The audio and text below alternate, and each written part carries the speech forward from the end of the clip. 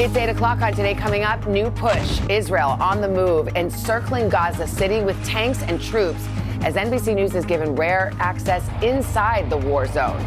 We're in the back of an Israeli military Humvee following a unit who's tasked with finding and destroying Hamas tunnels. We're live with the latest developments. Plus, love comes first. Jenna and her sister Barbara are here live for a sweet look at some inspiring kids. Some people think kids can't do big things. What do you say? We're kids and we're here, so we can do big things. As they honor their late grandmother ahead of a special new project. Then, side hustle. We go inside the game with Kaylee Hartung, showing us what it's like to be an NFL sideline reporter. I do my best to take advantage of this incredible vantage point I have and bring that information to people who are watching this game from home. Her behind-the-scenes access just ahead. And she made it. It's just one foot in front of the other. Chanel crosses the finish line at the New York City Marathon. It's a once-in-a-lifetime experience. If there's anybody listening to me and you've ever wanted to challenge yourself and step out of your comfort zone, do it. With some support from her many, many, many friends. Chanel, we're so proud of you. Let's go, Chanel! And we are there for her amazing journey as she joins us live post-race today, Monday, November 6th, 2023. On a girls' trip, celebrating 33 years of friendship. From Eden Prairie, Minnesota. Celebrating our mom's 80th birthday. Visiting from San Francisco, Seattle, Washington, Norway, Michigan, and Dallas, Texas. From Orlando, Florida. Today I turned 10. Ran the marathon yesterday. Celebrating today. We are back to our faves right here. We got Jenna along with her sister Barbara. They, by the way, are releasing a new children's book together. It's called Love Comes First. You guys, congratulations. It's so special. Barbara, tell us about your book. Well, our new book, we're very excited about it. All of our previous books were about sisters, because that's our big inspiration. But on those book tours, we would meet people that would say, I don't have a sister, but I have a cousin who makes me feel brave, or I have a brother that has my back. And we realized love is the common denominator. Yeah. So our book is all about love and the many forms that it takes in our life. Yes, and one of the person who taught us about love was of course, our Granny, our grandmother. She loved service and inspiring children to give back, hoping the next generation would leave the world a little kinder than they found it. So we visited the Barbara Bush Children's Hospital in Portland, Maine, and spent the day with inspiring kids who we know would make her so proud. My grandmother's life was defined by love. And what I admired most about her is that her love was limitless. She spread her light everywhere she went. You are a beautiful girl. She cherished her many visits to the Barbara Bush Children's Hospital in Portland, Maine. That is wonderful. Which was named in her honor in 1998. We haven't had her in our life in 5 years. And so to be reminded of her, just in the little things around this place, always makes us feel pretty good. 3 years after we lost our precious Granny, a twist of fate. My sister unexpectedly gave birth to her daughter, Cora Georgia, in this very hospital. I lived in New York and happened to be in Maine for the weekend, and I woke up in the middle of the night in labor in Kennebunkport, and my husband Googled hospitals near me, and because she was 6 weeks early, she needed to be in the NICU, and that is when I first realized the Barbara Bush Children's Hospital existed. I went to visit her in the NICU. It's gonna make me cry. And looked on the wall, and it said Barbara Bush Children's Hospital. So it just felt very divine that she was born here, and she got an excellent care. It was as if somebody was looking down. For the first time since that remarkable day, my sister and I returned to the pediatric unit to see how kids today are living by our grandmother's example. Sisters forever! Sisters forever! Meet Juliana and Eliza Empey. 4 years ago, they started a nonprofit called Splatters for Kids. They sell handmade greeting cards to raise money for the Children's Hospital. The girls were inspired by their 92-year-old neighbor, Richard Trube, a longtime hospital volunteer. He's been volunteering for over 15 years, so we wanted to do something because he inspired us to help others too. We first chose cards because we always send cards to our great-grandma, and we know that it makes her happy when we send them. You know what? Our grandmother, she loved writing letters to us. Do you guys like writing letters? Yeah. Do you feel like it spreads joy? Yeah. While encouraging others to spread joy, Juliana and Eliza raised nearly $15,000. Do you guys have a goal? What's your goal? $50 million. Whoa. 50 million? Some people think kids can't do big things. What do you say? We're kids and we're here, so we can do big things. We were inspired to create our own cards with kids gathered at the hospital. Is it okay if I draw on yellow? Yeah. Do you want a yellow envelope because you like yellow? And write messages to people we love. Is that for your brother? Willow and Emery made cards for their new baby brother, Easton, who they met the day before our visit for the very first time. There he is. Say hi. He's cute. Isn't he cute? Yeah. Is your brother your greatest dream come true? Yeah. Signed and sealed, it was time to deliver. Okay, should we go? Ready? Let's do it. Oh, hello, girls. girls. Hi. Welcome to the world, baby Easton. Thank you. What were y'all gonna say? I love you. Here you go. Thank you. We gave our cards to doctors and nurses. Thank you for saving my life. You are the best doctor ever. Thank you for making Riker safe. Oh, thank you, honey. You're welcome. To new friends. Emmett, you inspire me. I hope you're feeling good. And to Mr. Trube, a devoted volunteer and role model for us all. Isn't that wonderful? Dear Mr. Trube, thank you for inspiring us to help others. We are so glad that you're our neighbor. Thank you so much. And I'm so proud of you, too. For all you've done. You two have been such an inspiration. So are you. Our hearts were full on a day that love truly did come first.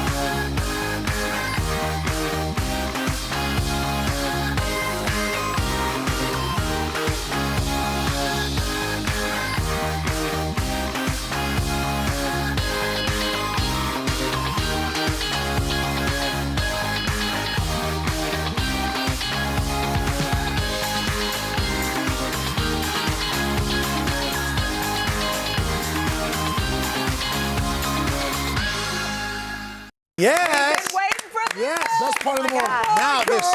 Okay. Here we go. The New York City Marathon was yesterday. 50,000 runners hit the streets for 26.2 grueling miles. But okay, we had our eye on one person who crossed that finish line in style.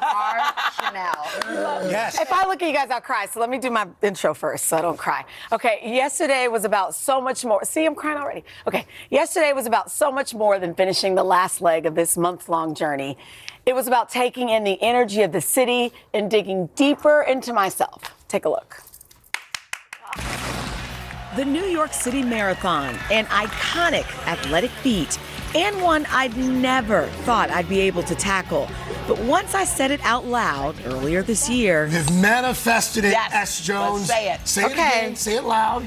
It's official. I am running the 2023 New York City Marathon. It was game on.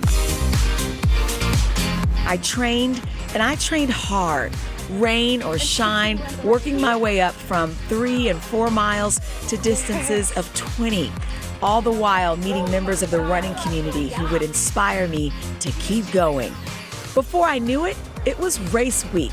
I dropped into the Marathon Expo, picking up my bib and searching for my name on the wall of 50,000 runners. And with a perfectly beautiful forecast, it was dawn.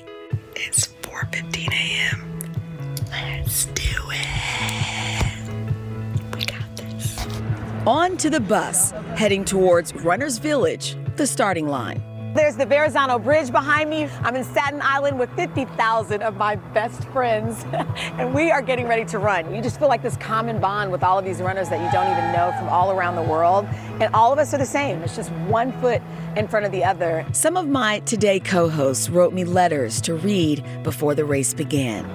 Okay. S. Jones, I've never been prouder of you, my friend. May all the things you're dealing with right now be the wind at your back for the next 26.2. Crush it. Love, Craig.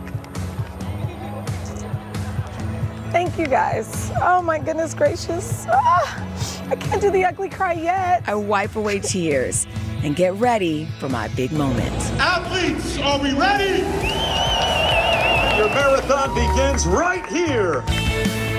The first few miles, easy and breezy. All right, Chanel, first mile down. It's night time already? First feeding time. Coming up on mile 8. All right, Chanel, welcome to Queens. Another barrel. My first test came at the infamous 59th Street Bridge. And there's a moment when you're on the bridge, several bridges, and no one else is around, and you just hear breath and the pitter-patter of feet.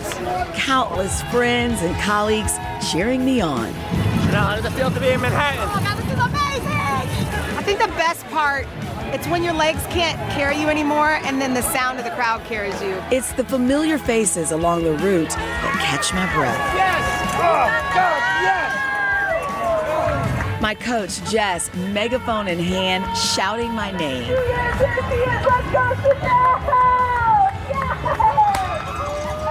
Hoda, Savannah, and Dylan cheering me on through those Harlem hills. Chanel, we're so proud of you. Let's go, Chanel! And of course, my ultimate cheerleaders, my husband and kids.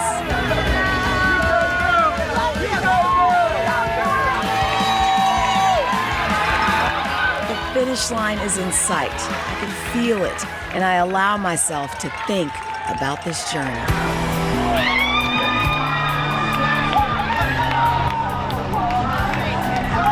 Everybody says it's amazing. They say it's one of the best days of your life. It transcends running. And every time you feel like you can't run anymore, there's somebody cheering your name. It's a once-in-a-lifetime experience. If there's anybody listening to me and you've ever wanted to challenge yourself and step out of your comfort zone, do it. I did this. I feel like you did this with me, all of your positive notes, DMs, social media. So this is for you too. 26.2 miles. I did it. I ran a marathon.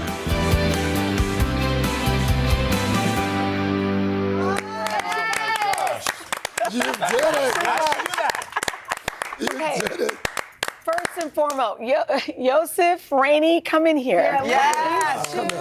And my coach Jess, every step of the way, I could not have done it without Rainey's these our two human producer. beings. Yosef's our floor director. And Yosef these are our resident marathoners. Yeah. And you guys know, I mean, Yosef is like air traffic control. He was handling, text messages from my family and friends, and he paced us all along the way, and he'd say, okay, stay back. And then towards the end, when I'm making all sorts of grunting noises, because I don't think, Yosef's like, or Rainey's like, dig deep, your mind is your strongest muscle. She wrote quotes on her hand. Oh. I mean, it was just, these two are just beautiful human beings. I'm so proud of her. you are It was a great day. She did. It was such a great day. It was so inspirational to see all the people chanting her names and living the race through her eyes. We've done it. Talking to Chanel's mic there. Oh, sorry. No, she's done it. Always doing your job. Always. But it was so inspirational to see all these people cheering her names. You know what? It transcends running. Yeah. You have people from all over the world who are here with all sorts of trouble. Anytime we would start to feel like we couldn't do it, we would look to our left and someone would be running with one leg. Right. We'd look to our Suck it right up. and Stop someone's complaining. like running in a wheelchair, We're going backwards. Yeah. We saw If I guys can give you the backwards. cue, we're going to have more coming up in the third hour. More of the We love celebration. you, Chanel. Go.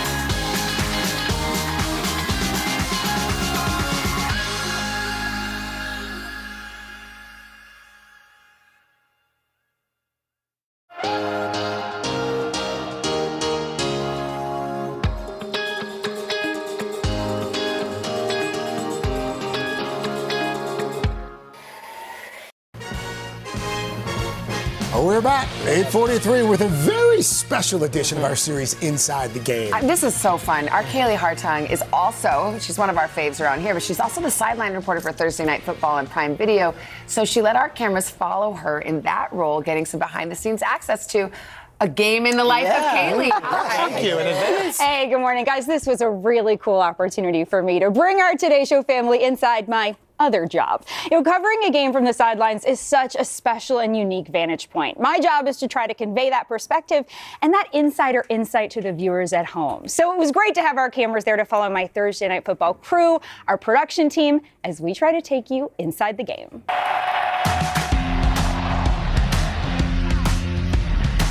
Every Thursday night, this is my assignment. With the help of more than 50 cameras and a crew of more than 300, we broadcast a primetime NFL game. Beautiful, Buffalo. We made it. Best fans in the NFL. The 2 hours between arriving at the stadium and our pregame show starting, so much needs to happen. This is when I actually get access to talk to some of the players. How's the barefoot workout going? Oh, amazing. It's been great. So I come into each pregame with a checklist. Who do I need to talk to? What are those stories that I need to button up? As I explained it on air today, it's not a fake game time decision. It's a real game time decision. Yeah. Tell me, what do I need to know? Where does it get the craziest? In the stadium? Oh, yeah. Right here. This corner right here. This corner right here, we lit up. It's a hell of a time. I'm so excited. I'm going to go talk to Bucks PR and try to get some answers. Each game, I come into it with 20 or so stories that I can prepare ahead of time. Yeah, I would really like the low positive mentality when to come off of a moment that we see in the game. It's really important for me before each game to spend that time inside the production truck with my game producer, director, as well as my sideline producer. Yeah, absolutely. The psychology of that. I love that one. I think that's got to get in. To make sure we all understand our starting point. How do you feel in 6 minutes? Okay, great. When we asked Baker Mayfield what stands out to him, the very first thing he said is that Matt Milano is the biggest loss for Buffalo. The biggest challenge in doing this job is that you can prepare all that you want, but then a football game breaks out and you cannot predict what happens next. There they go. Now to Kaylee. Guys, Tristan Wirfs told me to see him go out and play with the intensity every week makes us all want to do the same thing. Got our first story in.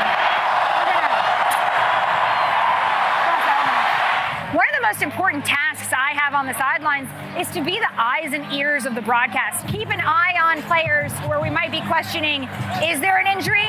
Okay, there's a trainer putting his hands underneath Josh Allen's shoulder pads. Josh is coming back to the bench. Blue toast coming up for Josh.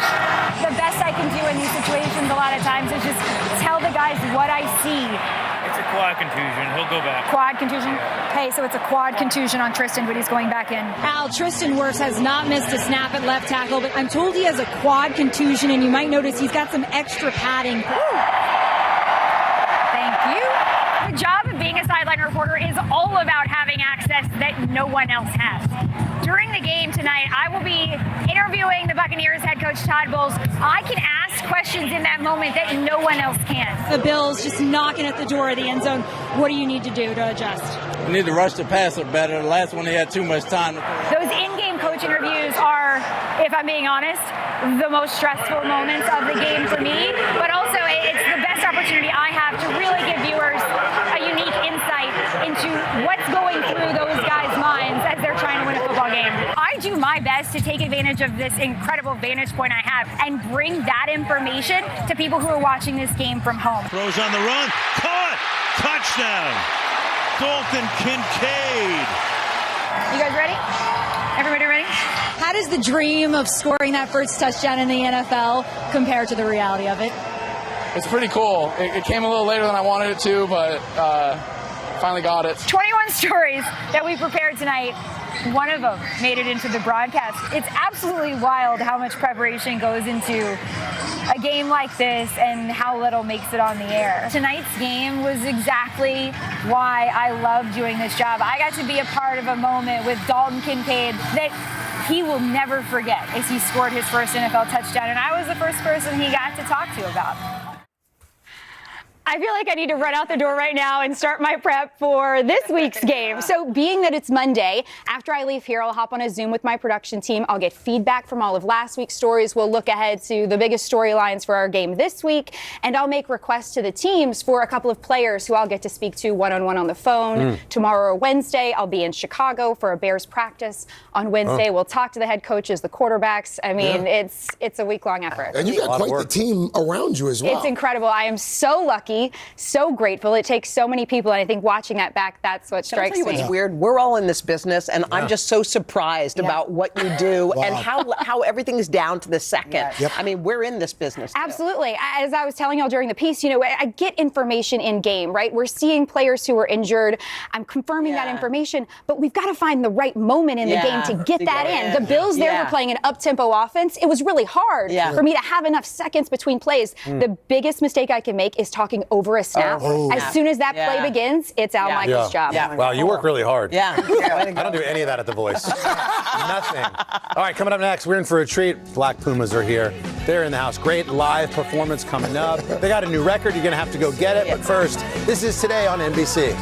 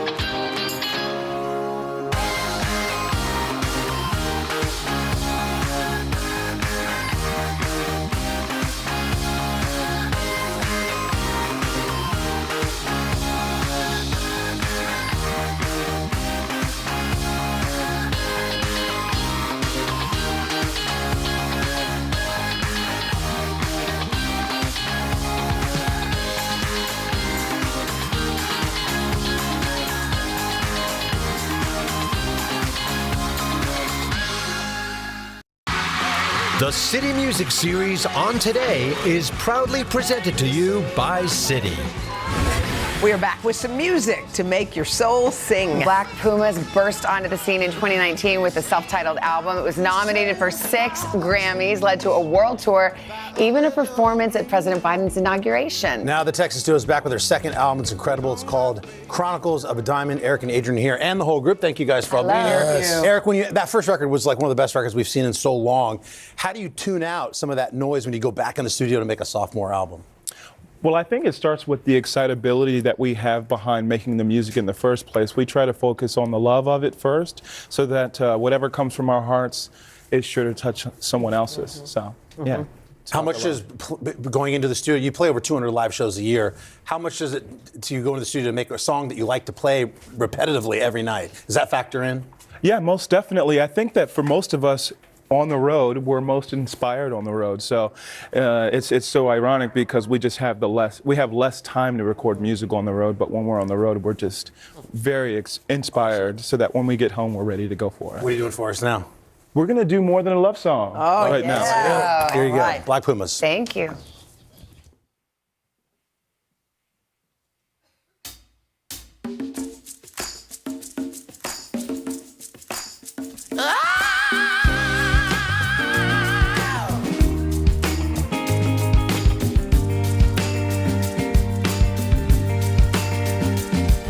See the 2 blackbirds flying high,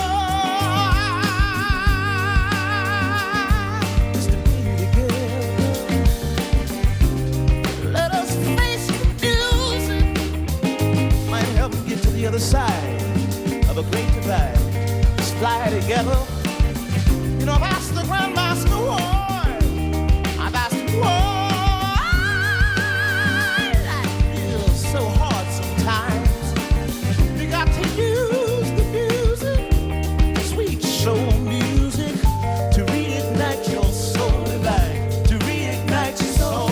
'Cause life is more than a love song. It's more than a fantasy, more than a little bit. This life is more than a dream, y'all. It's more than a fantasy, more than a little bit. Through the door now, watching the soul, child, and we got to fly high, high, well high. Let's touch the sky one time. High, high, high. You know, I hear the bluesbirds sing that song. Ladies, how's it go? Do do do do do do do. Yeah, right. My respects to the Grandmaster for the line. Such a pretty thing, how the melody lies. This life is more than a love song. It's more than a fantasy, more than a little bit. This life is more than a dream, y'all. It's more than a fantasy, more than a little bit. This life is more than a dream, y'all. It's more than a fantasy, more than a little bit. Come through the door now. I see the sunshine. More than a fantasy, baby. More than a little bit. So let's walk through the door together. Realize life is more than pretty things or singing melodies. Oh, life is more, way more.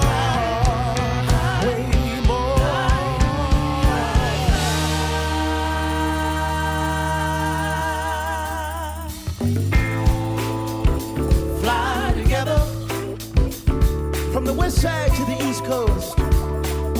America, you know what we should do? Like Pumas, show 'em how to fly. Fly together. Fly together. Let's fly together. Fly together, baby. Touch the sky together. From the back to the front side. Together. Fly together. Fly together. Blue love. Fly together. Fly together. Guys, thank you so much. We're to our local news.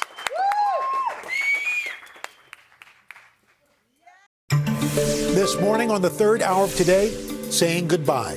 Matthew Perry's loved ones and Friends co-stars gathering to remember the beloved actor. Inside the emotional funeral service and how Perry's family is planning to carry on his legacy. Then later, she did it. Your marathon begins right here. Chanel is talking all about her marathon milestone. Every time you feel like you can't run anymore, there's somebody cheering your name. We'll bring you inside her months of training for that finish line moment. And Martha Stewart, live in Studio 1A with an invitation how you can be a guest at her home. Today, Monday, November 6th, 2023. Live from Studio 1A in Rockefeller Plaza, this is the third hour of Today. Good Monday morning. Welcome to the third hour of Today. This is a special Monday. I'm Al along with Craig and the Marathon Monday morning person, Chanel Jones. All right, and we've got a little audience here too. Some of your Marathon Club members. Oh, wait a minute. Show of hands. How many of you ran it for your first time? Who's run their 50th or? Oh, what? That's sick. Is that a thing? Yeah, she's got a special medal. Look at that special Oh, is that what that medal. means? Six-star majors for... Wow. Wow. You've done 50 marathons. That is amazing. Wow. Wow. Okay, we can't hear you. You're not Mike, but we can shoot. see you. Yeah. But it's okay. Yes. So how are you feeling this morning? I'm feeling good. I keep saying it over and over again, but it just feels like there aren't very many things in life, especially once you hit middle age, where you step outside of your comfort zone and you do something hard and something new that's not necessarily in your wheelhouse, right? And so I'm proud of myself for giving it a go. It was tough. The very end was tough. Was it just because your body was exhausted? Your hamstrings, your body, you're just exhausted. Yeah. But you know what's amazing? Yeah. The love of people you don't even know, they literally carry you from borough to borough in New York City. This time, I'm like working while I'm running. I said, guys, can I go interview him? Because he was running in sandals. That was very smart. There are people who are running with they may only have one leg. There are people who are pushing people in wheelchairs. Yeah. You talk about Achilles, you know what I mean? They're just, it's amazing the work they do. But besides the folks along the side, how were you motivated? What kept you motivated? My reason why. I have my kids' initials on my arm, my husband's initials, and it said, just do it. It's like, they are my reason why. No question about it. This whole experience has been an incredible journey from the first time I said it out loud until that finish line. And yesterday was a day that I will never forget. The New York City Marathon, an iconic athletic feat, and one I'd never thought I'd be able to tackle. But once I said it out loud earlier this year... You've manifested it, yes, S. Jones. Let's say it. Say it again. Say it loud. It's official. I am running the 2023 New York City Marathon. It was game on. I trained, and I trained hard.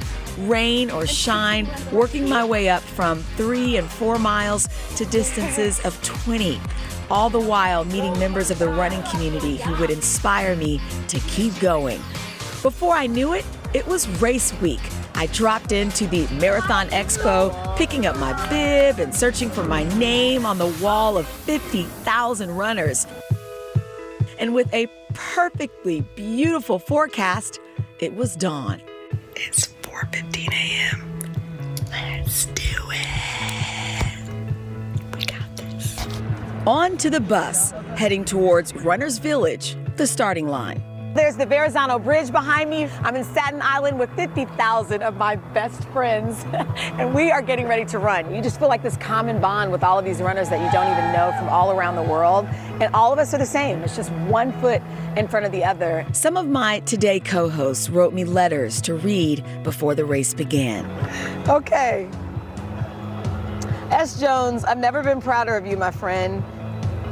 May all the things you're dealing with right now be the wind at your back for the next 26.2. Crush it. Love, Craig. Thank you, guys. Oh, my goodness gracious. I can't do the ugly cry yet. I wipe away tears and get ready for my big moment. Athletes, are we ready? Your marathon begins right here. The first few miles, easy and breezy. All right, Chanel, first mile down. Snack time already? First feeding time. Coming up on mile 8. All right, Chanel, welcome to Queens. Another barrel. My first test came at the infamous 59th Street Bridge. And there's a moment when you're on the bridge, several bridges, and no one else is around, and you just hear breath and the pitter-patter of feet. Countless friends and colleagues cheering me on. Chanel, how does it feel to be in Manhattan? Oh my God, this is amazing! I think the best part, it's when your legs can't carry you anymore, and then the sound of the crowd carries you. It's the familiar faces along the route that catch my breath. Yes! Oh, God, yes! My coach, Jess, megaphone in hand, shouting my name.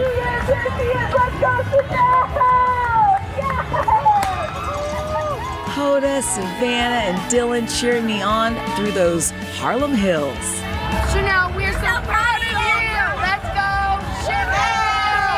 And of course, my ultimate cheerleaders, my husband and kids.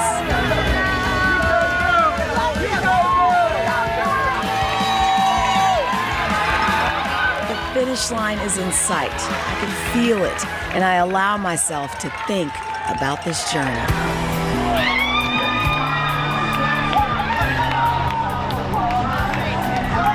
Everybody says it's amazing. They say it's one of the best days of your life. It transcends running. And every time you feel like you can't run anymore, there's somebody cheering your name. It's a once-in-a-lifetime experience. If there's anybody listening to me and you've ever wanted to challenge yourself and step out of your comfort zone, do it. I did this. I feel like you did this with me, all of your positive notes, DMs, social media. So this is for you too. 26.2 miles. I did it. I ran a marathon. Okay, so I said I ran a marathon, but we ran a marathon. So can we thank our producers, Phoebe Curran, who is sleeping right now, Yes. very well deserved, Nick Shinners and Sunny Chu. They worked on that spot, and they have been running with me since day one. And my running partners, Joseph and Rainey, for keeping me going. And my coach, Jess, come on over here. Yes. Come to the Let table. me tell you something. There were so many people who practiced training and they were running for months, and it was still brutal for them. But the way you trained me, going into Central Park, running on those hills, speed runs, I mean, it's just, and then Joseph and Rainey the day of, like, scooping the Gatorade, shoot the Gatorade, throw the Gatorade, don't stop, pace yourself. And Rainey's giving me all these positive affirmations. Joseph was definitely the satellite coach out there, for sure. And just one more thing, one more thing. The night before, do you have your snacks? Do you have you need 12 shrimp waffles, put them in baggies? I know. And now, but the best part is that you consider yourself a runner. Are you going to run another marathon? No, we're one and done. Is there anything you would want to say? Any of you guys? Like, I feel like you guys you kept saying the whole time, like, look at all these real runners. Look, they're all dressed like real runners. And like just was saying, like, it finally took you till yesterday to call yourself a runner, but you've been a runner since you put your shoes on. Oh my goodness. Well, you guys can stay here for this moment. So proud. I've been talking about this. I wasn't just running for myself. I was running for something bigger. We can finally talk about it this morning. I'm excited that I'll be teaming up with Volunteers of America. We are going to renovate a common space for transitional housing residents. So with the help of Lowe's, I'm hoping to they have a common space for kids, and so they have a common area. It offers kids and their families experiencing homelessness a safe and fun space to lie down, do their homework, think. And for me, I just wanted to build a space where they can dream. You ran for a purpose. So I ran for a purpose. Yes. So we'll show you all that. We'll talk to some of the families, and we'll show you what comes of that. Yeah. So proud of you. Thank you, guys. Jess, Rainey, Joseph. Love you guys. And to all of you guys as well. Thank you. What a It's feeling. our runner. It's like I feel part of the team. Yes, you are. It's a special club. Love Thank you you, all. guys. Thank you. Thank you. All right, well, still to come, we got a lot more going on this hour, including our series On the Money, how to make the most of your credit card rewards just in time for holiday shopping season. But first, the cast of Friends gathering to say goodbye to Matthew Perry as we learn how his family is going to plan to carry on that legacy. Third hour of today. We'll be right back.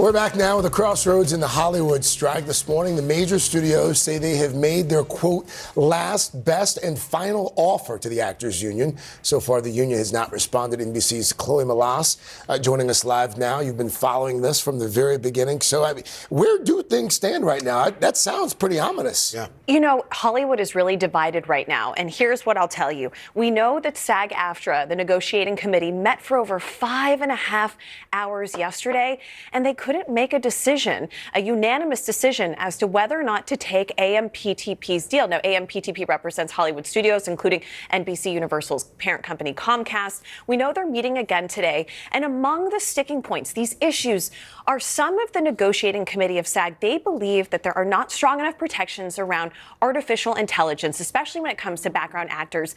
And remember, Fran Drescher, the president of SAG-AFTRA, she told the Today Show that they had told those Hollywood studios that they wanted 57 cents per subscriber. She had characterized it as less than the cost of a postage stamp. And remember, Ted Sarandos, the head of Netflix, he came out and he said, absolutely no way. And so we know that that is a sticking point, and that the studios, they're offering the top shows for those big actors to get double the residuals. But how does that help the rest of Hollywood and the rest of everything? And we know NBC News has learned that Fran Drescher, the president of SAG, that she received hundreds of emails from actors in the union yesterday and overnight Saturday telling her to stay strong, do not accept a bad deal. Yeah, well, I mean, look, the average actor makes less than $27,000 a year. So how are these actors responding to the latest back and forth? Because there's got to be a lot of anxiety. Like I said, this is a divided issue right now, and it's going to be impossible to make everyone happy.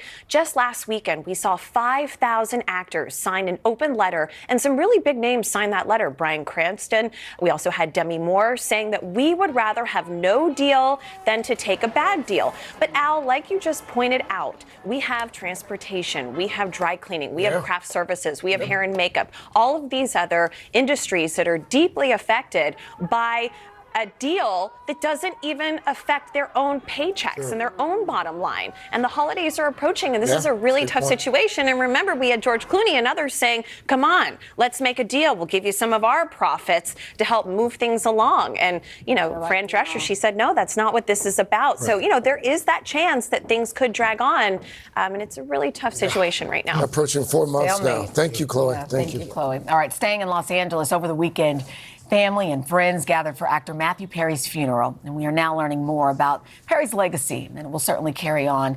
NBC's Liz Kreutz is live with more. Liz, good morning. Hey guys, good morning. Well, the exact cause of Matthew Perry's death is still being investigated. Those who knew him best are getting the chance to honor the beloved actor as they gather for a private funeral for one of their very best friends. I may just sit here and have my cake all day. Just sit here in the hallway and eat my... As fans celebrate the moments that made us laugh, over the weekend, an intimate and emotional farewell for Matthew Perry. Loved ones attended a private funeral Friday for the actor in Los Angeles, including all 5 of Perry's Friends co-stars, according to People magazine. The service took place at Forest Lawn Memorial Park, located less than a mile from Warner Brothers Studios, where Perry filmed the iconic sitcom and played the charmingly cheeky Chandler Bing. Please, could she be more out of my league? Ross, back me up here. He can never get a woman like that in a million years. Thank you, buddy. The show's 10 seasons are still in syndication, and we're reportedly bringing in significant residuals for Perry every year. Those payments will continue even after his death and will go to Perry's estate. Now, as fans pay tribute to his life and legacy, the actor's advocacy is in the spotlight. If somebody comes up to me and says, I can't stop drinking, can you help me? I can say yes and follow up and do it. When I die, I don't want friends to be the first thing that's mentioned. I want that to be the first thing that's mentioned. Perry's family hoping to make good on that wish by establishing the Matthew Perry Foundation to help others struggling with the disease of addiction. Adding the effort will be guided by Perry's own words and experiences and driven by his passion for making a difference in as many lives as possible. And as far as the ongoing investigation into a cause of death, the LA County Medical Examiner is waiting to release the autopsy until the toxicology results are completed. Then the full report will be finalized and released. Guys.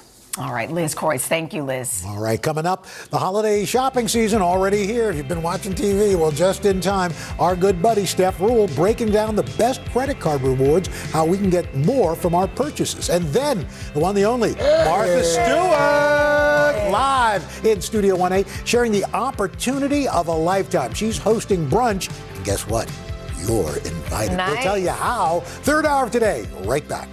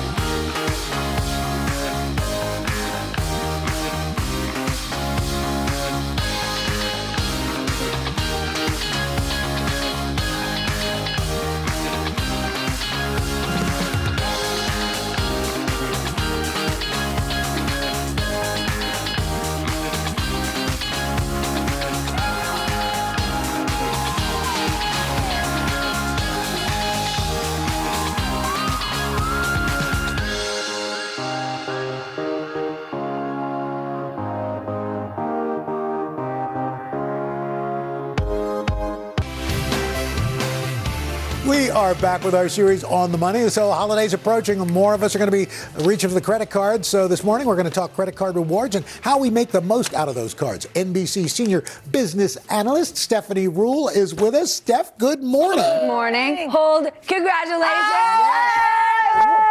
Okay, credit card. That's right. Steph was with me up at 82nd Street with part of our crew. It was pretty good. It was awesome. Pretty good. It was Pretty awesome good. in every way. Okay, first, so how do you garner these points? Okay, first things first. The way you can get credit card points is if you spend. Okay. But what you cannot do is spend using money you don't have. Right. Meaning, please don't say, oh, I'm just going to buy this with my credit card because Sure. I want points, unless you have that money at the end of the month to pay on time and in full. Because if you're going to end up paying fees and interest, then points. No good. No good.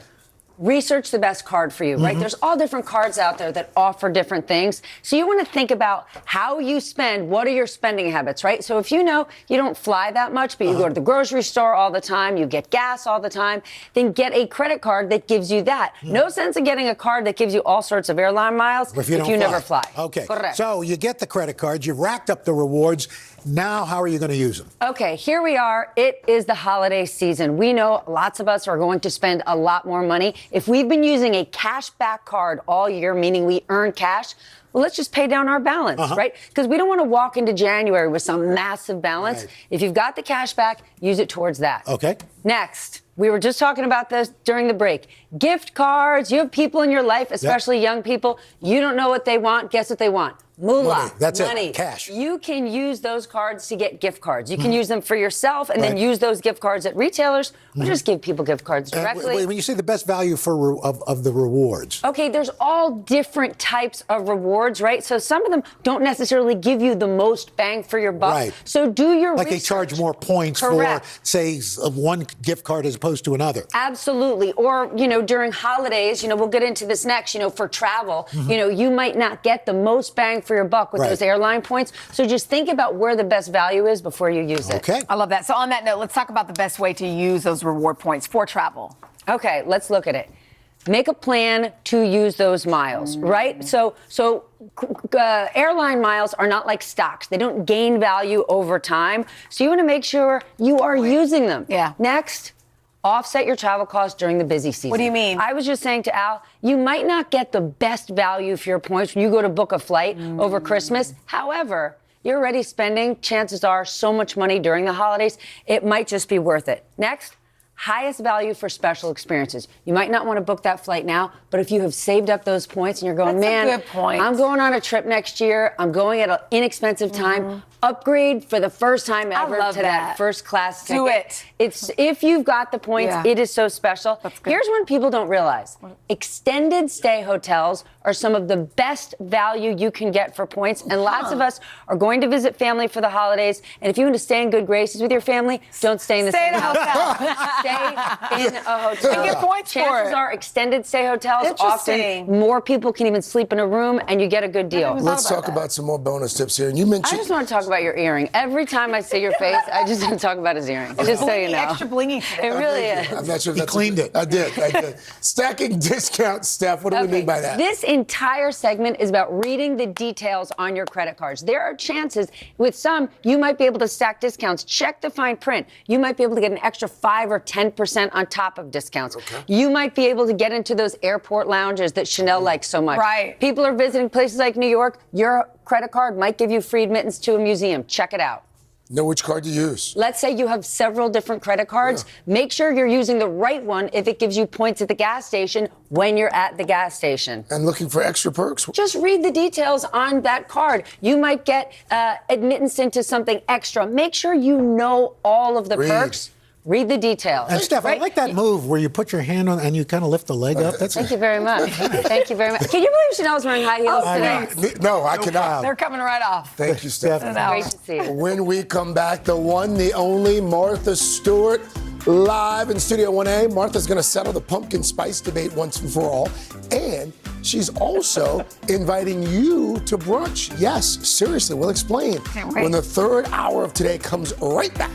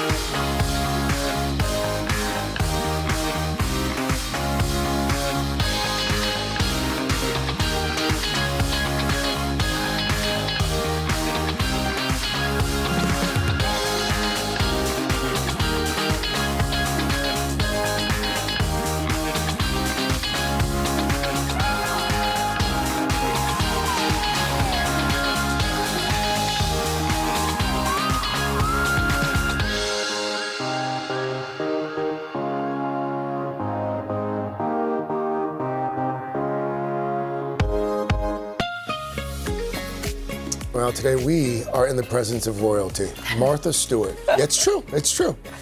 Martha does it all, as you know, from decor to cooking. Just last year, she was crowned the Queen of Thanksgiving. Yes. Right here in Studio 1A. And now, Martha, believe it or not, offering the opportunity of a lifetime to one special guest for the holiday. It is pretty We're going to get to that in just a moment. Martha, good morning. Good morning. Good morning. Or Queen Stewart, as we should refer to you here. What is it about Thanksgiving, by the way, that you love so much? Well, it's just I love holidays. You know that. Oh, yes. And Thanksgiving is one of my favorites. I do have gobblers in the poultry yard. I have 17 of them right now. Wow. Soon to be 16. I went down, soon to be about 13. Oh God! But they are they're beautiful and they're lovely birds, and they gobble back to me when I gobble to them. And it's just it's a autumnal, beautiful remembrance of days past. So speaking of autumn, I would like you to weigh in on this, Martha. Okay. What say you about pumpkin spice? Oh boy. In a pie, I love it. Yes. Yeah, absolutely. In anything else, I do not love it. Yes. Okay. Yes. Queen has spoken. The Queen has spoken. Oh, my goodness. It is by royal decree. Get rid of the pumpkin. And now so pumpkin funny. spice products, now watch, Oh, yeah, right. plummet. No, but I don't like cappuccino with pumpkin spice in it. I just want it to don't. be It's wrong. Okay, so let's celebrate the reason for why you're here. I think that this is pretty cool if you're listening this morning. So to celebrate the holiday, she's a paid spokesperson for Booking.com, and you are offering a once-in-a-lifetime opportunity, and it includes brunch with you. Yes. Tell us about it. Well, Booking.com is my boss. Okay. For one weekend, not next weekend, but the weekend after. Oh, so soon. Yes, very soon. Okay. And you can go to Booking.com to their app and apply at noontime on. Do you have the date? I forget the date. It's on the site. So is this one of your places? Is it like a guest house? It's a guest house on my property. So on they're my not going to be farm. sleeping in Martha's bed. By the way, no, Martha's they are guest not. house, though, it's nice. It's unbelievable. pretty nice. I've been to Martha's barn. The kitchen in Martha's barn is better than most kitchens. It's the 16th, by the way. We're told it's the 16th. So I live on a farm. It's very, very beautiful, and what's nice about it is that it enables somebody lucky, a couple, 2 people. They don't have to be a couple. They can just be. There can be 2 people to come for $11.23, the date of Thanksgiving. Oh, wow. Amazing. But they don't come on Thanksgiving. They come the weekend before to celebrate the Thanksgiving holiday. That's a great idea. And not only am I going to be there, I'll be there on Sunday. On Saturday, Kevin Sharkey, my design director, is going to teach how to set a table for Thanksgiving and how to make a Thanksgiving wreath. And Thomas Joseph is cooking brunch. Oh, this is a And this is a big treat. This is a big deal. This is an And they get to tour the farm. Oh, Speaking of the farm, I heard recently you were trying to break a Guinness World Record for the largest maize. Oh, yes. Oh, my gosh. And how's that coming? Well, I'm a third done. Oh. And on Saturday we had a charity horseback ride. I do that. I let like Boys and Girls Club of Westchester. We had a charity ride and we rode our horses through the maze. Wow. And it's That's a very big complicated. maze. It's a big maze. It's going to be when it's finished. It's going to be over 2 acres. What? And it's every row is a different tree or shrub. It's very exciting, and the paths are wide enough for the horses. That's and file. So is it going to be open to the public when it's completed? No. Oh, I had to ask. Hey, come on. I had to ask. I thought Martha was just going to have They strange don't, people. you go to Buckingham No, Palace, they don't no. let just anybody in the maze. Queen Martha. Come on. No, but we do. I do give garden tours for the garden clubs. That's awesome. When you have a beautiful place that's educational at the same time as being beautiful, which mine is, it's nice to share that with good charities and things. I love that. That's terrific. Just switching gears really quickly. You made some news last month saying you don't think about dressing for your age because I think you're ageless. But you said this is just something you've done. You pretty much dressed the same since you were 17. Cheers to that. I have really. Where does that come from? I don't know. I think I developed a personal style a long, long time ago, and look, that looks like now. God, you really don't age. I'm No, here for it. I'm pretty much. It's pretty much the same. Suits, big jackets. I love the big jackets. I love short skirts. I love and leather leggings that you're wearing tight today. pants. I'm here for it. Martha, thank you. You're always such so a joy. fun to be here. We'll see you soon. We know you'll be back. And happy Thanksgiving to all of you. Yes. I know you're at the parade.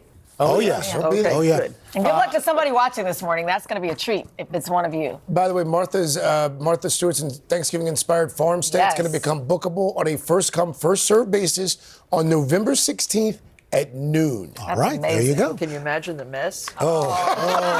Yeah. Well, coming up, we've got a really sweet look at modern-day parenting from the perspective of a family psychologist, Dr. Jennifer Hartstein, and Broadway star Leslie Odom Jr. They're here to share the 6 parenting styles. Which one are you? Well, mine is no. Then later in Start Today, after you work out some simple stretches to help you recover after, a marathon? Third hour of Today will be right I don't know if I can even do that right now.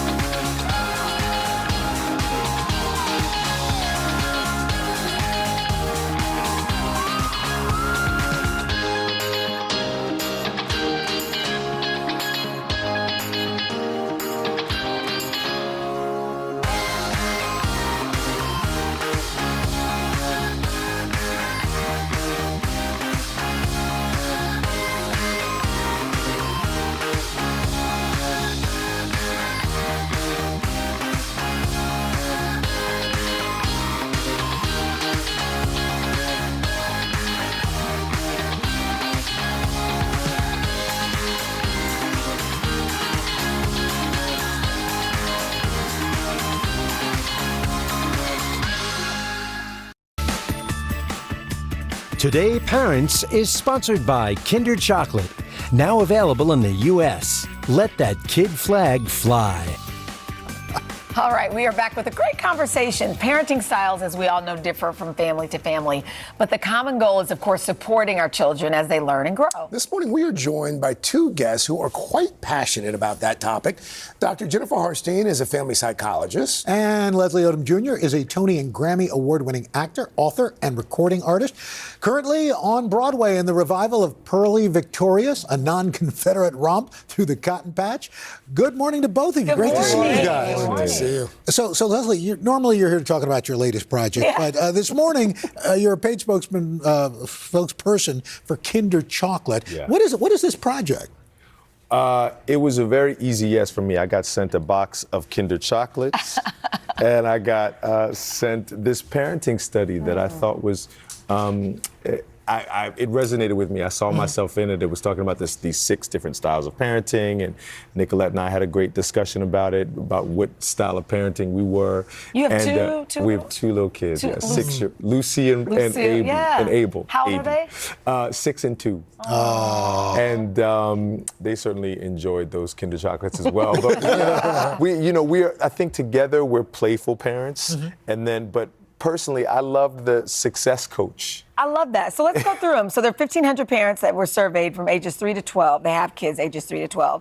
And he talks about the 6 distinct parenting styles. Which ones were most popular as we look here? Right. So the most popular ones turned out to be the playful parent, the gentle parent, and the firm but fair parent. Turned out to, but I think, everybody's probably got a little bit of a finger in all the different things. So if we want to think about them more specifically, right? The playful parent looks at building the relationship. Playtime is really fun. They want to kind of teach through play and create great memories. The gentle but firm parent looks at kind of what structure needs to be in place. How are we teaching you how to thrive? But we're flexible. So you need to kind of miss practice one day because we're going to go on some adventure. Like, great. Yeah. And then the last one is really about, the gentle parenting is really about how are we kind of have open communication, having empathy, really kind of looking at the relationship that we're building in our lives. I want to bring that pie chart back up for a moment, if we can, Leslie. And I think you just started to talk about precisely where you fit. Yeah. What would you consider your parenting style? I'm success coach. Really? What does that mean? I'm in there, I'm really about creating a successful adult. I'm in there like a good coach, like a good football coach, or those good mentors that I had when I was a kid. I kind of, we treat our kids with respect, and it's teaching resilience, right? I think being a success coach is like, there's disappointment and there's failure. How do I help you navigate when that happens? Get back up, keep going, without coddling you and making it so that you can't tolerate that, because we need failure in our lives. You giving pep talks in the morning, all right? You know it. But would it be fair to say that your parenting style evolves? Because who my kids were at 3 and 4 and 5, they needed different things than when they became 12, 13, 14, and even still as they're adults. Right. So we remember the study's 3 to 12, right? So I think that if we were to ask the same parents 12 to 18 what they're doing, we might get a lot of people in the gentle but firm category or just the firm category, because rules and freedoms and all of those things change. So I do think that while there are specific styles that are really there, we all kind of move between them as needed, and there's a little bit of each in every one of them. I was going to ask you about that. Is there a takeaway? I mean, are we supposed to say, we need to be a little bit of this and a little bit of that, or what should we take from this? I think one of the most important things to take away from it is the idea that you can be gentle, set limits, have fun. The idea is, if you're providing a safe, stable, and place for your kids to be where they can be emotional and you can support all of that, you're really teaching them to be solid, competent adults. And ultimately, that's what every parent wants, right? Is to have a solid, competent adult as their child later in life. Where does communications versus fun fall? Because I remember my dad saying, look, I'm not your friend, I'm your dad, but you still communicated. Well, There was also this really sweet thing that I thought was nice around the box of Kinder chocolates that we got was this campaign of letting kids be kids, and so creating these sweet moments with them, where chocolate was okay every now and again, as a reward for, you know what I mean? Let them eat cake. Exactly, every now and again. Exactly. So I love that too, that it's like keeping it real with them, as much as you can. It's a great idea, and I love that we talk about parenting now as a society. Because I don't think, 20, 25 years ago, there were a lot of conversations. We were talking about parenting. No, It's just like, you just did it. Suck it up and do it. I was like, because I said so. Right. That's that it. was it. Leslie, I'm a little disappointed you didn't bring any chocolate. That's funny. But you did bring a new project with you. You're singing. Well, obviously you're singing, but you have a new, what is it? Is it a? Yes, I have a new album that comes out next week. Next week, When a Crooner Dies will be out, and Pearly Victorious is at the Music Box until February the 4th. Oh, so you are doing it. Yeah. Hey, I'm Your trying. kids And Craig's got that same vest. Actually, I'm kidding. He wears it much, but thank you. Dr. Thank Jennifer you, Leslie, guys. thanks so much. It's a great Appreciate idea. it. All right. Do bring Kinder next time, though. You got it. Up next, it is Start Today. We are all about recovery today, especially me. Oh, yeah. But even if you didn't just run a marathon, we're going to show you easy moves. Am I supposed to do that? Stretching. Easy moves to make your body feel better this morning after any type of workout. We'll be right back.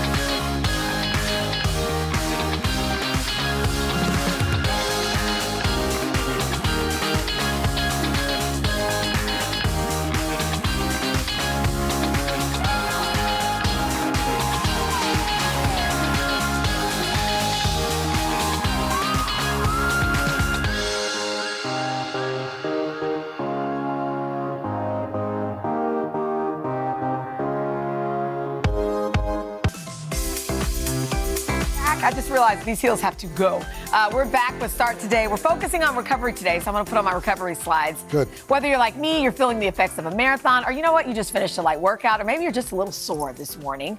We're going to show you some stretches to get you back up and running and feeling good. Here to show us how it's done is Nike. To be a master trainer for Nike, like that's global. That's a title. Global. That's a title. Global. Universal. And wellness expert Joe Holder. Joe, good morning. Good morning. How you feeling? Congrats on the marathon. You look great out there. Thank you. We're going to stretch. This is for everybody. Okay. And as we stretch you through, I'm going to tell you about other things you should do that will help prevent muscle soreness or reduce it. All right, let's do So it. first, you ready? Yeah. We're going to go through what I like to call a round the world stretch. So this one is good. You can do in the morning. You just kind of move through here and we climb up. And you focus on your breathing here as you move through. Yeah, exactly. How long or how many of these? You could go 5 each side. It's just nice and easy. Oh, you're right. That is But the key here is... What is this doing? The key here is we can get you moving through different planes of motion. Let's switch sides, right? And we focus on our breathing, right? Yeah. And then, especially if you run, you know what you should do? What? Open up your back, but you should also sleep. So we're gonna talk about sleep as I lead you through this. So reach across and just open up. So sleep, everybody's heard of melatonin, right? Yes. Melatonin is also a powerful antioxidant that rises when you sleep. So that also will help reduce muscle soreness and help you recover. So let's switch sides real quick. Okay. So as you think through this stuff, think about moving good, It's a good stretch. breathing. Let's breathe with us. This helps calm us down. You're right. The breathing Keep does moving. help. Yeah, it's big. And then from here, we'll go to standing hip openers. Oh. So be here, relax. So what we want to do is open the hips, get us moving through different And you know that planes. looks a little ridiculous, Joe. Hey, you know what I mean? You've got a little motion in the ocean. It's lotion for muscle. You know? But it just gets the brain used to moving through again, right? See, look at Yes. that. Especially Coming. when you're sore, your brain wants to protect you. And what's this one called? It's just called standing hip openers. Oh, it's just standing. Okay. Right? Now, what's a T-spine opening? So the T-spine was when we were doing this move. That we already Oh, did. we already did that. Runners, Okay, that's never mind. important. All right, so now lunges. Yep, let's spread it. Spread it. and then we'll go side to side. So the other thing I want you to think about, moving left to right, opening up this We hips. should feel this. Right, yep. In the okay. But you also think about eating. And the hamster. Especially when you're trying to recover, you have to eat. What should you be eating? So you want to think about lean proteins, dark leafy greens. You also want to think about root vegetables. Okay. You know, These are things low we net can do. carbs. Okay. Nourishment helps the body recover. Okay. And then what we're gonna do, we're gonna have a standing chest opener. Okay. So be here, open, and then we open up. Now I want you to inhale and exhale with me. In Inhale. here. Exhale. So we activate our parasympathetic nervous system, inhale. Especially if you sit a lot or you're a little sore, we tend to keep a little tension and stress in our shoulders and chest. Big exhale again. Hey, Joe, what about, you hear like Chanel's wearing those slabs. You hear about recovery shoes. Yes. Is that a thing? Well, all right, so your foot is fascinating because you have pressure points at the bottom of your foot. Yeah. So if you get a little pressure on there, and then also have the toes spread a little bit, you get increased blood flow through the body, specifically the brain, which can also help calm you down, perhaps get better sleep. But really what it is that we're in shoes all the time, that we don't have a foundational base. So recovery slides can kind of prove some benefit. Don't but look now, because might be a little hype. Your toes actually look pretty good. No, I'm like, I'm Maybe a little scared to hype. take the toenail polish off. By the way, those shoes that you're wearing, what are those? Listen, Nike when you boys, are a Nike global You get Nikes that Yo, you he can't like find sleeps on at the Nike store. I bet you Joe could hook you up. I can. He's But got remember, Maybe Joe sleep, can hook us all. eat, chill, breathe, relax, Sleep, eat, stretch. chill. That sounds amazing. Okay. Joe, thank you so Joe. much. Thank And you. by the way, you can check out these moves and more on today.com/start today. Hey, and don't miss a new episode of Start Today on our streaming channel, Today All Day. We're going to share inspiring stories from our community members, plus tips to help you look and feel your best. You can catch it this morning at 10 a.m. on today.com/all day, or you can stream it on Peacock. Third hour today, right back. We did it! Good word.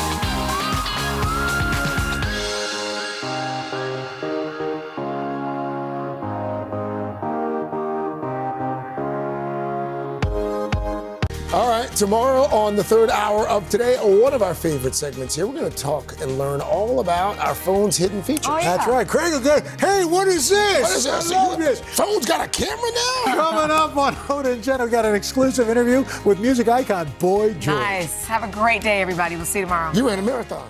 Hi, everybody. Good morning. Welcome to Today. Every day, We are adding to the star power in our studio. the biggest names, only on Today. See, we're coming in this early, right? Everybody, it's today.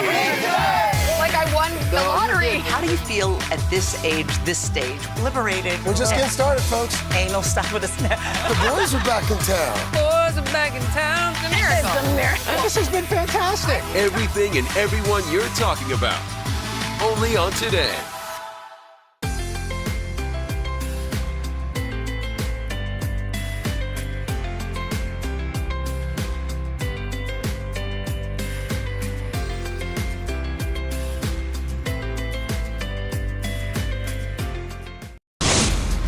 Today, music icon Boy George is here with an exciting announcement. Plus, a live performance from one of the coolest bands around, Black Pumas. And from Missy Elliott to Sheryl Crow and Chris Stapleton, the stars come out for the Rock and Roll Hall of Fame. And we're talking about it. From Studio 1A in Rockefeller Plaza, it's Today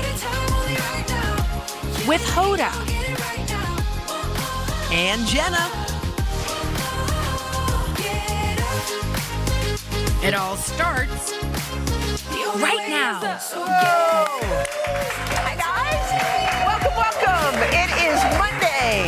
It is the 9th day of November. No, it's the 6th day of November. It's the 6th day of but November. Isn't it weird how 6 and 9 were created to be inverses of each other? Here's the thing about November.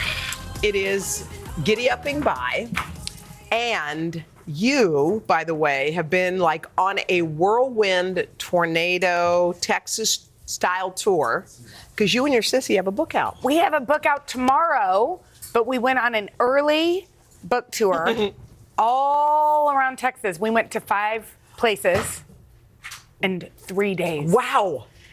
That's us. Oh, you were signing. Was that at a library or a bookstore? That was at a bookstore. How cute. But then you like that I'm like, I have no idea. Well, you know why? We went to Blue Willow Bookstore in Houston, which is amazing. We went to Waco and saw Chip and Joanna Gaines. Wait, did you eat in the restaurant? We ate in their brand new restaurant. That's in Dallas. We actually almost broke that swing because Look we at were Chip too heavy. and Joe. Oh. Chip and Joe were so cute. Oh, were they adorable? They hosted us in the silos, and they have a new hotel out. How is that? I saw them renovating it. So cool. So we have an interview coming up with them, but we went and had dinner there, and we were sitting, and then they crashed our dinner. Did you and love we had that? The most fun. We really got deep. And then it was your mom's birthday.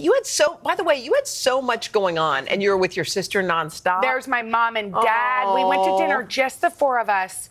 And what we realized is, I don't know that we have, I don't think we've been just the 4 of us in almost 20 years. Because somebody else is always at the table? Or that's an exaggeration, but let's say a decade. Adulthood, yeah. Because I have had a husband for a long time. We've had children for 10 years. Barbara's had boyfriends and husbands, et cetera, et cetera. And so just to have... What do you mean boyfriends and husbands? Well, she had boyfriends. Et cetera, et cetera. I mean, et cetera was a lot, okay? She had boyfriends and husbands and et cetera. No, she had boyfriends. And then she had got a married. husband. So that's the et cetera. Okay. But my point is, to be just with the... So how was that, by the way? There was something about it that was really special, to be just the 4 of us. By the way, I love that. I love Really that. special. By the way, you could feel, even in that picture, it's like very intimate. Yes. And no distractions. Not No a million. distractions. We had the best time, and then we went and all got in bed. My dad was watching some sort of football game, and my mom all opened her presents. And then we went to bed at 8:45. Oh, I love it. Anyway, it was so much fun. We had the best time. We ate so much queso and tacos. And I love this book because I love how the common thread, look at you. You guys are so hilarious. But the common thread in your books, you realize, was love. Like, of all the books you and your sister have written together. We used to focus on sisters, and people would say, oh, yeah, I don't have a sister, but my best friend makes me feel brave. Or here's my brother, and he's always empowered me. And the common thread to everything is love. I love it. Actually, yesterday, the book moderator said the most beautiful thing. Yeah, what? Kathy at Blue Willow, who I love, said, my favorite line is, we love you, I'll love you just as you are. And she goes, because sometimes we try to change people that we love. And really, we should just love them as who they are. Just as they are. And make them feel like they are enough. And so I That's love that. beautiful. And speaking of inspiration. This weekend, you guys, was the New York City Marathon. And if you've ever done something for the very first time, there's nothing like it. Chanel Jones didn't even run. She never jogged. She calls herself not an athlete. She's a dancer, but not an athlete. She, a few months ago, couldn't run a mile. But what happened on Sunday was she ran 26. And she felt a wave with her. I know she did, because the number of family members and friends who were there for Chanel, she had her children, her husband, her in-laws, her mother, her friends, people who were from all over the place came so that they could cheer her on. And you know what I love about Chanel? When she was running, a lot of people are running and they're getting a time and they want to get there and all that stuff. Chanel enjoyed each moment. Yes. And I think Rainey, who's one of our producers who's here, ran with her, as did Yosef, who's the floor director. Rainey, how many of you run? That was 14. That was 14.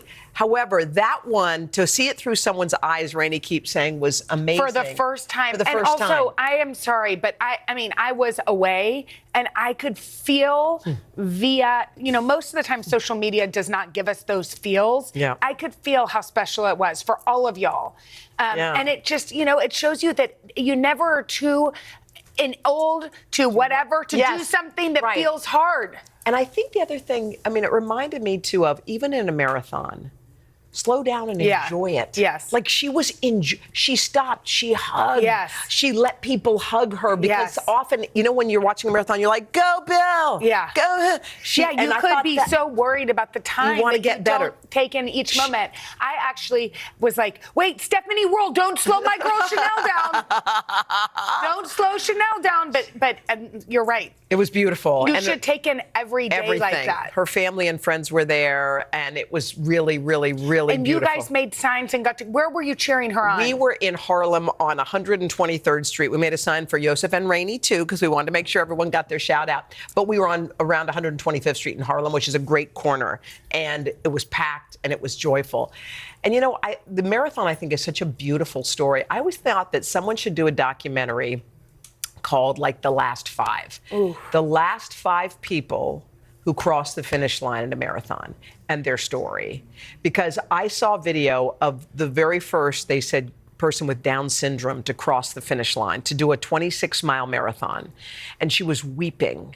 And it was dark, and it was past the time. Do you know what I mean? Yeah. And I think there's something about the resilience of anyone who makes it all the way to the end. But and can we just say that they did it? I can't even imagine, but her time. Oh my gosh. 4 hours and 40 something. minutes. Is that right, Rain? Remarkable. Yeah, it was remarkable. And Rainey, you know what? To have somebody like you Yes. to run every step. Yes. It really was a gift to me. I don't ever want to do a marathon, but if I would get to do one with you. No, we decided yesterday, the 3 of us, that you're next. Okay. So, there you even go. Chanel said Jenna is so competitive, she would be good at this. Yeah. Well, Jenna will be great at She'd be great at anything you tried. Okay. Anything you tried. All right. The 2023 Rock and Roll Hall of Fame happened on Friday night. There were some of our favorites, Missy Elliott. Yep. Willie Nelson, your pal, George Michael, Sheryl Crow. Mm-hmm. Missy Elliott became the first female rapper ever. How is that possible? I don't know. To join the Rock and Roll Hall of Fame. Yeah, she gave a thank you to all the women who'd come before her. And the show, though, kicked off with a performance from Sheryl Crow and Olivia Rodrigo. Take a look.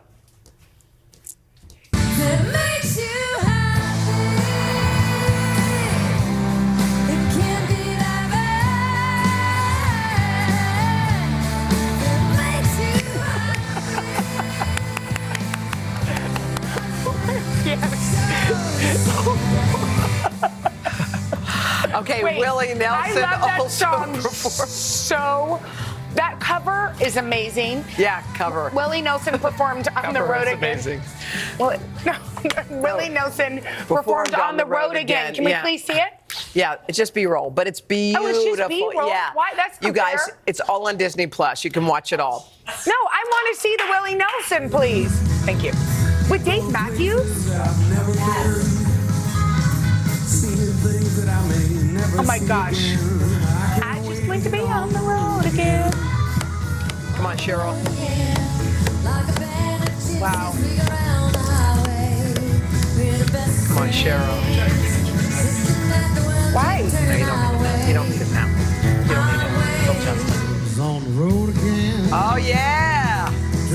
Chris Stapleton. Wish we were there. It was here. We would have gone, but we couldn't come to it. That was beautiful. Can you download any of that music? Yes, you can. I don't know how, but it's possible. Okay, we have another announcement. There's so many announcements today. You were just talking about beautiful covers, like they did it. Remember, cover of Wilderness. Please stop. First Magazine's got our girl. Okay, wait. First for women, Jenna Bush Hager's on the cover. all kinds of tips and tricks that are available, all about your keys to holiday bliss. Drop 53 pounds by Christmas, it says. No, honestly, I want to read that because, yeah. Wait. Lose 1 pound a day. No diet I don't needed. think that's possible. Girl, okay. Quick cures for mood swings. Double snap. Could use. Heartburn, aches and pains, and thinning hair. Yeah. By the Thinning way, hair, yep. this magazine, I know y'all have seen it in the grocery store. We've heard from sources close to the investigation that this magazine outsells Vogue and Vanity Fair. We're not sure. We think just are it's true. I'm reporting not that. going to say who said it in case it's not correct. No, but Hoda, it just reminds me of when you were on it, and I'm just following in your beautiful footsteps. This is important. This is all coming out. Your book's out on Tuesday. You're a cover girl on Monday. We love you. Thank you, guys. Love you to the moon and back. Thank you. All right, coming up next, it's almost time for a new Sexiest Man Alive. Yeah, Justin Sylvester has the scoop on the front runners after this. Wait. Let's see.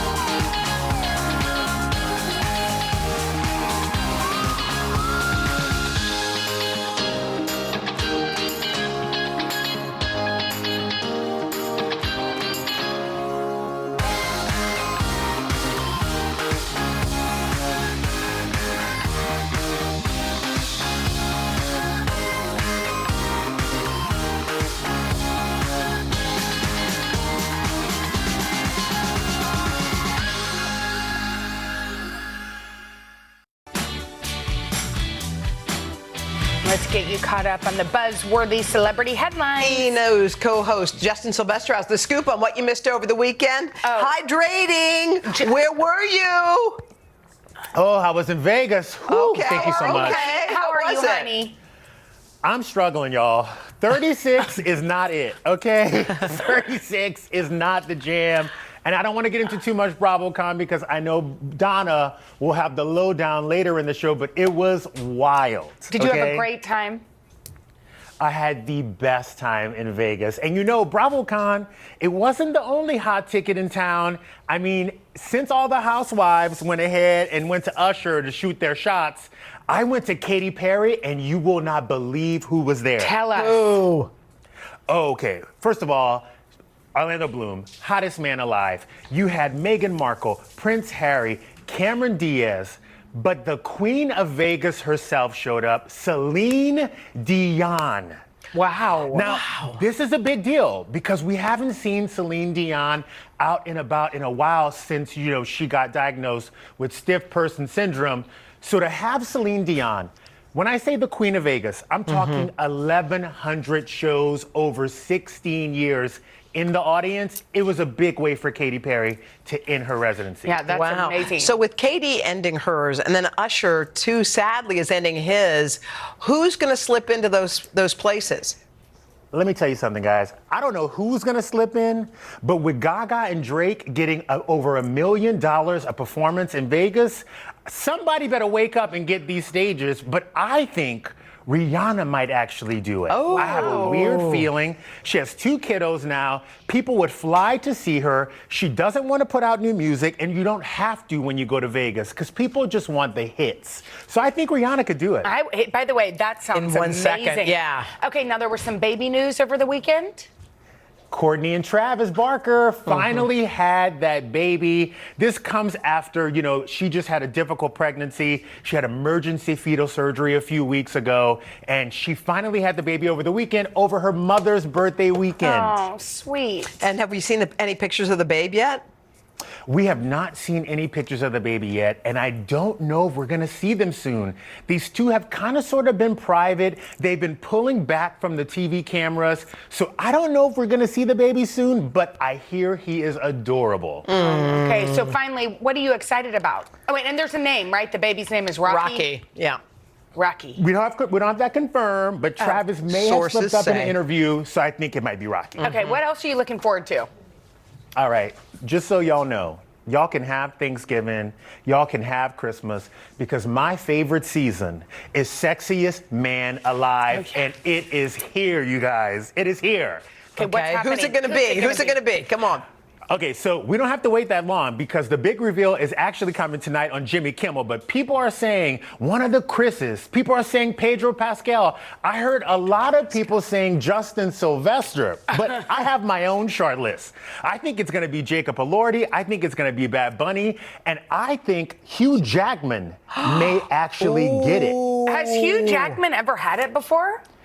He's had it before, and we had a few two-peats. Now, Travis Kelce has also been on everybody's radar right now, so he could come in and destroy everyone in the week. Oh my gosh. It could be. Okay. We know who we want. And we his do know who we initials are want. JS. Yeah, right there, babe. Uh-huh.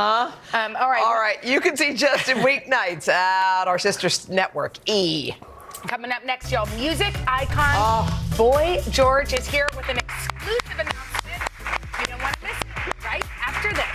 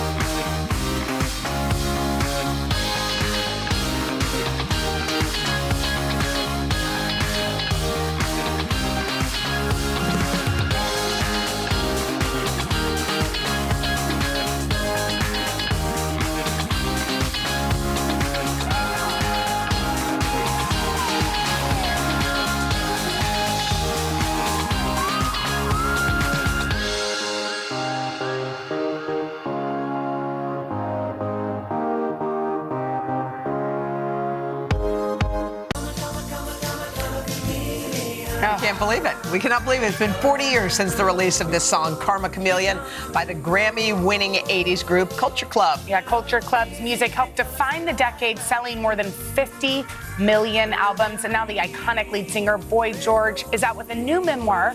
It's called Karma. And he's got an exciting announcement just for us. You know what I love? I love that you, back in the day, loved Karma Chameleon, but your band was like, no, that's not going to be a good song, right? Did you have to fight him on that? I did. I remember. Even now when I talk to Roy about it, because he's like my sort of writing partner, even now he insists that it was like the final nail in our sort of credibility. And I'm like, well, I'll take the royalties then. Give them back. How did you know? How did you know that song was going to hit? It's a funny thing, when you first get famous, even though you have no experience, you become an expert on what's going to be a hit. Yeah, totally. You become this expert, and I was like, this will be a hit. And I was actually right. It was number one for 8 weeks in the UK, so I got it right. It's like an earworm, that song. Well, in 40 years, everybody knows it. It doesn't matter the generation. I cannot believe that you started your band 42 years ago. Y'all are still together. Yes. Still, well, not all of us. One's not all gone. of you. One's gone. Yeah. But most of you. The best ones are here. You still go out on the road. I love it. That's that Cancer moon. It's the Cancer moon. You still are out on the road together. For the ones that have stayed together, what's kept y'all together? I think you have to kind of fall in love with what you do. You know, I mean, the thing is, we play a lot in America, and you know, we have, there's a lot of love for us here. You know, so it's just great. We were lucky to be successful all over the world, you know. But, you know, a lot of English bands really want to be big in America. And they're not always, you know, so we were really lucky. I don't know why they liked us. I always say, I think they liked us because they could send us home. They could deny us a visa. Which I have done a couple of times. But, you know, it's like, I always feel like, you know, when you're an import, you know, they're like, yeah, but he's a Brit, they're all weird. We can send him home. You stand out for a ton of reasons, but your fashion is one of the ones that pops up. When you walk in the room, everybody knows it. By the way, what is this you're wearing right now? This is David Bowie lyrics from a song called Golden Years. When you were little, I mean, did you always know, like, this is me. I'm going to dress like me. I'm going to be who I am. I think that, you know, when I was like 6, I was like just kind of obsessed with music and like watching like Busby Berkeley movies and all my friends were girls, you know, and I loved jewelry and anything sparkled. And I guess I just knew that I wasn't going to play football and climb trees. Yeah. And you were an icon in the 80s for so many because you were truly yourself.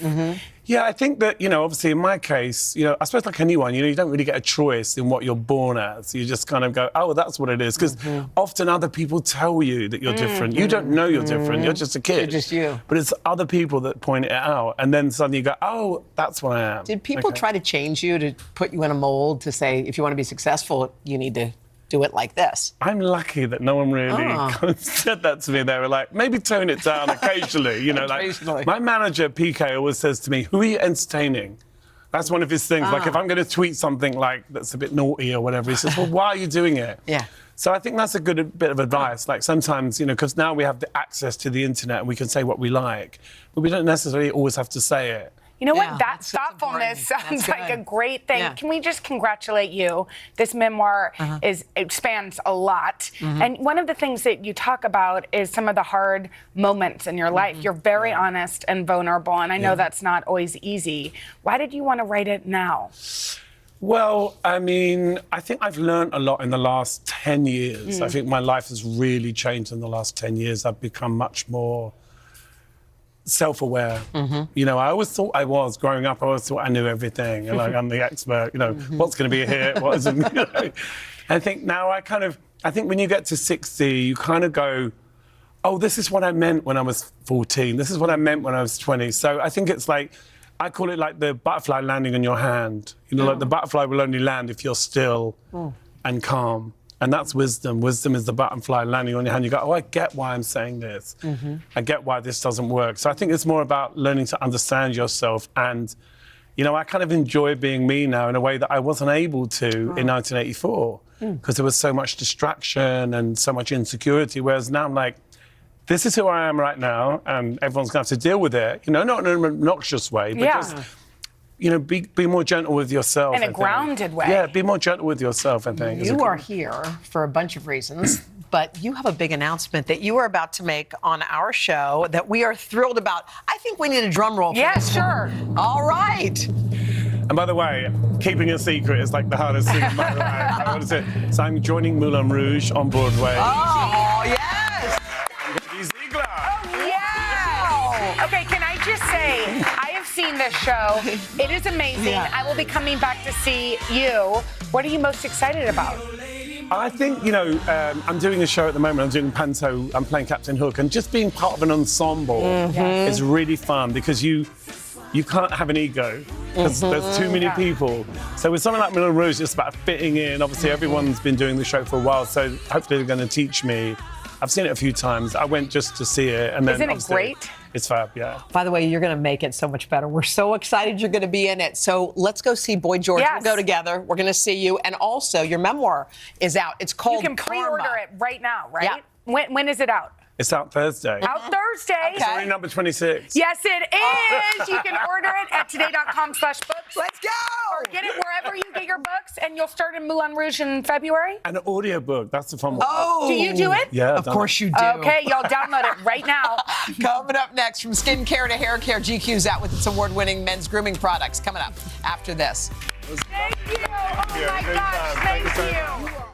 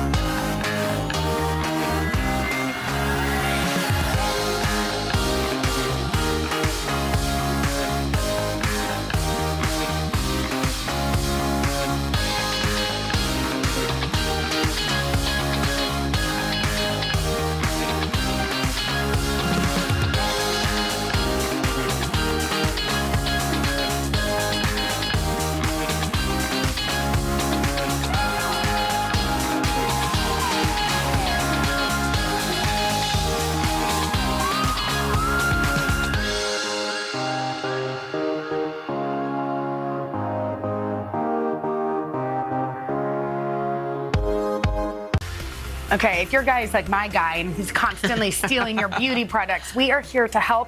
The staffers at GQ Magazine scrubbed, spritzed, shaved their way to finding the best products for their 8th annual Men's Grooming Awards. And here to show us some of this year's winners is GQ style editor Young Yigo. Young, we're so happy that you're here. Thank you for having me. Finally, the boys are getting a shout out. Yeah. So let's start out with this is something for pimples, but for the body. That's right. Yeah, you know, whether you are 15 or 65, we know that zits still happen. Yeah. They might happen on your back or your shoulders or hard to reach places. And what's great about this is that it's from Frontman. And it uses salicylic acid, which is great to blast away those zits. You just give it a quick spritz. One spray is all you need. After you've showered? Yeah, after you've showered, it's one quick spray and it dries quickly so it won't get on your clothes or feel sticky or anything like that. But and it's also nice because you can reach. that's right, yeah. And it's a nice light mist. You know, it's very cooling and it gets rid of those zits right away. Is it for your face too or just you your body? can use it on your face as well, yeah. But, you know, it's perfect for your body. All right, so sunscreen is something that That's right. we do every day. Well, I'll speak for myself. But so, and so this is made just for men. It's not actually. Oh, It's it's for not. men or women. It's Okay. for anybody who wants to use it. But it is our favorite face sunscreen by far. It has that dermatologist-approved SPF 30, which is really, really great protection.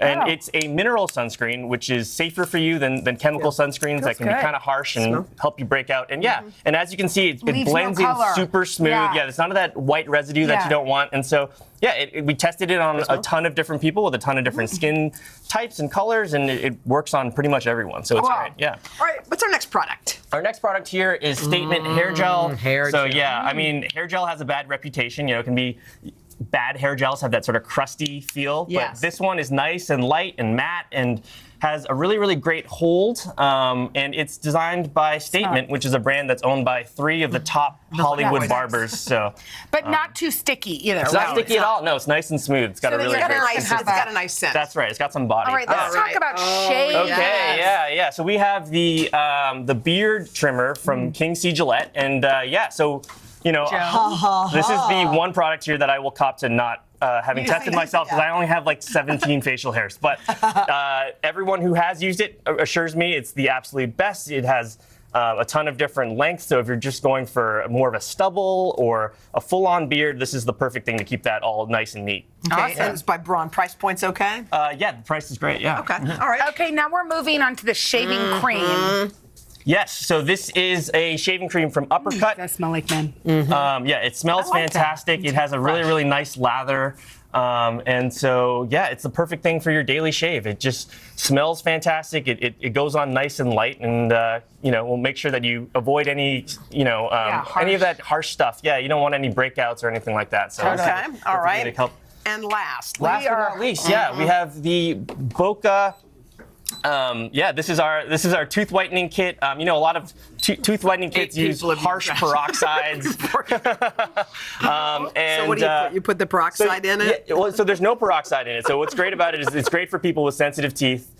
You put this gel on and then you use that LED light to activate it, and it washes away any of that harsh stuff. Yeah, which is really, really great. Yeah. All right. And that's how long does it take before your teeth get white? About a week to see some great results. Yeah, usually about 15 minutes a day. You have to put the stuff in, The gook otherwise in it there. doesn't work. Yes, that's right. Yeah. Just the light on its own is not going to do much. Do my teeth look whiter? I just had a lot of coffee. Thank you, Jan. Thank you so much for having me. So to check out these items, head to today.com/shop, and you can see the full list. There's more of grooming award winners in this month's issue of GQ Magazine. Coming up next, Donna, parties in Vegas. She was there with thousands of Bravo fans. Whoa. We're going to talk about it coming up right after this.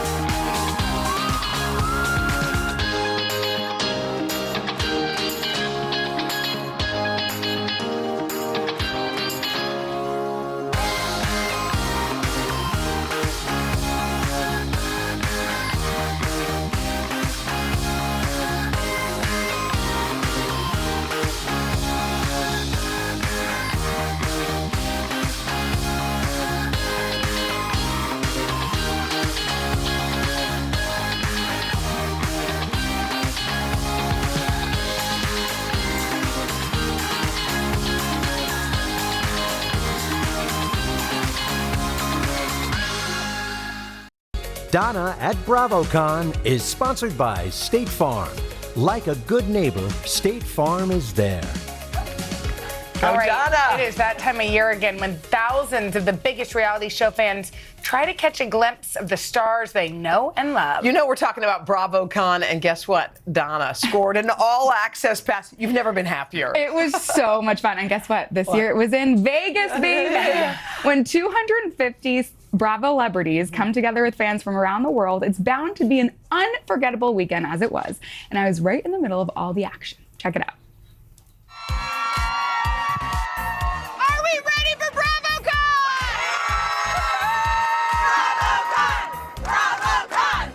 From tea-spilling panel interviews to star meet and greets and interactive exhibits. BravoCon is the 3-day conference for fans who can't get enough of all things on the Bravo network, whose parent company is NBC Universal. They look chic and cool. Bravo celebrities from series like Summer House to the Emmy-nominated Vanderpump Rules and housewives from across the country have descended on Las Vegas to interact with their biggest fans. These people are coming from all across the country. What does it mean to you? This is, like, it means so much to me that you guys aren't here. Like, this is crazy. This is what you came for. Yeah. We've built other relationships just from being here and experiencing everything together. The Bravo fans stick together. Yes. Is this trip for both of you? It is. It is. I You're a watch- Bravo fan too? I do watch a lot of shows. Are they just real people? Kind of feel like we know them. We even got a backstage sneak peek. The crowd is electric. How would you describe these diehard Bravo fans? Passionate, fun, wild, humorous, and excited. When a Bravo fan comes up to you, what are the top 3 things they want to talk to you about? Who's your favorite housewife? Can I have a selfie? Those 2 things. The Real Housewives franchise has been the centerpiece of Bravo for the past 17 years. Yeah. How has it evolved and what can we expect moving forward? Well, we paid tribute to Vicki Gunvalson at the Bravos, and seeing the 18 years of Vicki's time on television, I think it really was moving for a lot of people because we've captured a lot of people's lives over the years and things happening in front of our cameras that are real, impactful things happening in these people's lives that we feel like are our friends. I also got the chance to catch up with 2 of the stars of Summer House, Paige DeSorbo and Amanda Batula. I'm at Bravohood presented by our sponsor, State Farm. Come join us. You guys are the queens of throwing a party, though. Yes. Like, you know how to make a house party fun. Yes. What are the key elements? A good theme. Yes, you need a good theme. You need a good costume. We actually have fed a lot of our guests like hamburgers, hot dogs, pizza. If you could cross over onto any other Bravo show, We already know this. what would it be? We would be We guests, guests on Below Deck. for the whole season. Yeah. So you'd be just like a yacht attendee. Yes, and we'd be great guests because we don't want them to have to work either. We'd be like, well, let me make you a drink. Yeah, We're we want working them to so hang hard. out. Partnered with our sponsor, State Farm. Yes. There is a really great pool photo op. I think we need to lounge by the pool. I think we Can you teach me your best poses? What happens in Vegas doesn't stay in Vegas with my playing card questions. You know you've made it as an official Bravo celebrity win.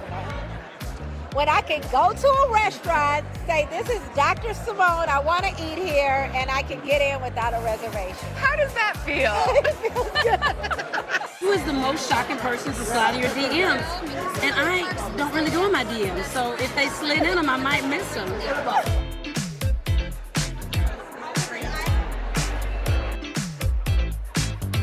And that's a wrap on this year's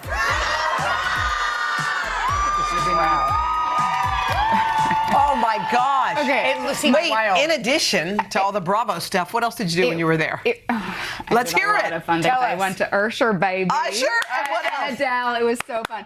But I gotta say, my favorite part about BravoCon is the friendships that are formed among the Bravo Lebs, and the fans have started group texts with each other. So, like a good contributor, I have some friendship bracelets. Wow. Wow. for you guys. Did Total somebody? gem. Did you make these, or I somebody didn't- gave them to you? Bravo gave it to me, but they're beautiful. Sweet. Well, thank you. An extended version of the Bravos will drop exclusively this Friday on Peacock, and there'll be some more moments from BravoCon live in Las Vegas. You did a great job. All right, coming up next, a performance by 6-time Grammy-nominated group, the Black Pumas, coming up after this.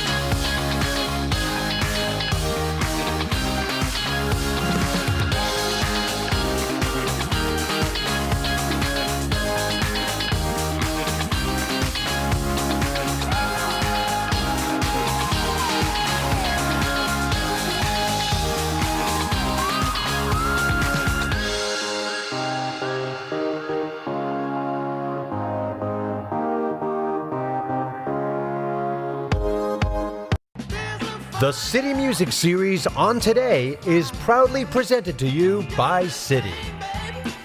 We are so excited. They are a Grammy-nominated band out of Austin who have performed on the world stage from the Grammy Awards to a presidential inauguration. Now, Eric Burton and Adrian Quesada, otherwise known as the Black Pumas, are out with their newest album. It's called Chronicles of a Diamond. You guys, your first album, incredible, 3 Grammy nominations. How are we feeling about this sophomore album? Absolutely over the hill. Yes. We're very fortunate to have each other. We inspire each other every day, so this feels really nice to be back. Well, y'all make Austin proud. Yeah. What are you going to sing for us? We're going to do a song called Mrs. Postman. Oh. Mrs. Postman, take it away.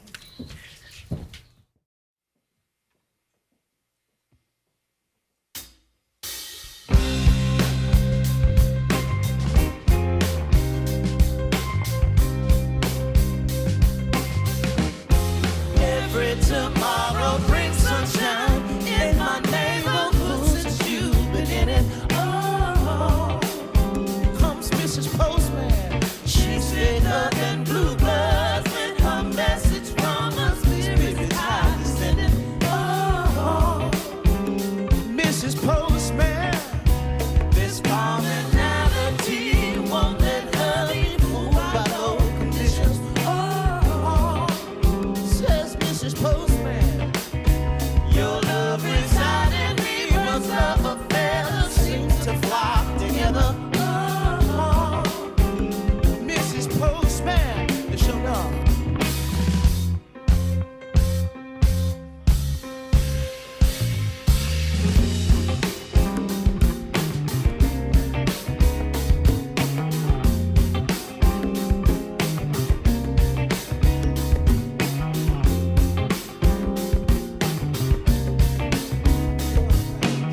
And your lovely smile make the birds sing.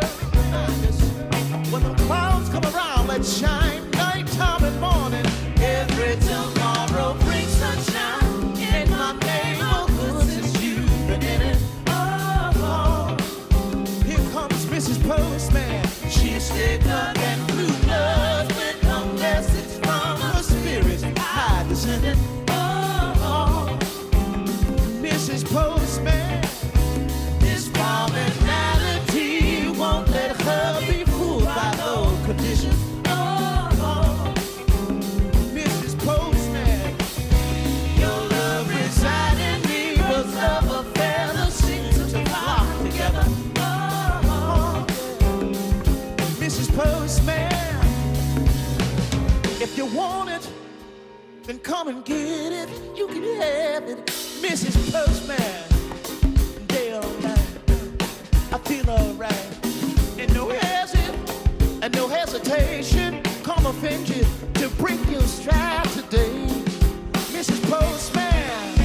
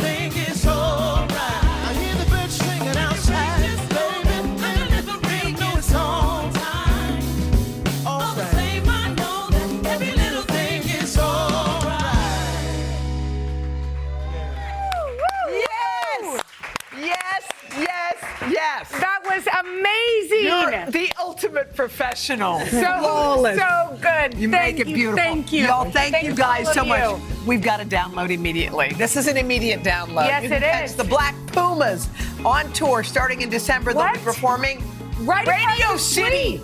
January 19th, their album Chronicles of a Diamond is out now. Even with a bit of mic trouble, you nail it every time. That's how the pros do it right there. And we'll be back right after this. Thank you. Thank you.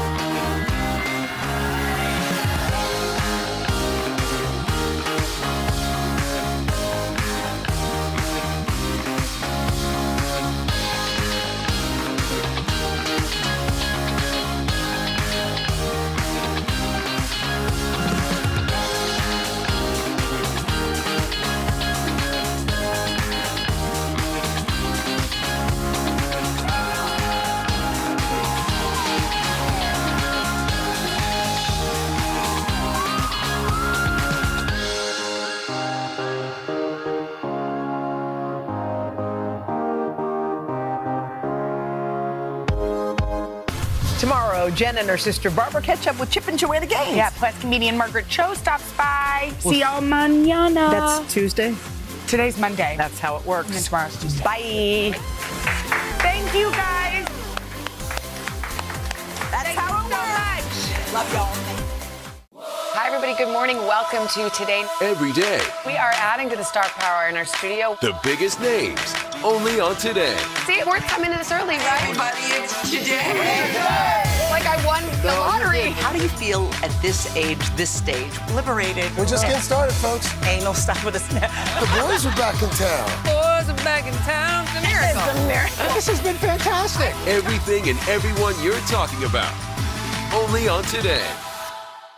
Welcome to Today. So happy to see you guys. Would you like my boost? Yes. Back. Here we go. Sometimes we just do things to help. That's our Hoda. Happy birthday!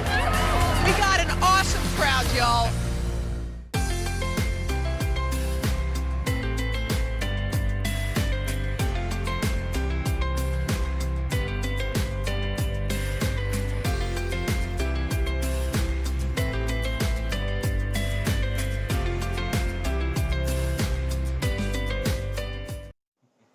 That's a beautiful piece of chicken.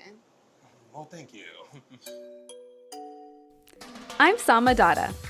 I'm a cookbook author and recipe developer in the plant-based food scene, which is becoming more innovative every day. I'm on a mission to see how startups, restaurants, and chefs are changing the way we see and eat plants. And I can't wait to show you how to bring more delicious dishes into your kitchen.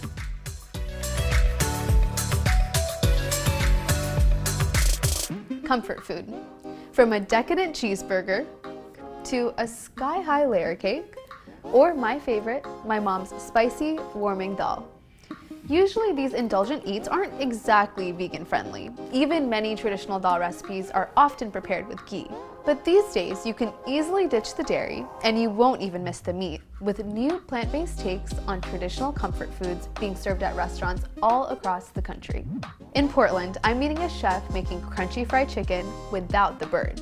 And in New York, I'm sampling a Big Apple staple, cheesecake. But this one happens to be raw and vegan. But first up, I'm heading to Los Angeles, my hometown, to visit a popular fast food chain serving up show-stopping burgers without the beef.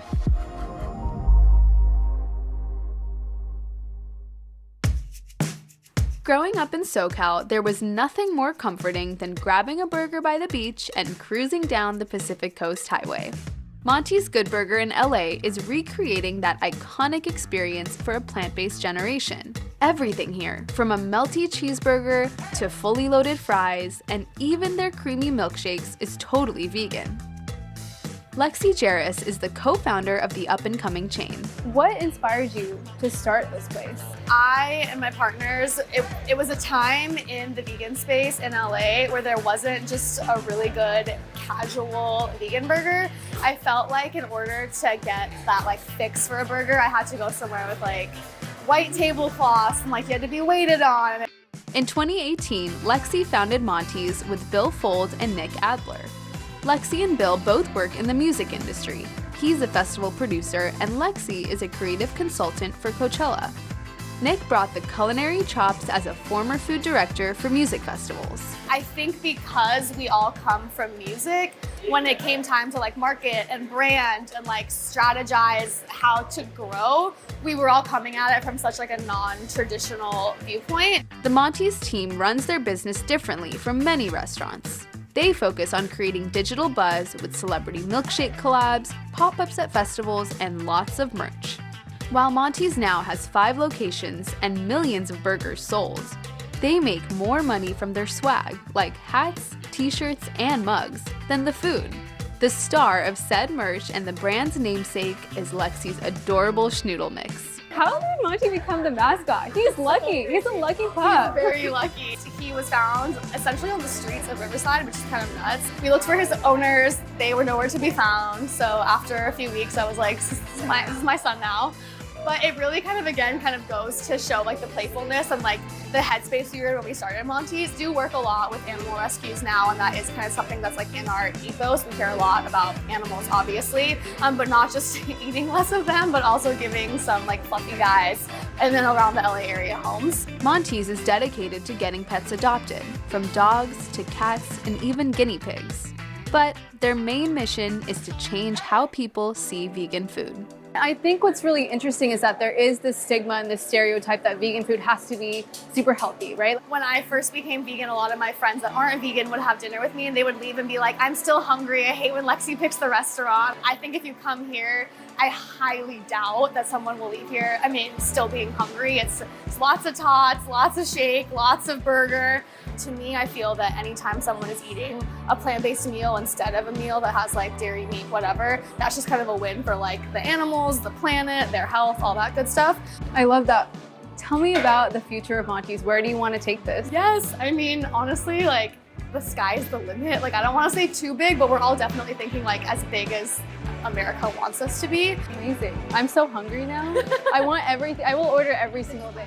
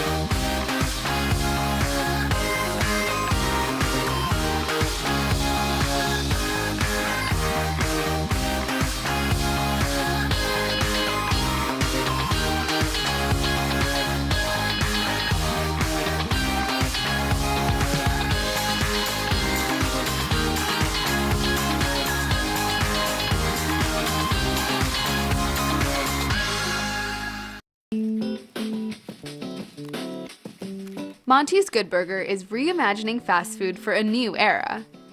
Co-founder Lexi Jarris introduced me to Gemma Kessler, the chain's operation manager.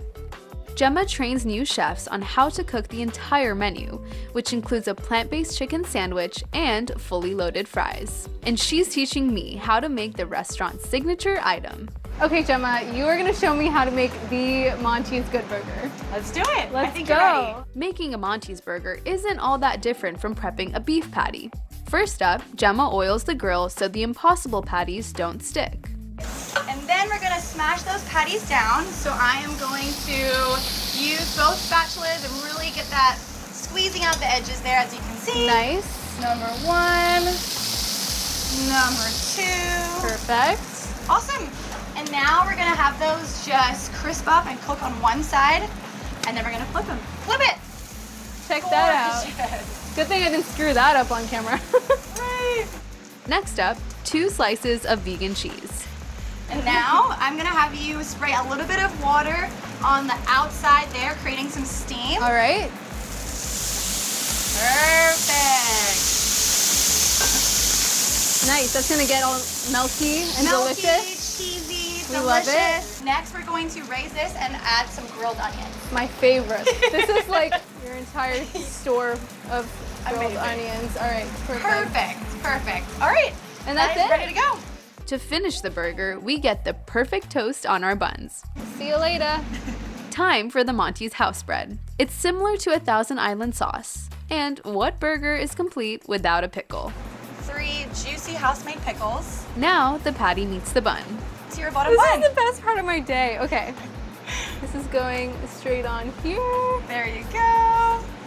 Feel like I'm hired. I don't want to be forward, but okay. I think you might be. This is the final step, though. This is the important part. Okay. To build it all together. All right. Yeah, but you're gonna fold that forward.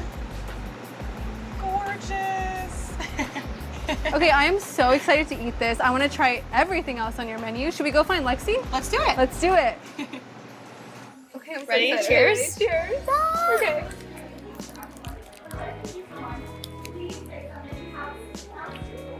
I can't. It's just goes to remember. It's better. This is so insane. Because it has your touch. Lexi, what does it mean to you to have this amazing and plant-based contribution to California burger culture? This is our Culver City location, so this is definitely our most family-friendly location. And we have customers that like come in strollers with their parents, obviously, and they get like pins and stickers and things like that. But like these kids are gonna grow up with us around the corner from us. I think that's so just like brings me a lot of joy. Especially growing up in California, and this was such a big part of my culture, like getting a burger whenever going to the beach, and I feel like I can have that experience again in a plant-based way. So thank you and cheers. It means the world. Thank you so much. Have to take a picture, Please. because this just feels right. We love photos around here. Cheers. This juicy burger had me craving more comfort food. So I'm off to Portland, where one vegan chef with a unique story is putting his own twist on Southern soul food.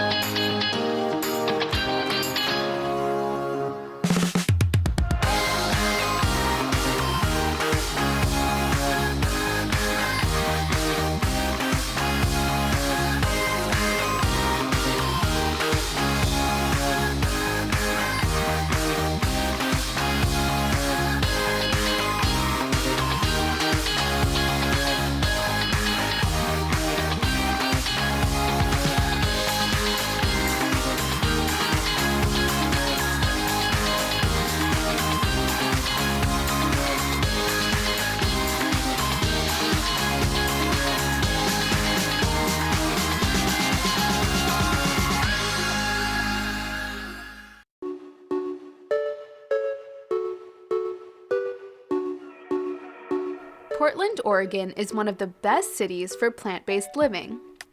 From vegan donuts in every flavor imaginable, to the world's first all-vegan barbecue joint, there is no shortage of delicious veggie-forward fare here. One of my favorite spots is Dirty Lettuce, a vegan soul food eatery helmed by a chef breaking barriers. This is very visually impressive. Like, this literally is taking me back to like a KFC bucket. Alkebulan Morosky is the chef and founder of Dirty Lettuce. How do you feel like you're making vegan food more accessible, more equitable, something that is digestible, no pun intended, to a wider audience? I feel like a lot of the vegan industry for a long time has had this very, very heavy focus on like making it as healthy and holistic as possible, and that is very important, but it's like there's a reason why McDonald's is like the colossal juggernaut it is, because sometimes people just want to be able to eat something greasy and delicious and feel good in their stomach. Alkebulan's soul food recipes are rooted in the Southern cooking traditions from their hometown of Jackson, Mississippi.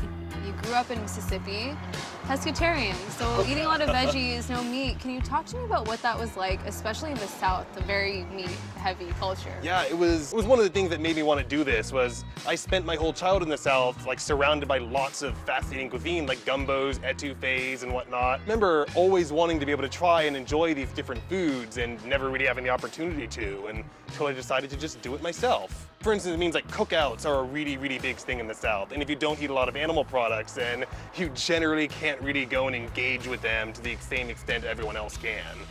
Growing up in the South was challenging in different ways for Alkebulan, who is biracial and identifies as gender neutral. Did you feel like you had a sense of belonging growing up? I definitely don't really describe myself as a very masculine person, but being a person that most people ID as just like a black man when they see me meant that there was a lot of intense pressure to like put on a performance of masculinity that just wasn't me at all. And I wonder, was that a reason why you started cooking? Was it a way for you to find a sense of belonging in any way? I did really enjoy when I first started messing around with these recipes in the South was being able to go to people who I'd known for years and were very, very against just like general vegan cooking, or like, I need my meat. And being able to come up with something and feed it to them and have them actually enjoy it and be able to go like, okay, this didn't come from a dead animal, but I'm actually enjoying my meal. Alkebulan's mother, who is also a vegetarian, taught them how to cook. And there were always tons and tons of cookbooks all over my household. They loved working with seitan and started developing a line of plant-based meats after college. But in 2019, a new law was proposed in Mississippi that changed Alkebulan's career path.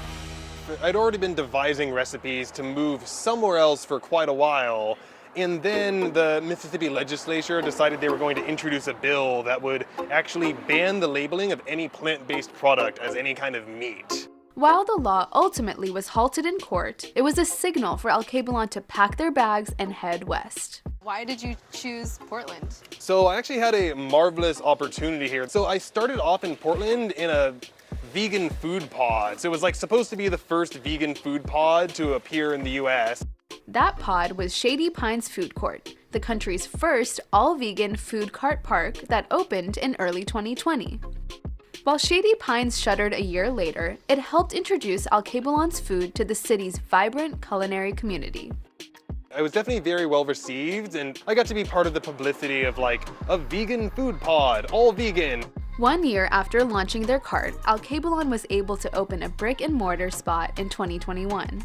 Here, the chef experiments with new seitan meat swaps for southern staples like pork ribs and catfish. I think in a lot of restaurants, if you go and order 3 different things made of seitan, you're going to get roughly the same seitan prepared in different ways. But I actually make a point to have like a completely different protein blend for each different fake meat that I do. Speaking of all this food, I'm starving.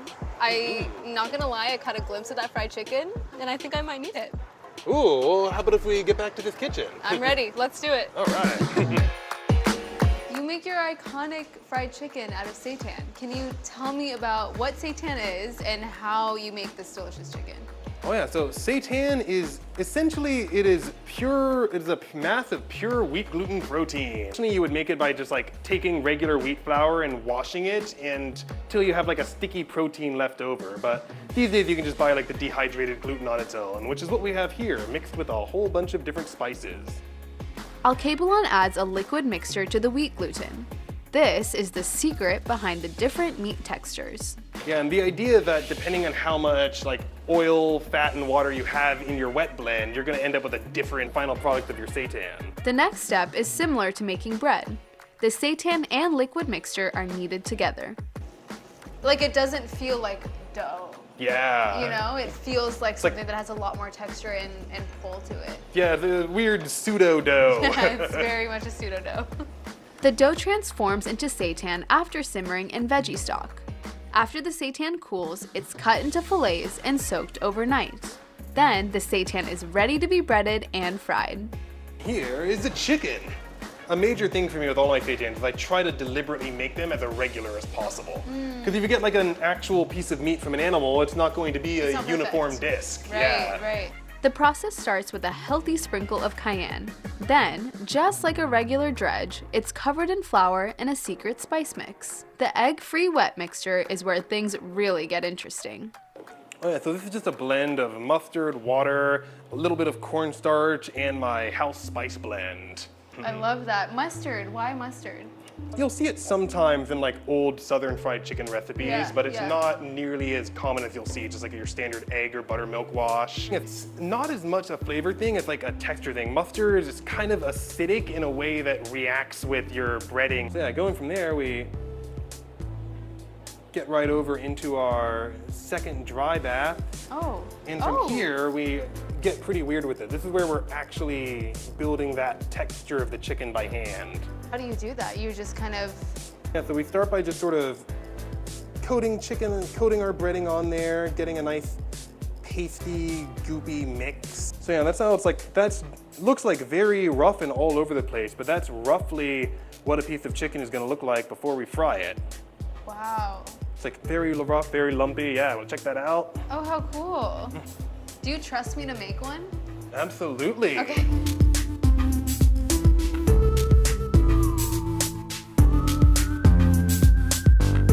For my contribution? Yes. Oh, beautiful. All right, so we get these into some oil. Okay, oh yes, let's do it. The seitan chicken fries in canola oil until it's golden brown. I loved my fried chicken, and then I went plant-based, and I never had fried chicken, so this is an exciting That's my moment. goal. It's like let people have all the tasty things they ate growing up and not feel guilty about it. Right, how's We're it probably looking? just about ready to pull this up. That is looking pretty happy. That's definitely like the go-to signature is just getting those proper flakes. Wait, do you hear this? You got that? I think you eat with all of your senses, right? Okay, cheers. Cheers. All right, going for it. Stop. Like, I know you know this is good, but That's usually the response I go for. it's so thank good. Oh my God, I can't even speak. The breading is insane. It literally tastes like chicken. One of the things I realized as I started messing with more and more vegan meats is that a lot of what people associate with a lot of traditional meats that they've eaten is not actually the protein itself, but just the way it's prepared. Right. Cheers, this is delicious. Thank you so much. Oh, thank you for joining. But as delicious as Alkebulan seitan is, their bigger goal is making vegan food more approachable. How do you think that you're making vegan food more equitable? A lot of people, it's like vegan food in general, I think is still a bit overpriced in most markets. Well, honestly, a big thing for me is I try to make sure that if I offer any product on my menu, I can make sure I can provide people with like a big hefty portion size and not charge them $35 for one meal. Up next, a Brooklyn sweet shop that's ditching the dairy in creamy cheesecake.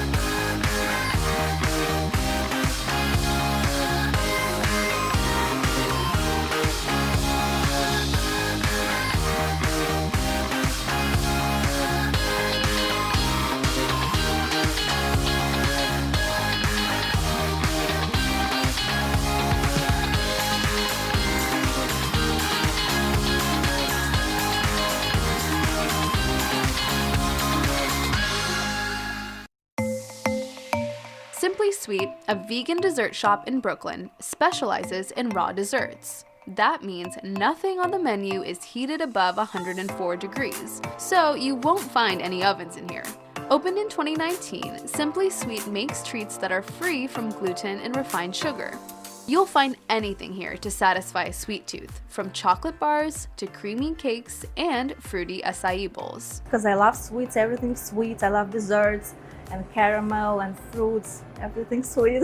Olesia Mirpushoyeva is the owner and head pastry chef. She moved to the US from Russia in 2012. After landing in New York, Olesia quickly got her start in the food industry at Juice Press, then a fast-growing smoothie and organic food chain with a celebrity following. I fell in love with their food and smoothies and juices, and when I got there, it was like a different world, because I've never heard about some ingredients like maca powder, goji berries. I'm like, what? Olesia also worked as a line cook at a private school in Manhattan.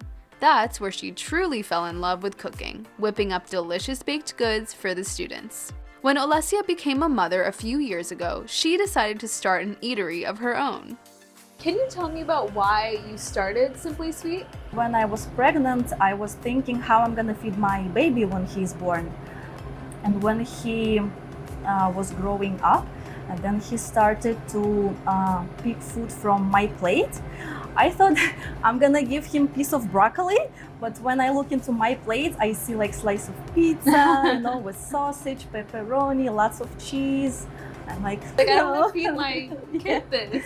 Yeah, and then I realized I have to start from myself, to change myself, change my everyday eating habits, so I can be an example for my son. Her first step, lots and lots of research.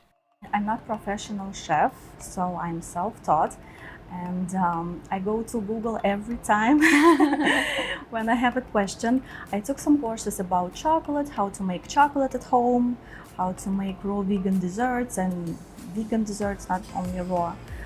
Yeah, I use Instagram a lot because I follow bloggers and recipe creators. I always try stuff at home.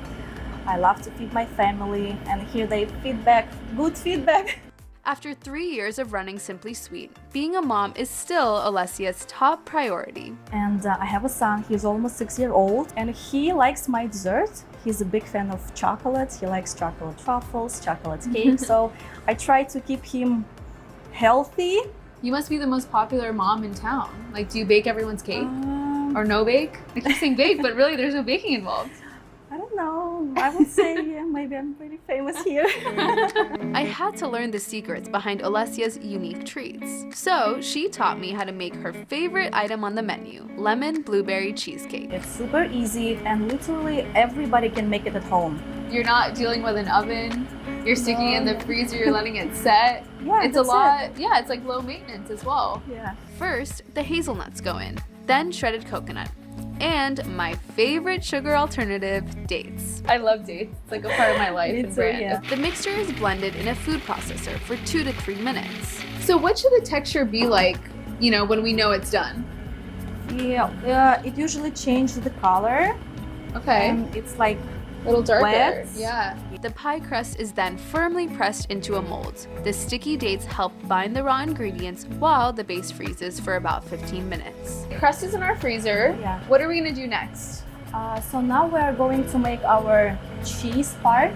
First in, soaked and drained raw cashews. Soaking the cashews makes them easier to blend and ensures a creamy, smooth consistency. Our house-made coconut milk. I love that you make your own coconut milk. So how do you make it? We just mix coconut butter and filtered water. Coconut butter. Nothing Ooh. else. I love that, very minimal. Next up, maple syrup, vanilla extract, lemon juice, and melted coconut oil. Okay, so you've melted and cooled that? Yeah. Okay. It's already melted. And we use coconut oil so it stays firm. And when you take the cake out of freezer, it doesn't fall apart. The mixture is blended until it's totally smooth with no lumps. Can you believe this creamy filling is completely vegan? Okay, it's perfect. So now we're gonna put it in the freezer for like an hour. Okay. And then we're gonna do our blueberry layer. Amazing. See you later. To the remaining cashew mixture, we add frozen blueberries and then blend again. With the fruit, the mix transforms into a stunning purple. Love Look how it. beautiful. Very I love this gorgeous creamy. color. It's so pretty. Wait, we have to show them this color. Sure. Check this out, everyone. Look at that. The first layer freezes for an hour before adding the blueberry flavored cream. Alessia was prepared with a fully frozen, half-finished cheesecake for me to polish off.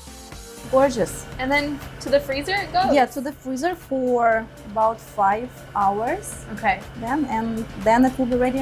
And it'll be worth it. Those 5 hours will be worth it. All right. Thankfully, I didn't have to wait 5 hours. So this is how it looks like. Yay, it's so pretty. And we're gonna unmold it. Okay. After unmolding, the cheesecake gets a final decoration, shavings of Alessia's house-made chocolate. So how long would you wait for it to thaw before you start slicing it to serve? We will leave it at room temperature on the table for about 30 to 40 minutes. Okay. And then we can cut it. Well, luckily, you're very prepared. You have slices for us, so can we taste? Yeah, sure, of course. So excited. Here we go. Look how pretty they are. This food is really fun. Wow. It's so delicious. You know, cake is such a comfort food for so many people, and a lot of people don't think they can have this healthier, delicious, decadent options. What are your favorite customer reactions from people who maybe haven't tried this before? Most of them don't realize our dessert doesn't have eggs and flour, and they're like, wow. Yeah. They can't believe it. This is so fun to make it, and I will be eating this and taking it with me. So thank you. Thank you so much. Thank you. With innovative techniques and lots of imagination, modern chefs are turning classic meals and treats into plant-based comfort foods everyone can enjoy. I mean, I was almost gonna wear a yellow dress. That would have been a lot of turmeric. Oh, that would have been on set. cute. We would have really we would have been like real turmeric champions. I'm Sama Dada. I'm a cookbook author and recipe developer in the plant-based food scene, which is becoming more innovative every day. I'm on a mission to see how startups, restaurants, and chefs are changing the way we see and eat plants. And I can't wait to show you how to bring more delicious dishes into your kitchen.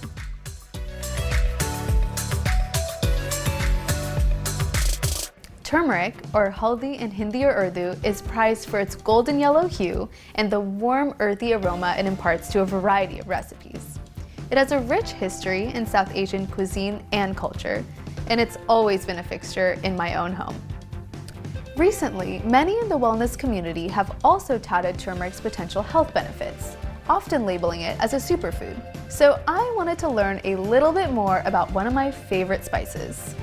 Are there any proven medicinal uses? Whether it's in root form, ground, or dried, how do you keep it fresh? I can't wait to share a comforting dish with turmeric that always transports me back to my mom's kitchen. But first, I want to get to the root of it all, literally. So I'm off to a farm growing turmeric in a surprising place, upstate New York.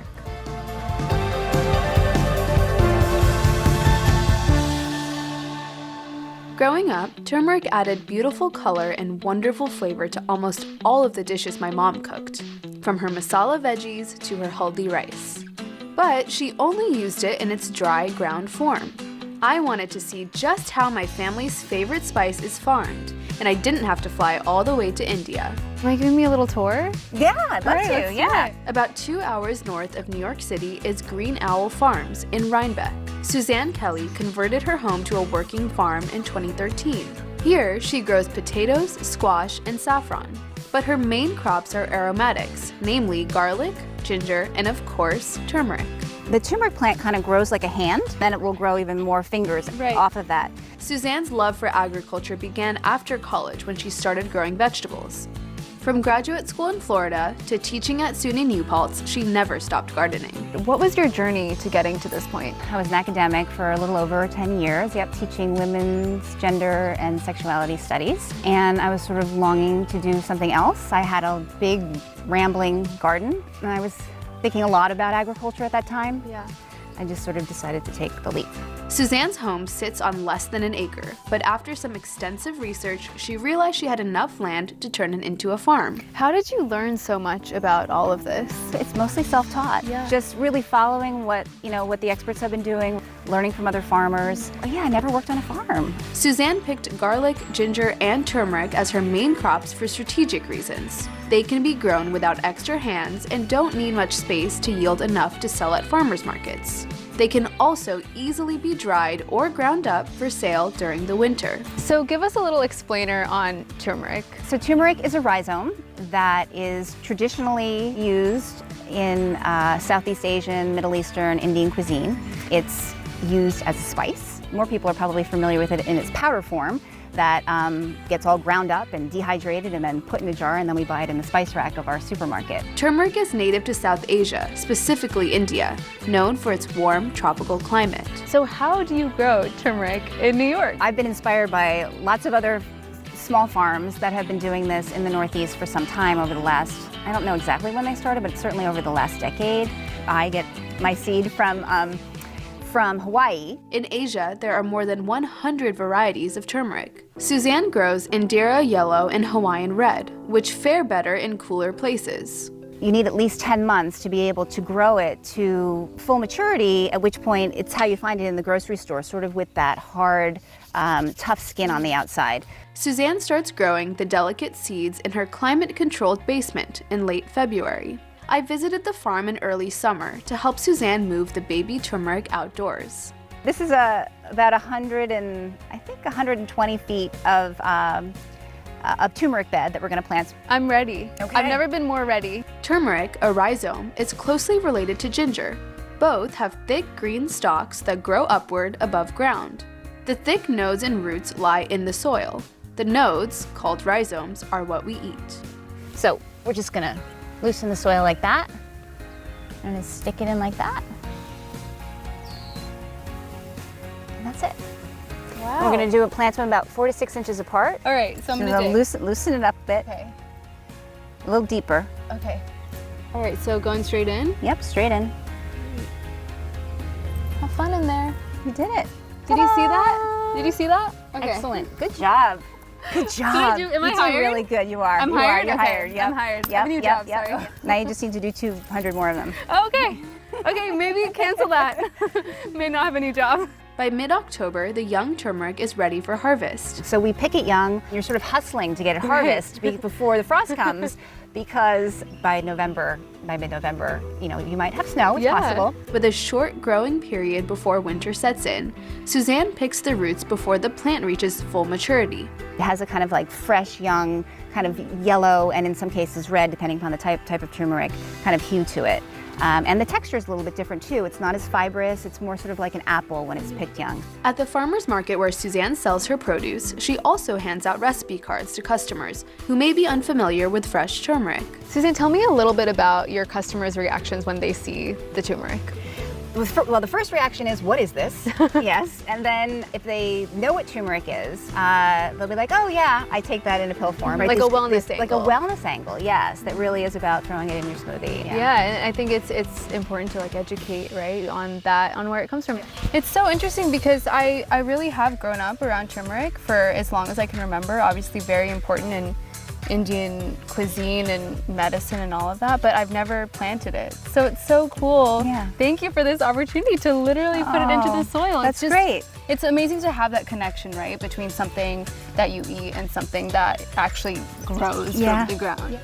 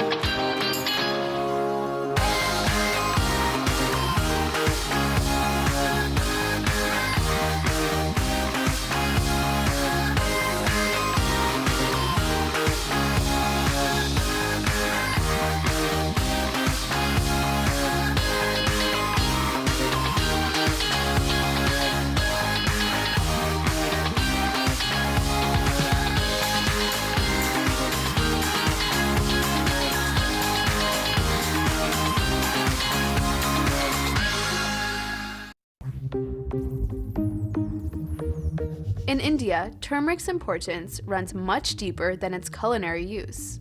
It's a huge part of many traditions and daily life. To learn more about its cultural legacy, I met up with Dr. Baswati Bhattacharya, an MD who also practices Ayurvedic medicine. Her book on Ayurveda details the history and methods used in the ancient holistic practice. What is Ayurveda? It is the longevity, which is Ayush or Ayu, so longevity and how to live well, and Veda, which is the science or the knowingness. The medicine of Ayurveda is that part of not just staying well and being healthy, but also the other side, which is when you're sick, when you're diseased, how to get well. Ayurveda is based on ancient writings that promote whole body wellness through diet, physical activity, and mindful practices. So those of us who practice Ayurvedic medicine focus more on the food as medicine, lifestyle medicine, and medicinal herbs, medicinal oils.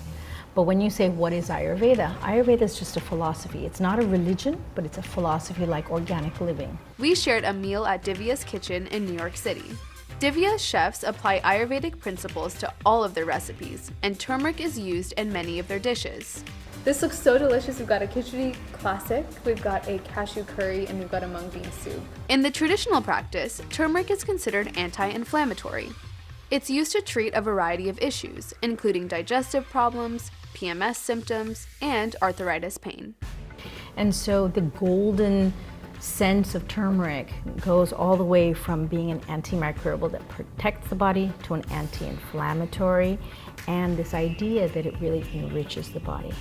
Another use that is not a spice in cooking is what we now today call turmeric latte, which is taking milk and putting a teaspoon of turmeric in it and using that as an anti-inflammatory before bed. Many Ayurvedic health claims are not supported by Western medical experts, but scientists at places like UCLA and Johns Hopkins are conducting more research. What is sort of that importance of turmeric in Indian culture?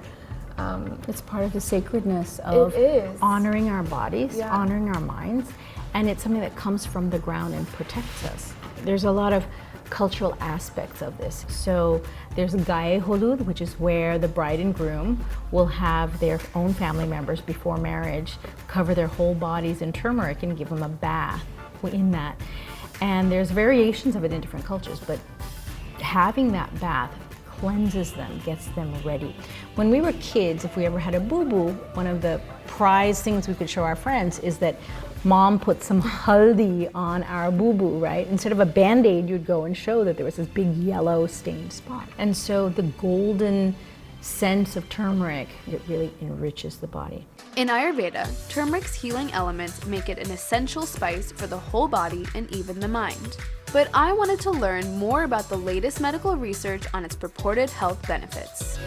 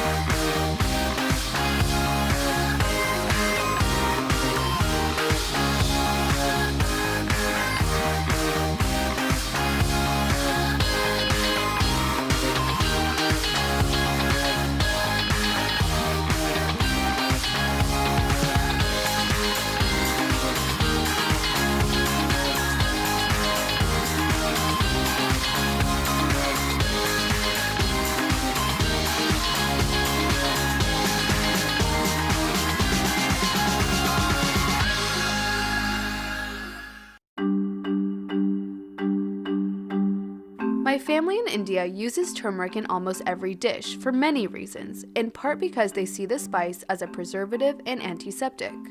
But recently in the US, turmeric is being hyped as a health supplement. You can find it in pills, powders, and even beauty products. But what does the science really say about its benefits? To learn more about its many uses, I met with spice expert and cookbook author Kanchan Koya, who also happens to have a PhD in biomedicine from Harvard. I'm so excited to talk about all things turmeric with you, but I want to know a little bit more about you. I'm a scientist by training. My lab started to study the health benefits of turmeric in cancer. I had grown up in India where turmeric is just a part and parcel of the everyday, and because I had grown up with it, I had kind of rolled my eyes at all the obsessions around it. And then here I was doing my PhD, my lab is studying turmeric, and it was a real aha moment for me that a lot of this ancient kind of ancestral wisdom around these spices is bearing fruit when it comes to modern research, and I was like, okay, maybe there's something to it. Kanchan's lab studied the yellow pigment found in turmeric, curcumin. So curcumin is one of the compounds in turmeric that has been best studied, and it's a polyphenol, which is just a certain kind of chemical compound that has effects in our bodies. Kanchan's research found that curcumin aided in chemotherapy, making it more effective in treating cancerous cells in breast cancer patients. The reason I hesitate to sort of think of curcumin as a cure-all is because we don't have that many randomized clinical trials looking at the effects of curcumin in a whole human. That doesn't mean it doesn't have benefits in a whole human, it just means we need more data. Different brands of ground turmeric have vastly different levels of curcumin, but the actual amount of the polyphenol isn't required on food packaging or supplement labels, so it's impossible to know how much you're actually getting. While ground turmeric is readily available in most grocery stores today, the whole root has been growing in popularity as home cooks and wellness devotees learn more about the spice. When I was younger, I never cooked with it fresh, so I was excited to try it in a new way. We're going to be talking all about turmeric, and you're going to show me how to make a fresh turmeric tea. Never used fresh turmeric until I tried this tea when I was traveling in Vietnam. Fresh turmeric root isn't widely used in traditional Indian cooking, but it's a staple in Southeast Asian cuisine. So we're starting with fresh turmeric root, and this basically looks like ginger, but once you cut it down the middle, you will see it is very different. I think it looks really pretty, thinly sliced, so I'm just going to make some thin slices and rings. Are there any benefits to using fresh over ground? So, it's not a simple, this is better than that. I would say in a perfect world, you should incorporate both. Turmeric powder is rich in vitamin C and B6, plus it contains magnesium and iron.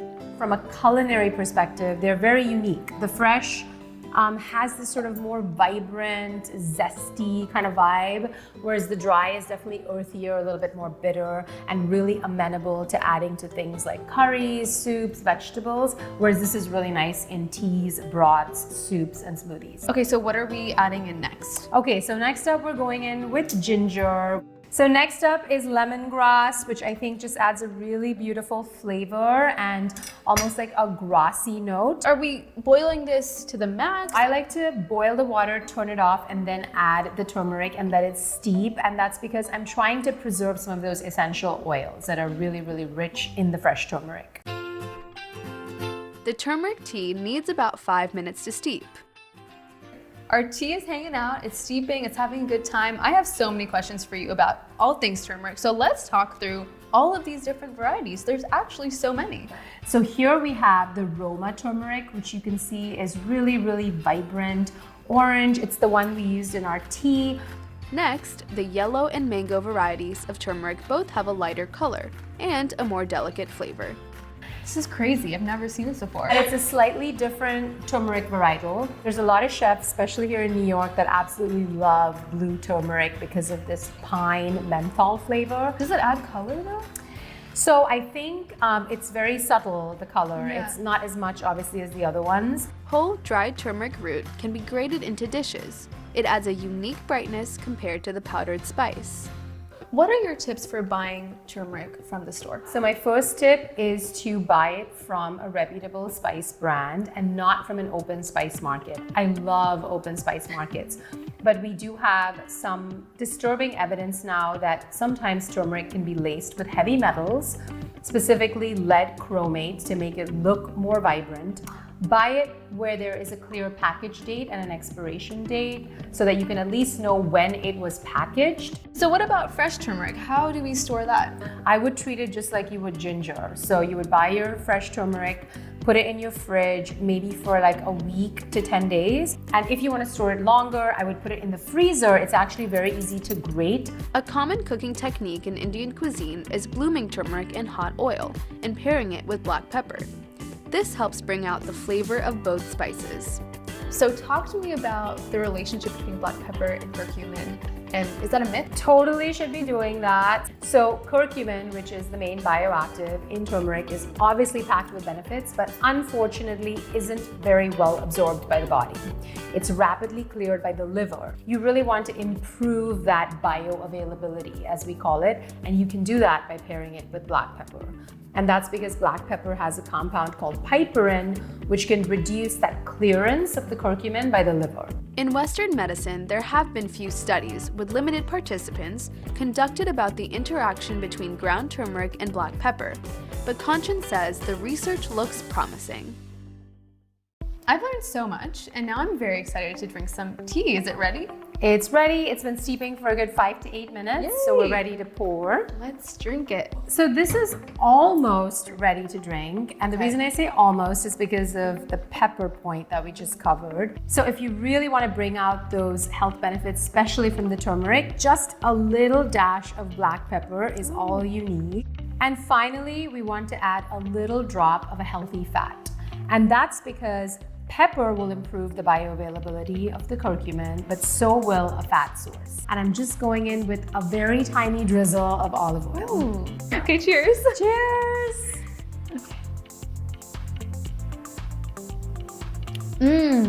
Isn't it lovely? It's so vibrant and like zesty. It's but vibrant. also not overwhelming at all. Right. I love learning how to make this, so thank you.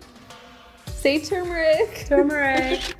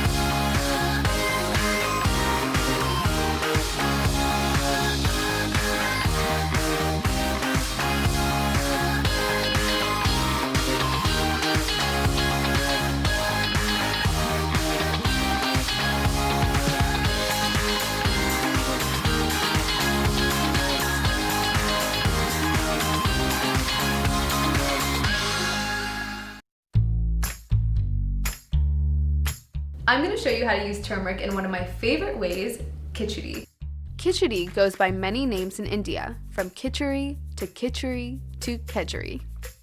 Every region in the country has a unique version, but it's usually made with lentils, rice, and turmeric. And like any popular comfort food, every family has their own spin on the dish. My mom didn't really make a stew, but her combo of light and fluffy rice with lentils was always one of my favorite meals.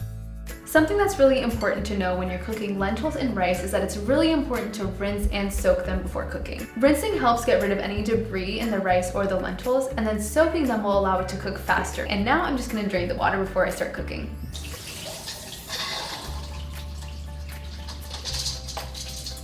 I'm just gonna add enough water to completely cover the rice and lentils so that we can cook it properly. This is roughly 4 to 5 cups of water, but I just want you to make sure that you're covering the rice and lentils completely. Now we're gonna add turmeric, our star. We can't have khichdi without it. It's gonna add that nice golden color and it's delicious. So I'm gonna cook the lentils and the rice until it's completely mushy. I want it to be really soft. The lentils cook for 30 to 35 minutes. While this is coming to a boil, I'm gonna start prepping my veggies. The best part about khichdi is that you can really sub in your favorite veggies. I'm using carrots, zucchini, and sweet potatoes, but green beans are also really nice here. You know, I really like to be a vegetable artiste, but you can cut your veggies however you want. My lentils and rice, they've come to a boil. I'm gonna move it to my back burner on a simmer, and I'm gonna bring my steaming basket over here so I can start steaming my veggies. I let the veggies steam for about 10 minutes until fork tender. Time to chop up my aromatics. First, a rough dice for my onion. Then, just peel and grate fragrant ginger. My veggies are done. I'm gonna move them to my stovetop and then get to work on sauteing my aromatics. Now that my pan is hot, I'm gonna go ahead and add my coconut oil. Once the oil starts to shimmer, I'm gonna go ahead and add my cumin seeds. I'm adding whole cumin seeds to the oil to allow the cumin seeds to bloom, extract that delicious flavor. But you know it's ready when the cumin seed starts to sizzle and bubble. You only want this to go for about 15 to 30 seconds. You don't want the oil to burn. And you're gonna go ahead and add your onions. That's the sound we like. We're cooking these onions on medium heat until they're tender and translucent, about 3 to 4 minutes. And now I'm gonna go ahead and add my grated ginger. I'm gonna cook this for a couple minutes with the ginger. We're gonna add some salt and pepper. I gotta clean my workstation so we can assemble our khichdi and take this off the heat. Check out the rice and lentils. Now is the time where everyone becomes friends.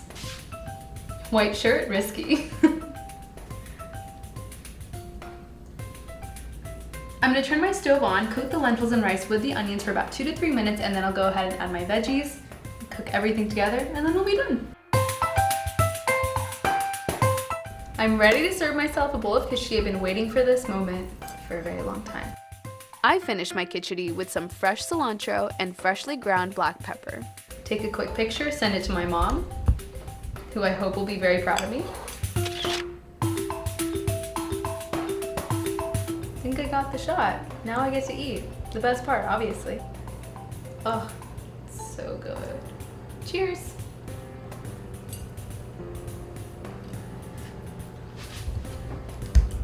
It's so good.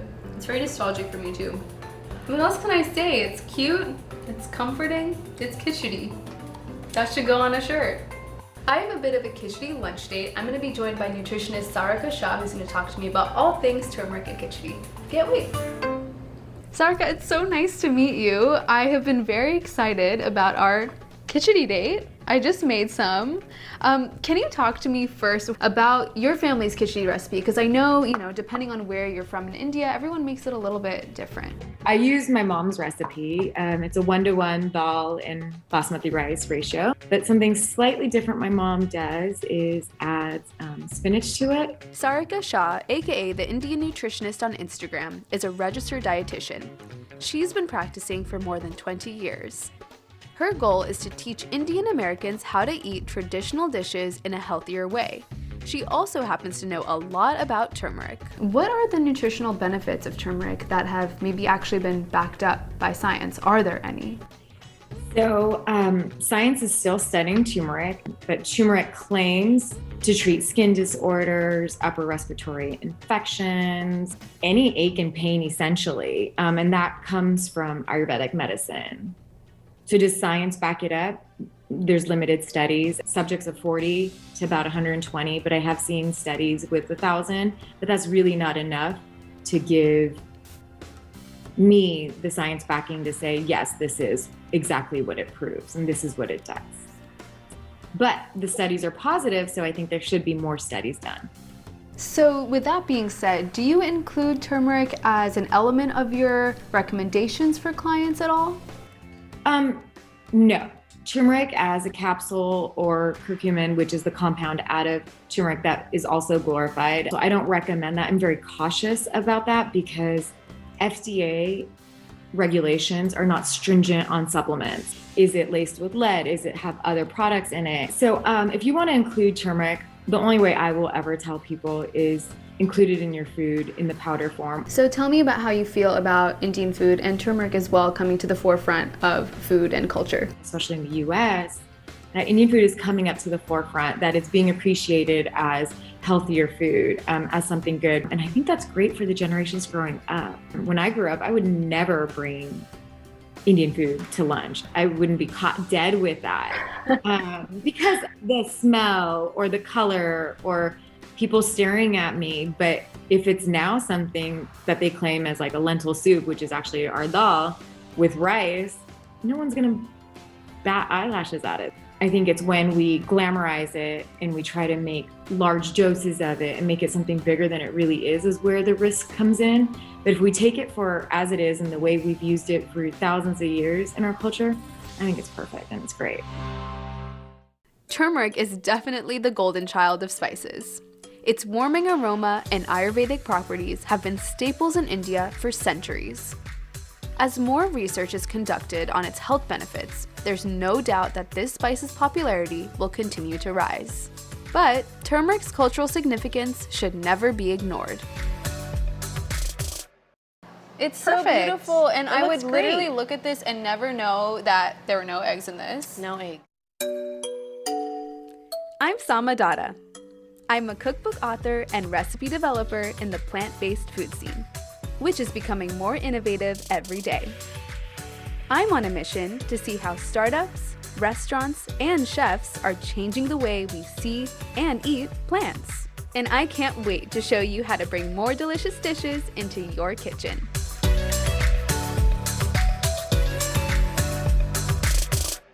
Incredible edible eggs really are, well, pretty incredible. From a simple hard-boiled egg to a stunning souffle, eggs are essential parts of so many meals. They give great lift to pastry, make dishes super decadent, and they're also just delicious on their own. But how do you replace them in a plant-based diet? I'm going on a cross-country hunt to find out how chefs are cooking up savory meals and sweets, all without cracking a single egg. Right now, it's breakfast time. So I'm headed to a local spot right here in Brooklyn that's turning chickpea flour into a breakfast staple, the perfect scramble.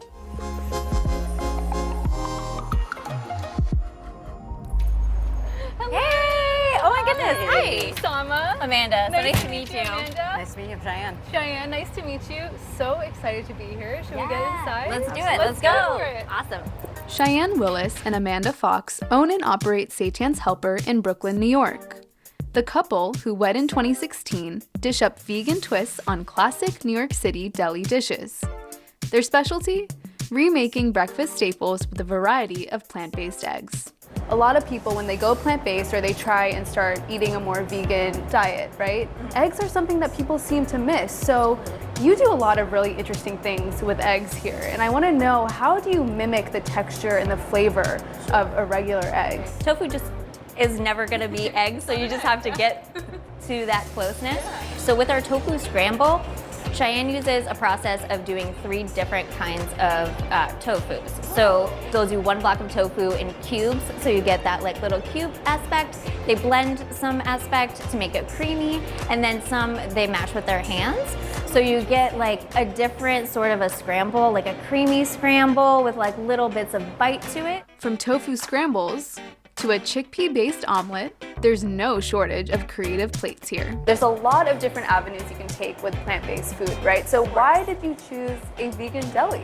We're both from Pennsylvania. We both come from like getting your sandwich from the grocery store, and it's just like a classic nostalgic feeling. I grew up cooking with my grandparents and my mom, and it was just always classic Americana food. So we decided that this would be the most natural road for us to take, and this is just what came naturally to us. Amanda and Cheyenne first met during high school in Pennsylvania. A few years after graduation, they reconnected and quickly fell in love over their shared passion for cooking. We've just been always obsessed with food. Cheyenne's actually a classically trained pastry chef. The two moved to Brooklyn and worked together at several restaurants across New York City. they tied the knot at Dunwell, a vegan donut shop in Williamsburg. What is your favorite part about working with Cheyenne? We're in each other's brains, 100%. After working in traditional restaurants, they both had dreams of creating a more equitable eatery, run with a focus on treating staff fairly. So we decided that when we made our space that it would be everybody's on the same playing field. We're all equal. It doesn't matter who technically owns it. It doesn't matter who does what or whatever. Everybody gets paid the same. We all are just here working together as a team. In 2018, Amanda and Cheyenne started running a vegan pop-up, serving homemade seitan at various locations around Brooklyn. Seitan, the restaurant's namesake, is a high-protein meat substitute made from wheat gluten. The chefs use seitan to recreate plant-based deli meats, like bacon and roast beef. I think the interesting thing about our food is we base it on those flavors that you're so used to. So when we were coming up with our salami recipe, I was like, okay, so what goes into actual salami? And we took those ideas and those flavors, so it became the base for this nostalgic food that we can now make vegan. After a successful run, the pop-up graduated to a storefront in 2020. Putting down roots in a permanent location was vital for the couple, who wanted to create an inclusive space for vegan and queer communities. We get to meet so many different types of people, and obviously because we're a queer-owned company, we attract all the queers, which is perfect with me. We have our loyal customers that have been with us from the jump. The same person who ordered from my very first pop-up came in the other day. I was certainly ready for my breakfast sandwich. Cheyenne took me into the kitchen to make a Seitan's Helper signature. All right, so what are we making first, Cheyenne? So we're gonna start with the nomlets, our chickpea flour-based egg. You say nomlet? Nomlet, Like yes. nom nom? Absolutely. I love that. Yes. So we're gonna start with some chickpea flour here. Okay. To make a perfect nomlet, building the right eggy texture is key. Cheyenne mixes oat milk, lemon juice, and oil with chickpea flour, or besan, a common ingredient in Indian cuisine. Have you tested this with other flours, or have you landed on chickpea flour being the best for an eggy Definitely substitute? tried with regular flour, but it is weird. So that's why we use the chickpea, just to keep it like lighter, fluffier, less harsh. It looks really nice. It smells good already. Yeah. A few simple spices amp up the flavor and color of the dish. A lot of spices in here to make it nice and nomlety. Yeah, delicious. I feel that a lot of times in vegan cooking, people don't add a lot of spices. Cheyenne's secret to upping the savory factor is kala namak, or Himalayan black salt, which comes from North India. It adds this really omelet. wonderful sulfuric acid taste and brings that egg flavor really to the That front. egginess, yeah. The nomlet cooks for about 5 minutes before getting a flip. Look at that. Stunning. Gorgeous. Yeah. So we'll know when she's done, when she's a little bit firm. Okay. Yeah, she's pretty much good to go. This looks really good and it smells amazing. I'm glad. It's like it's giving me such a savory pancake vibe, even though it is also an omelet, so I love it. The nomlet is served with even more plant-based breakfast staples. All right, so I have our house-made The bacon. bacon here. This is made out of seitan, I'm It is, assuming. and there's like oats and cheese, jalapenos, bunch of fun stuff in here. We do not skimp on anything. Love that. And so I fried this up, and we're just gonna lay this gently down. Amazing. Just give it a little bit of fluff there. Love it. And then we would just close the lid up. Ta-da! A totally vegan BEC. Here I go.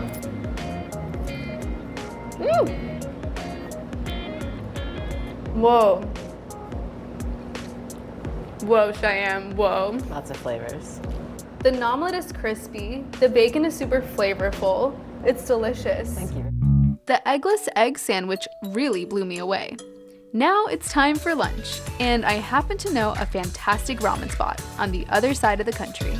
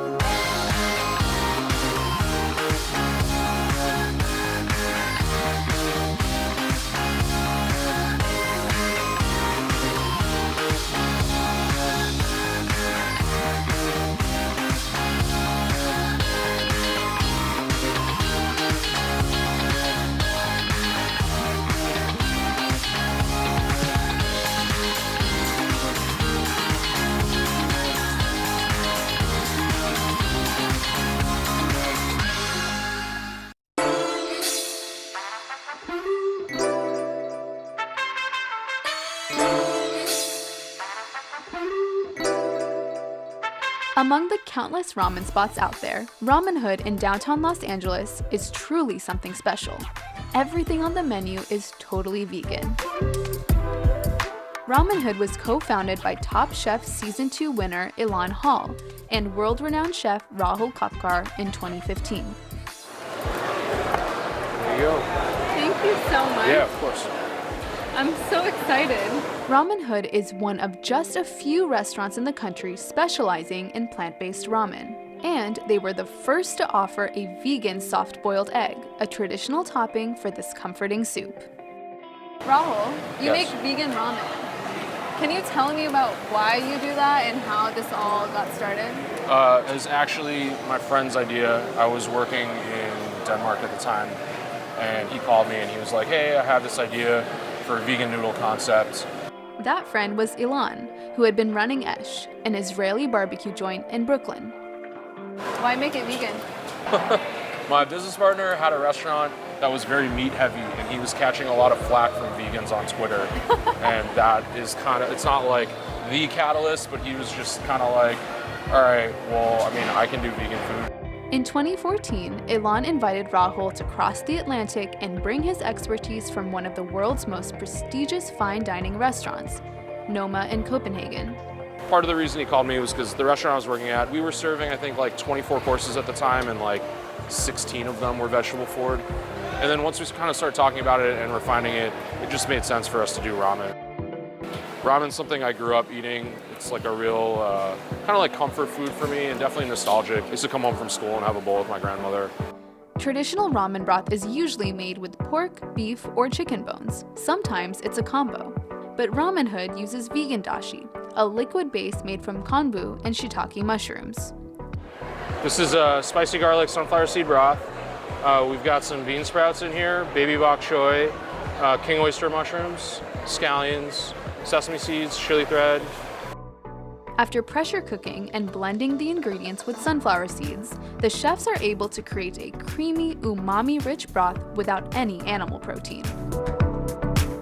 But Rahul thought their vegan bowls wouldn't be complete without a classic topping, a creamy, soft-boiled egg. Why was it important for you to add this vegan egg into this ramen? People expect an egg in ramen. It provides that creamy texture that kind of people are looking for. And in like a traditional bowl, it can be a really nice, like different thing to be eating.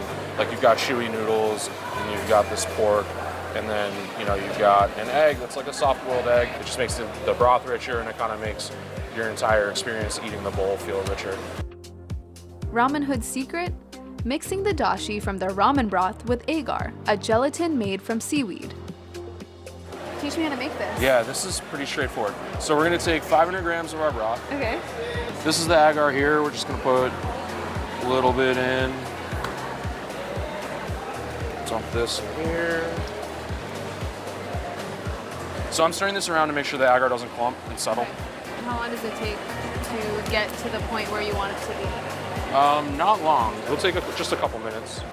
After the agar mixture simmers, it's poured into a custom mold to create an egg shape. How many of these do you make a day? About 150. Within just a few minutes, the liquid firms up, and it looks and feels just like a boiled egg white. This literally tastes like, first of all, this tastes so good. It tastes like ramen broth, like a lot of umami, but also the texture is very egg white. Yeah, because it's just the broth. way It's better. like it's got the richness from the sunflower seeds. Yeah. To make a whole egg, the chef uses a melon baller to scoop out room for the yolks. That's so crazy how like gelatinous it is, like an egg white. Okay, I'm gonna go. Don't judge me. First time.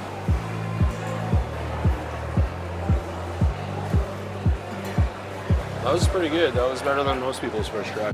When the egg whites are firm, it's time to fill them with the creamy yolk. It's vegan mayo with food coloring and black salt, like Indian black salt. Kala namak, Yeah, so it's got the egg flavor to it. Okay, Yeah. cool. And you just pipe it in? Yeah. Here. Yeah. That's it. You just I'm go. like looking for my affirmation. Just go do yeah, just do the rest of it. There you go. This jiggly, soft-boiled egg helps complete a ramen experience that hasn't been available to many vegan foodies for years. Okay, I'm going for the egg. I feel like I owe it to us to go for the egg. I think you should just one bite it. Wow. It's so good. I truly haven't had ramen in years because I mostly can't eat it anywhere. So this is revolutionary for my life. Like, this is a plot twist for me. I love it. I'm coming back. I'm bringing my parents next time. This vegan hard-boiled egg might be pretty advanced for a home chef, but I've got a super easy egg swap for baked goods that only requires 2 ingredients.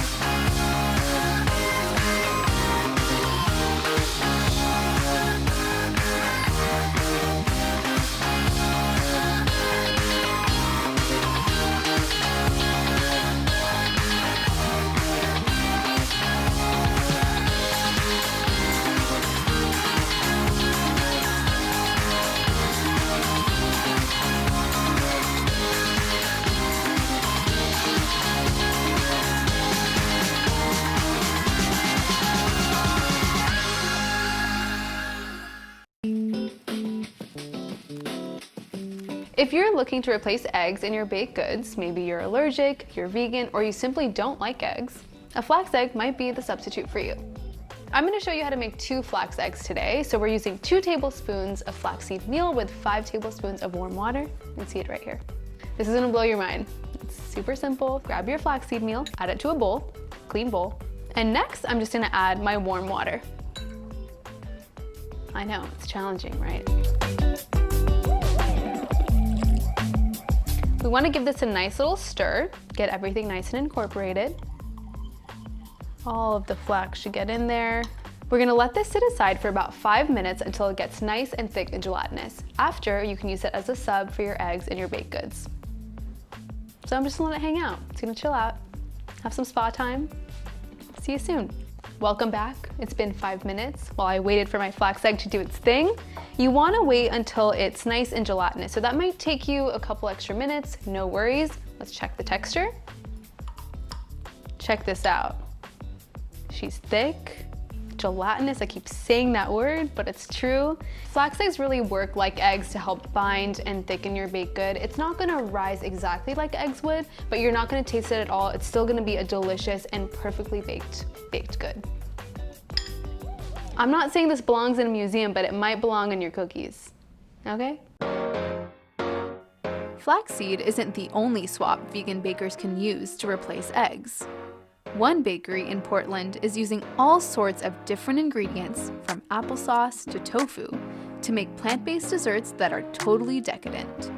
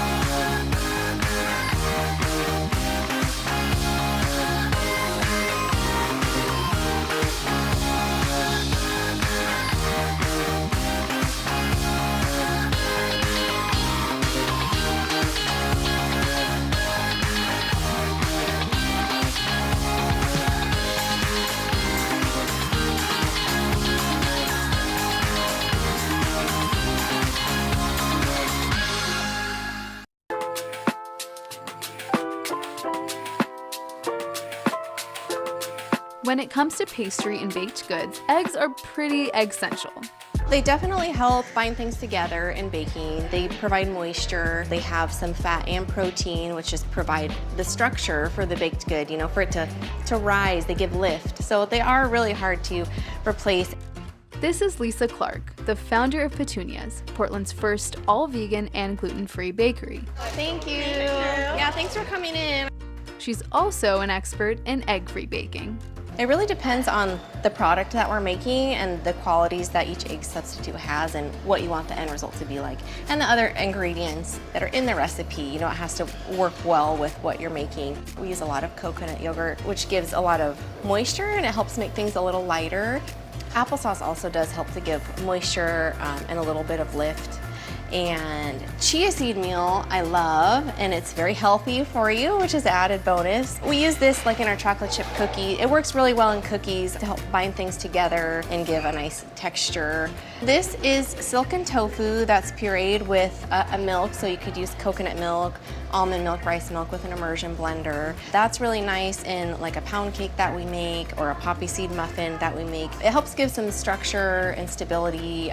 In 2003, Lisa learned she was intolerant to dairy, gluten, and eggs. She decided to take control of her diet by turning to one of her favorite childhood hobbies.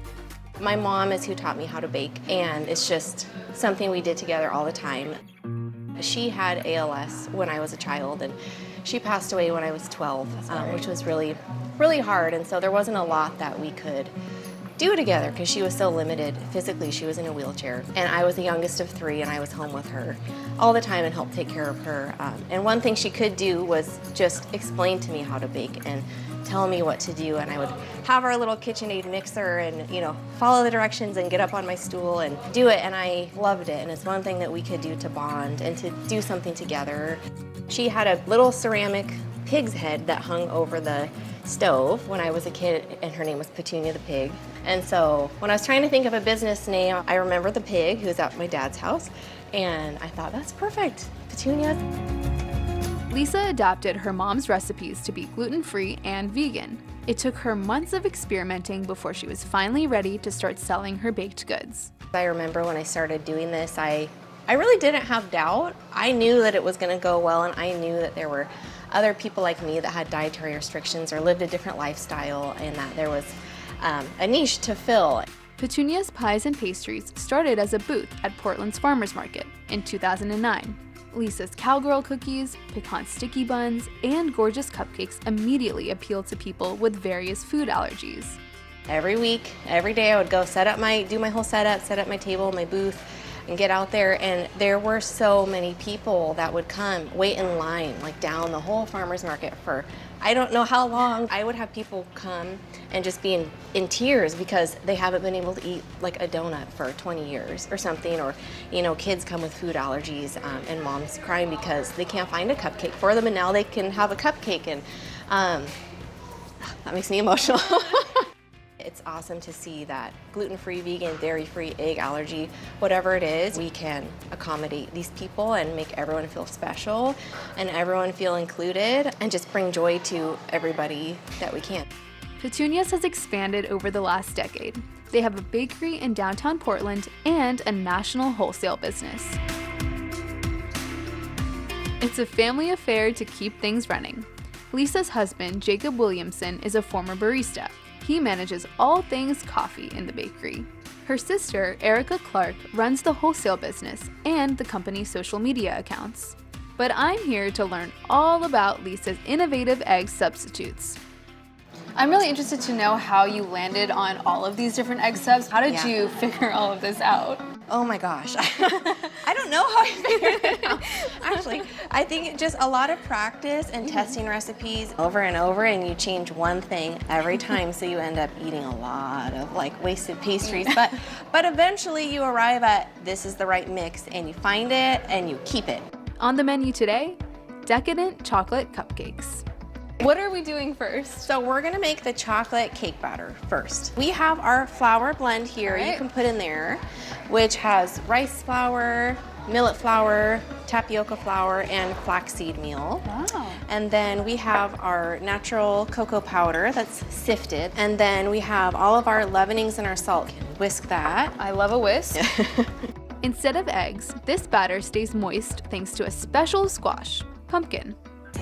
It's gonna give it some structure. A lot of gluten-free products, especially without the egg too, they can dry out pretty easily, but like the pumpkin and applesauce help bind it together, but also they do give a lot of fluff and moisture, so it works out perfectly.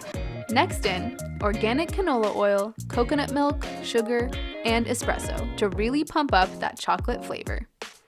So now we can add the dry ingredients. This looks so amazing. I love batter. It's a struggle to get it to the pan sometimes. Oh yeah, totally. So I came prepared with Oh a my spoon gosh. to taste it. Yeah, try it. As Wanna all try it? normal people do. Right. I love you're prepared. Right? Okay.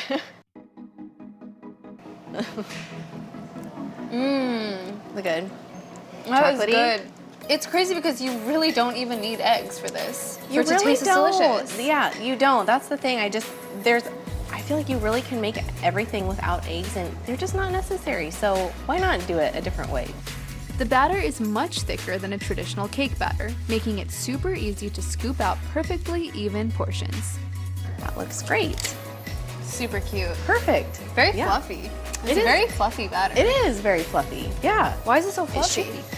Well, I think we just did a really good job. We just did an amazing job. We're gonna bake them at 350 in the oven for about 20 to 22 minutes, or until you put a toothpick in the center and it comes out clean. Now to the most artistic part of baking, decorating. Lisa uses dairy-free butter to make super creamy frosting that also pipes well. This is our salted peanut butter buttercream, which is amazing. It's so good. This is the fun part, and you just have to not worry too much. I always say that cakes and cupcakes can smell fear, so if you're hesitant, it's not gonna work out. You try it. I'm going really heavy. You did a great job. Am I hired? It's perfect. Okay, Yeah, I cool. love it. The cupcakes are topped with melted ganache and torched marshmallows. Bubbling up. Voila! A beautiful chocolate cupcake with a plant-based twist. Look at that. It's so Perfect. beautiful, and It I would looks literally great. look at this and never know that there were no eggs in this. No eggs. Oh my god. You know what's crazy is you can't have peanuts. I can't. But I do know someone who can. Yes. Your husband, Jacob. He can, Jacob, you have yeah. to come He share this with me. loves Come peanut on. butter. Cheers. This is insane. This is honestly so delicious. So fluffy. It's got so much texture and flavor. Truly, if somebody gave this to me, I would have no idea that this is a plant-based vegan pastry. Lisa's cupcakes are out of this world, and she says she owes it all to her biggest inspiration. Your mom really started your love for baking, so what does it feel like to open this bakery as a tribute and in honor of her? I know my mom sees all this for sure. She's like guardian angel watching over us, helping me along the way, and I know that she would be so proud. Are you ready?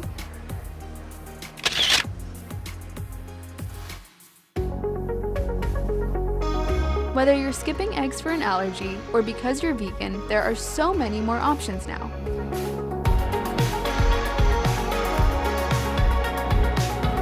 Culinary innovation is making eggs more accessible to everyone.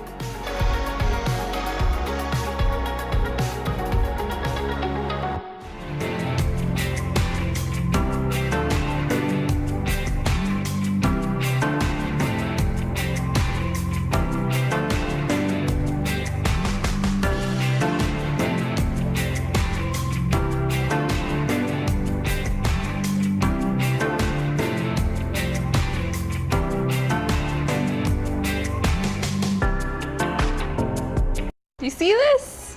See this pizza? You want to eat this pizza? Too bad, I'm going to.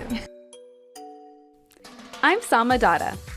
I'm a cookbook author and recipe developer in the plant-based food scene, which is becoming more innovative every day.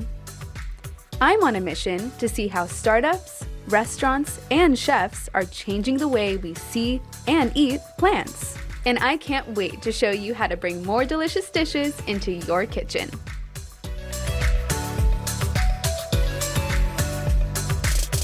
Who doesn't just love ooey gooey and totally decadent cheese? I know you do. Americans truly can't get enough. In fact, we've tripled our cheese consumption since the 70s.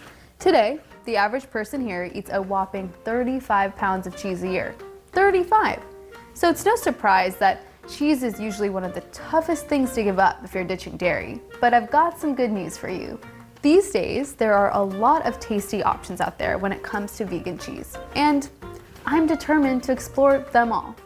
Well, maybe not all, but I've discovered a few really, really good ones. I'm checking out a new type of pizza shop serving up killer pies. Then, I'll be using cashews to make an irresistible dairy-free dip of my own. But first, I'm headed to Riverdale, an artisanal cheese shop making its mark on the plant-based cheese world.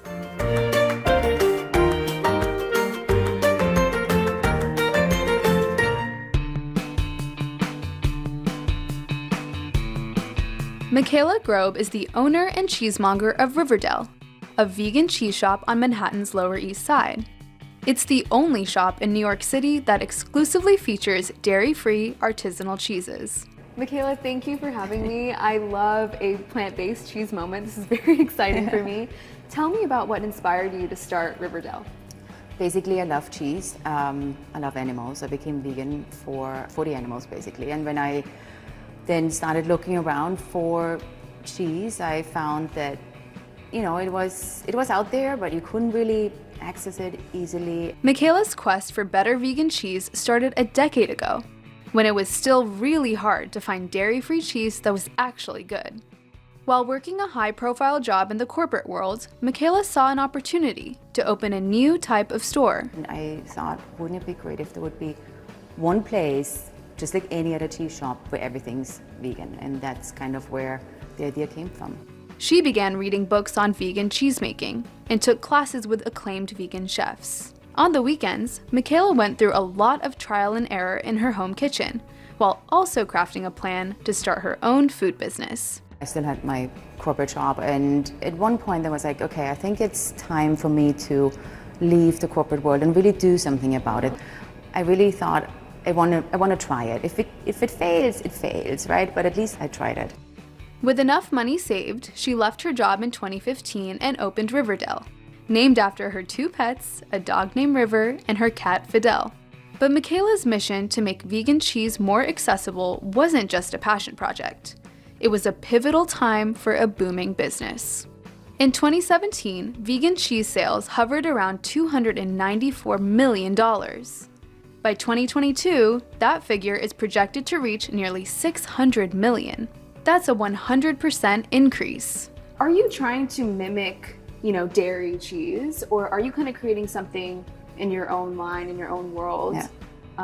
Or are you just trying to replicate the experience of buying cheese? Yeah. It's a little bit of everything. It's the experience, it's a product that people know, that looks like a brie, that looks like a Gouda. But then there are also other cheeses that have no equivalent in the dairy world. Riverdale's blue cheese uses the same fungus that creates the iconic navy marbling in the dairy version. But the shop's Vetopian is a cashew and soy-based cheese with a unique texture that's semi-firm yet creamy. The way I like to explain to our customers is to not look for imitation. It's the same as if you would make a Gouda from a cow's milk and from a goat's milk. It has the same techniques, the same cultures, but the end product is very different. So it's the same if your base is a cashew nut. The end product's different, but it's still a cheese, in my view at least. Who do you want to be eating this cheese? We definitely have a lot of vegan customers, but we also have people that are vegetarian, lactose intolerant. So whereas we do obviously speak to the vegan community, for me it was also important that we reach out and connect with the non-vegan community. You're targeting the cheese curious. Exactly, yeah, absolutely. I appreciate that it's difficult to make that switch because people are afraid of oh my God, what am I gonna eat? Michaela has the cheesy answer to that question. In the shop's kitchen, she showed me how to make a few of her handcrafted cheeses. Okay, Michaela, what are we making today? So we're actually making a feta today. It's gonna be a very salty and crumbly and firm one, which is perfect for salads. Vegan cheesemongers use a variety of ingredients to mimic the taste and texture of dairy cheese. Common bases include a combo of nuts, vegetable oils, and soy products. So for this one, we're actually using tofu. This tofu has been frozen first, and then we kind of squeeze out all the liquid so it becomes very dry. Michaela uses firm tofu to create a sturdy feta. It allows the cheese to uniformly slice and dice, but also crumble, just like the traditional Greek cheese. For flavor, Michaela adds Himalayan salt, red wine vinegar, garlic powder, and Greek oregano. Then there are 2 types of fats. So you're using coconut oil here. Why are you using coconut and not a different kind of oil or fat? Yeah, I mean, coconut oil firms up once it's chilled, so it really helps with just making the cheese firmer. All right, so I've got some olive oil here. And that's just olive oil with a little bit of oregano in it, and that's just to get a little bit more flavor. And I'm just using a tablespoon or something like that. Okay, so we're ready to blend our feta. Everyone's gonna become friends in here. What are we looking for it to be done, and how long are we processing for? So we're looking for a very smooth, almost shiny kind of consistency. Even when I think it's done, I usually like to give it another minute or 2 just to be on the safe side. You can't overblend this. Michaela scrapes down the processor every minute or so to ensure the mixture reaches a smooth, creamy consistency. Then it's transferred into cheese molds. We made 2 flavors, one plain and one with an olive tapenade center. The cheeses sit in the fridge for 2 days to firm up. I made some ahead already, so we don't have to wait overnight and we can taste them right away. Exciting. So this is what it looks like when you turn it upside down. What? So this is one with the tapenade layer, and here is one with sun-dried tomatoes. Wait, this is crazy how firm it is. Yeah. Can we eat them? Yeah, absolutely. Yes. Oh, wow. Will you have some with me? I want to try this one. Yeah, you try that one. Okay.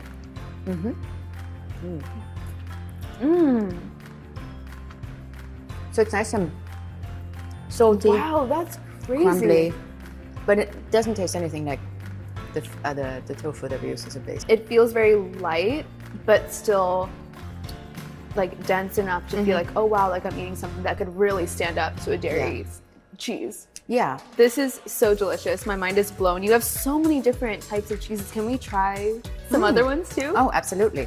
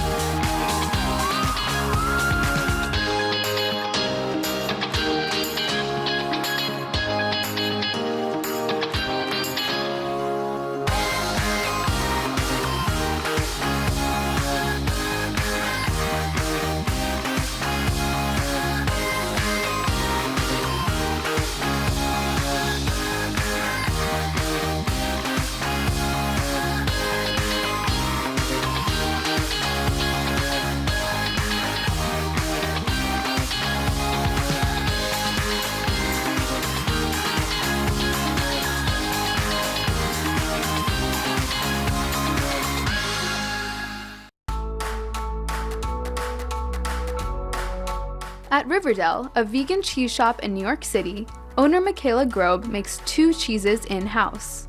She also imports over a dozen varieties from across the country and around the world.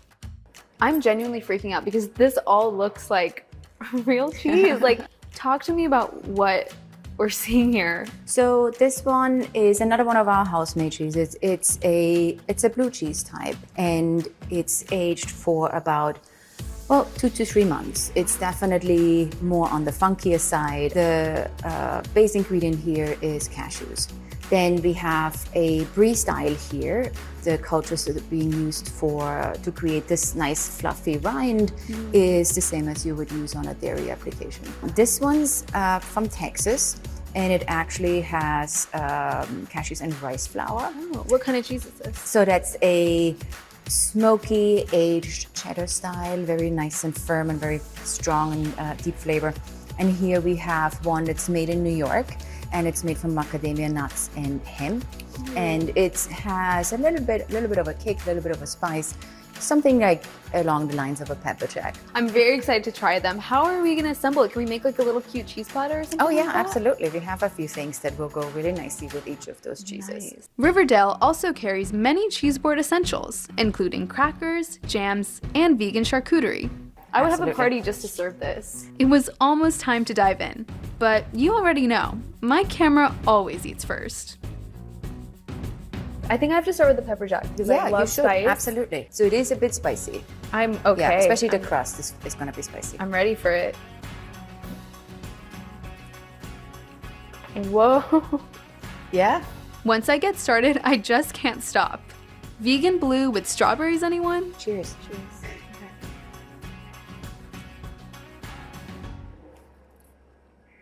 Oh my god. That doesn't make sense. And we had to pair the brie with pear. Michaela, you have changed my world today. This is so exciting. Great. And I just can't thank you enough. This is incredible. And I hope people really see all the amazing things you're doing with vegan cheese. I'm really happy to have so many more cheesemakers. We find so many more cheesemakers, like every month there's a new one we start working with. Thank you so much. If you ever need more tasters, I'll be sure to just call you. hit me up. Yeah. I'll be here. I've saved a little room for my next cheesy stop. A New York pizza shop firing up plant-based pies for their screaming fans.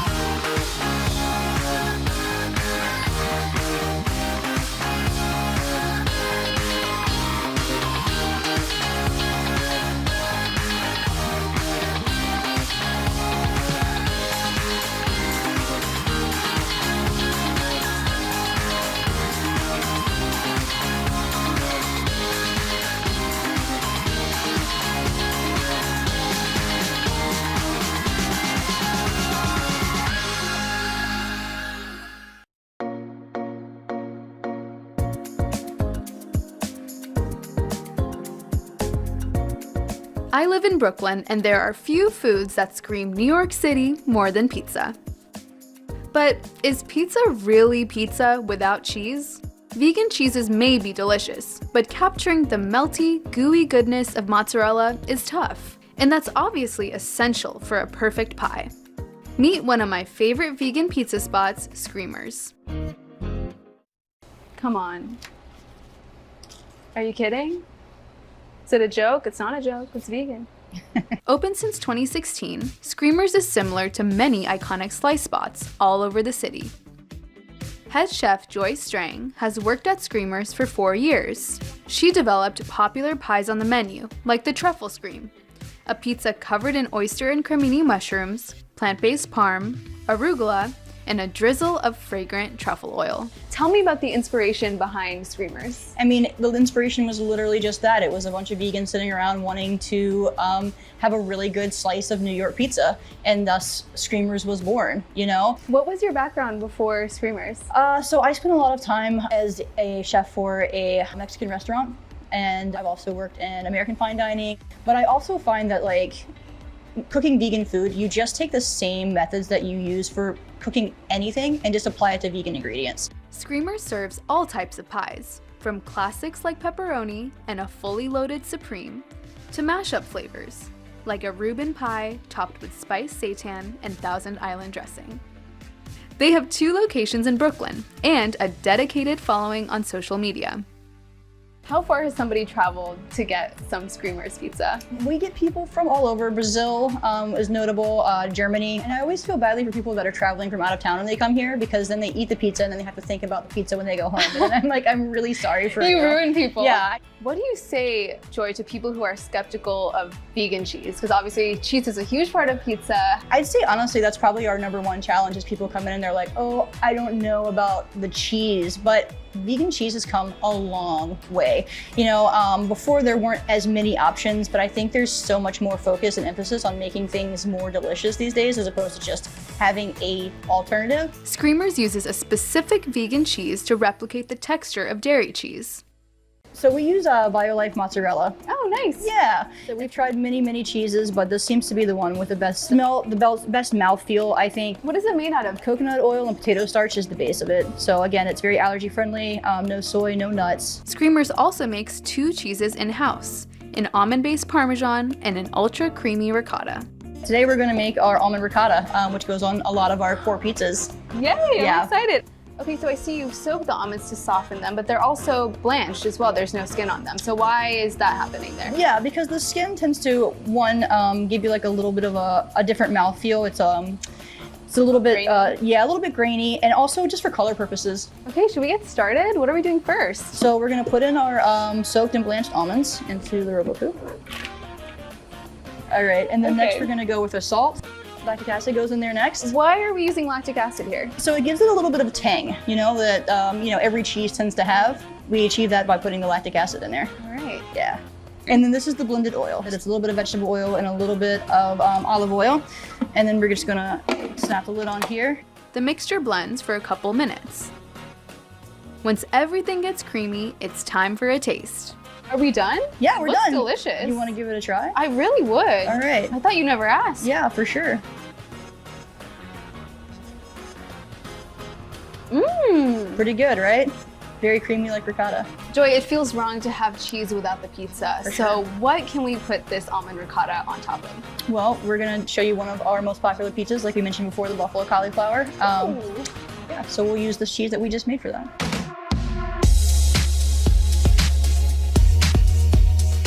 All right, what are we starting with? So this is our dough. We make all of our dough in-house.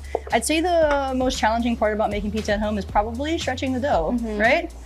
So you want to start by flouring both sides so it doesn't stick. And then we're going to press out all of the air bubbles. And while pressing out the air bubbles, you're kind of like keeping it in this circle shape. So it makes it a little bit easier to stretch and still be formed into this like perfect, beautiful circle. All right, so now that we've gotten our air bubbles out here, we're gonna flip it over on our hand and start the stretching process. It's like you literally do this in your sleep. I know, I mean, I probably could, I probably have. All right, so wow. there we are. Did you just see that though? That was like in 2 seconds. What is the trick to spreading sauce appropriately and well? So you want to, I always start in the middle, and then I circle out like this, and I push the sauce to the sides. It's like a little bit of like hypnosis going on. Yeah, so take a big handful of the cheese, and I will say, I'm gonna give you a little cheese spreading advice here. Okay. You wanna start high and then just kind of sprinkle it all around so you get an even coat, okay? Okay, all right. You're doing great. Okay, I was looking for affirmation really quick. Yes, You're doing a great job. Can you see that? The pizza gets a few generous dollops of that luscious ricotta. How does this bake off? Well, it actually gets a little bit crispy on top, which makes it so delicious. Okay, what's next? All right, so then we're going to put our buffalo cauliflower on top. Oh. Yeah. Okay, tell me about how you prepare the cauliflower. Okay, for sure. So we make our own buffalo sauce here, and we take, we break down cauliflower and we cook the cauliflower in buffalo sauce. How hot is this oven and how long are we keeping our pizza in there for? So we keep the oven between 500 and 550, and it's gonna cook for about six to 7 minutes. Okay. Yeah, so super quick. Quick. Yep, and then it'll be nice, crispy, and golden brown on the edges, and that's how you know it's done. The 7-minute wait, it felt like eternity. How's it doing in there? Oh, she's beautiful. All right, let's take one more peek at the bottom here. What do you think? I think it looks gorgeous. I think she's What do you beautiful. think? I think she's ready. Joy, I've got to document this process. Okay. It's just simply a part of my brand. Okay, do it. All right, you ready? I'm ready. Dun dun dun. That looks so fire. Are you kidding me? I know, right? The pizza is served up in true New York style. You're not eating off of a paper plate. Are you eating pizza? Are you even eating a New York pizza? No. Amazing slice job. Boom. Come on. What do you think? Stop. So good, right? This tastes like real pizza. Yeah. I don't even want to say real pizza. It just tastes like regular dairy pizza. Yeah. It's so good. It's so delicious. Yeah. What does it mean to you, Joy, to be creating this traditional New York slice that's vegan, that gives so many more people an option? It's awesome. I mean, when people come to New York, when people think about New York, one of the things they think about is pizza. You know, they want to check that box off. Oh, I had a New York pizza. So it's really, really awesome that we've given the option to every single person to be able to do that, you know? You know what I also really like to hear is people who have dairy allergies, or even parents with their children that have dairy allergies, and they are always so happy that we exist, because otherwise they wouldn't be able to have pizza. And like such a big part of a kid like childhood is eating pizza, right? Yeah. Yeah. We do a lot of like little kids pizza parties and stuff like that. Cute. You know, it's so cute. So, you know, it's like that little bit of normalcy. It's like, oh, I can't have dairy, but still have really good pizza. What are some of your favorite reactions from vegans and non-vegans alike who try your pizza for the first time? Like a non-vegan's reaction, they are like, oh, it's actually good. And you're like, I told you so. Like, yeah. I mean, we have a lot of people that come in and this is their favorite pizza spot and they are not vegan. If you can't travel to Brooklyn for a Screamer's Pie, don't worry. I've got your dairy-free cheese cravings covered. Up next, I'm making my super creamy cashew queso.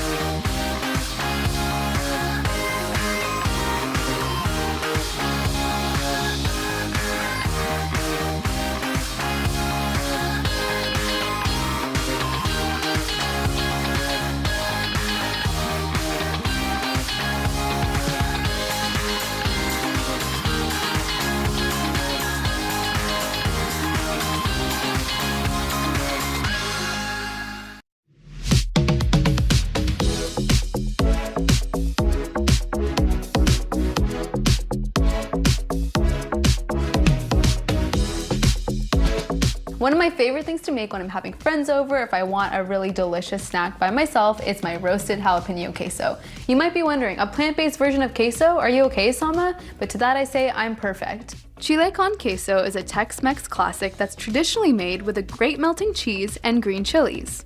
We're using cashews as the base and nutritional yeast for a cheesy, savory flavor. And jalapeno, I can't forget about our spice. It's super creamy and cheesy. You won't even miss the dairy. Because I like a little spice in everything that I do, we're adding jalapeno to our queso. I like roasting the jalapeno to get that really smoky, delicious flavor. You've got your jalapeno, drizzle it generously with some olive oil. I like to just rub the jalapeno in the oil just to get it nicely coated. All right, say goodbye to our jalapeno. It's about to get roasted. See you later. The jalapenos roast at 400 degrees for about 10 minutes, until lightly charred. Look at our jalapeno. She's cooled. It's blackened on the outside. Also, you'll notice that when you let the jalapeno cool, it's gonna get a little wrinkly. That's totally fine.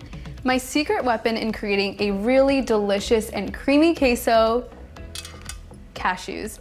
I soak them either overnight or flash soak them for an hour in hot water. This allows the cashews to expand. They really get nice and pliable and soft. The first thing I'm gonna do is drain my cashews. Now I'm just gonna add them to my blender. Cashews are in. Now I'm just gonna add 2 cloves of garlic. You might be wondering how I'm gonna make this queso cheesy without the cheese, and to that I say, nutritional yeast. Nutritional yeast is one of my secret weapons in my plant-based repertoire. It's really amazing for creating a savory and cheesy taste to everything you add it to. Beautiful. This is such a super simple recipe, it's actually crazy. Everything's going into a blender. We're gonna add some salt and some freshly ground black pepper.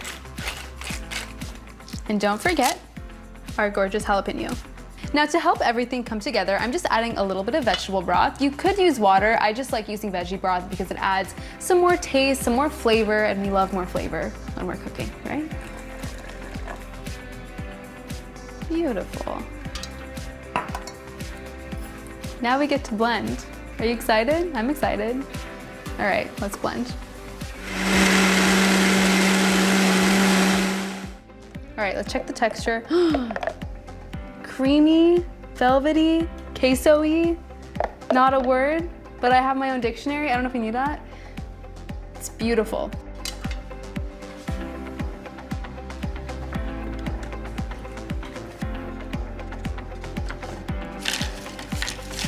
My chips have arrived. I'm ready to plate my queso and I'm very excited about it because then I get to eat it. And that's what we're all here for. Check out this texture, okay?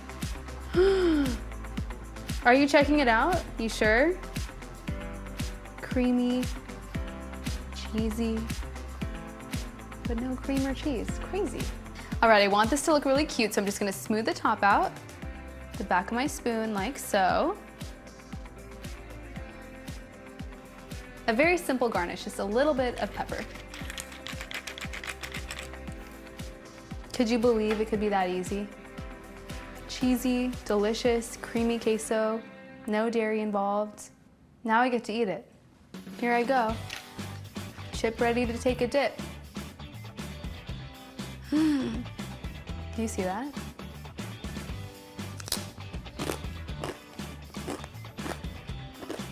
Wow. Ooh, that heat is so good. This is in my cookbook, so I've obviously made this a bunch of times, but it's so good every time. Queso is perfect to share, so luckily I have my whole crew here. So guys, I don't know what you're doing. Get in here. Come on. That's more like it. Teamwork. Awesome. Love that for us. I hope this showed you can make really creamy, delicious, and cheesy recipes without the dairy. It's amazing. You have to try it. Not to be cheesy, or to be cheesy, I hope this inspired you to try cheese without the dairy, because it is just as delicious and versatile.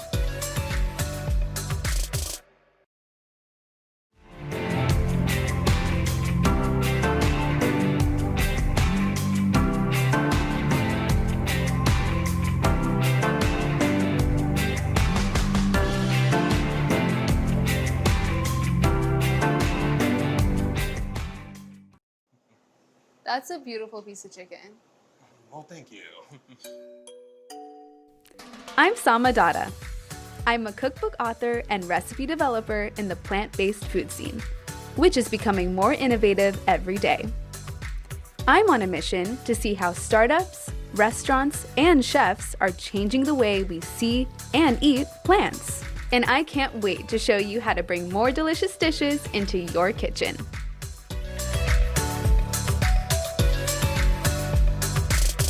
Comfort food. From a decadent cheeseburger to a sky-high layer cake, or my favorite, my mom's spicy warming dal. Usually these indulgent eats aren't exactly vegan friendly. Even many traditional dal recipes are often prepared with ghee. But these days you can easily ditch the dairy and you won't even miss the meat, with new plant-based takes on traditional comfort foods being served at restaurants all across the country. In Portland, I'm meeting a chef making crunchy fried chicken without the bird. And in New York, I'm sampling a Big Apple staple, cheesecake. But this one happens to be raw and vegan. But first up, I'm heading to Los Angeles, my hometown, to visit a popular fast food chain serving up show-stopping burgers without the beef.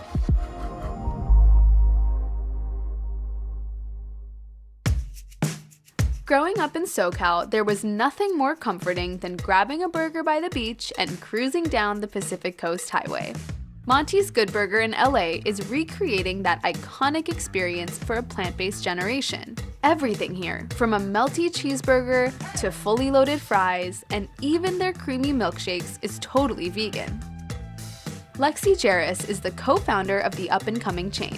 What inspired you to start this place? I and my partners, it was a time in the vegan space in LA where there wasn't just a really good casual vegan burger. I felt like in order to get that fix for a burger, I had to go somewhere with white tablecloths and you had to be waited on. In 2018, Lexi founded Monty's with Bill Fold and Nick Adler. Lexi and Bill both work in the music industry. He's a festival producer, and Lexi is a creative consultant for Coachella. Nick brought the culinary chops as a former food director for music festivals. I think because we all come from music, when it came time to market and brand and strategize how to grow, we were all coming at it from such a non-traditional viewpoint. The Monty's team runs their business differently from many restaurants. They focus on creating digital buzz with celebrity milkshake collabs, pop-ups at festivals, and lots of merch. While Monty's now has 5 locations and millions of burgers sold, they make more money from their swag, like hats, t-shirts, and mugs, than the food. The star of said merch and the brand's namesake is Lexi's adorable schnoodle mix. How did Monty become the mascot? He's lucky. He's a lucky pup. He's very lucky. He was found essentially on the streets of Riverside, which is kind of nuts. We looked for his owners. They were nowhere to be found. So after a few weeks, I was like, this is my son now. But it really kind of goes to show the playfulness and the headspace we were in when we started Monty's. Do work a lot with animal rescues now, and that is kind of something that's in our ethos. We care a lot about animals, obviously, but not just eating less of them, but also giving some fluffy guys and then around the LA area homes. Monty's is dedicated to getting pets adopted, from dogs to cats and even guinea pigs. But their main mission is to change how people see vegan food. I think what's really interesting is that there is this stigma and this stereotype that vegan food has to be super healthy, right? When I first became vegan, a lot of my friends that aren't vegan would have dinner with me and they would leave and be like, I'm still hungry. I hate when Lexi picks the restaurant. I think if you come here, I highly doubt that someone will leave here, still being hungry. It's lots of tots, lots of shake, lots of burger. To me, I feel that anytime someone is eating a plant-based meal instead of a meal that has dairy, meat, whatever, that's just kind of a win for the animals, the planet, their health, all that good stuff. I love that. Tell me about the future of Monty's. Where do you want to take this? Yes, honestly, the sky's the limit. I don't want to say too big, but we're all definitely thinking as big as America wants us to be. Amazing. I'm so hungry now. I want everything. I will order every single day.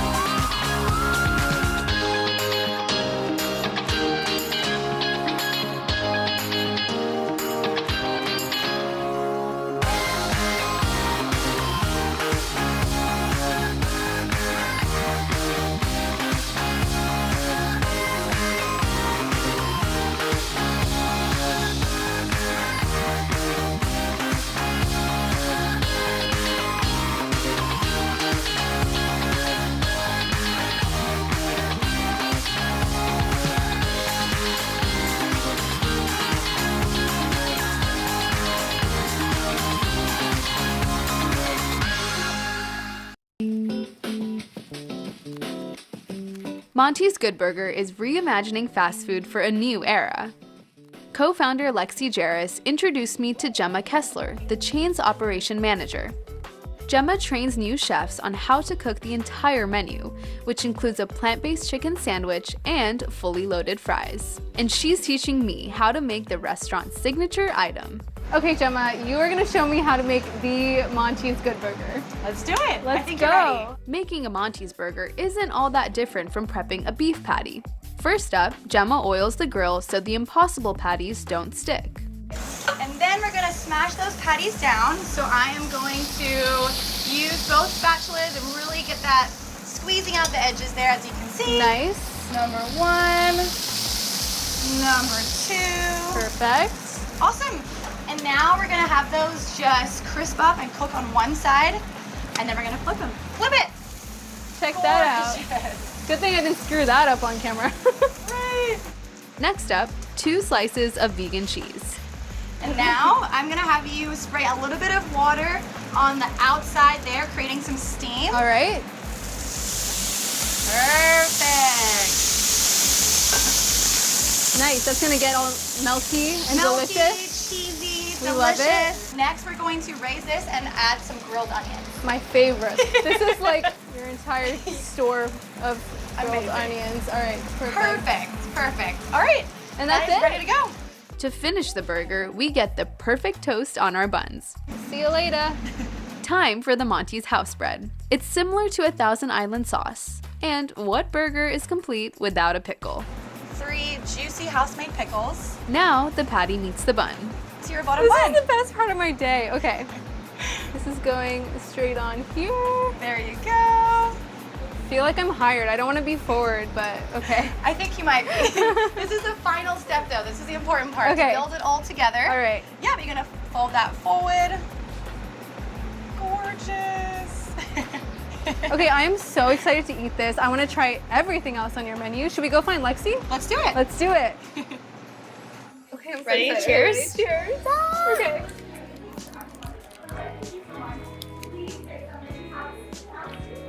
I can't. It's just good as you remember.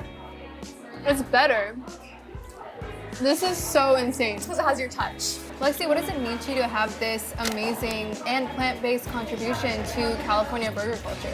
This is our Culver City location, so this is definitely our most family-friendly location. And we have customers that like come in strollers with their parents, obviously, and they get like pins and stickers and things like that. But like these kids are gonna grow up with us around the corner from us. I think that's so just like brings me a lot of joy. Especially growing up in California, and this was such a big part of my culture, like getting a burger whenever going to the beach, and I feel like I can have that experience again in a plant-based way. So thank you and cheers. It means the world. Thank you so much. Have to take a picture, Please. because this just feels right. We love photos around here. Cheers. This juicy burger had me craving more comfort food. So I'm off to Portland, where one vegan chef with a unique story is putting his own twist on Southern soul food.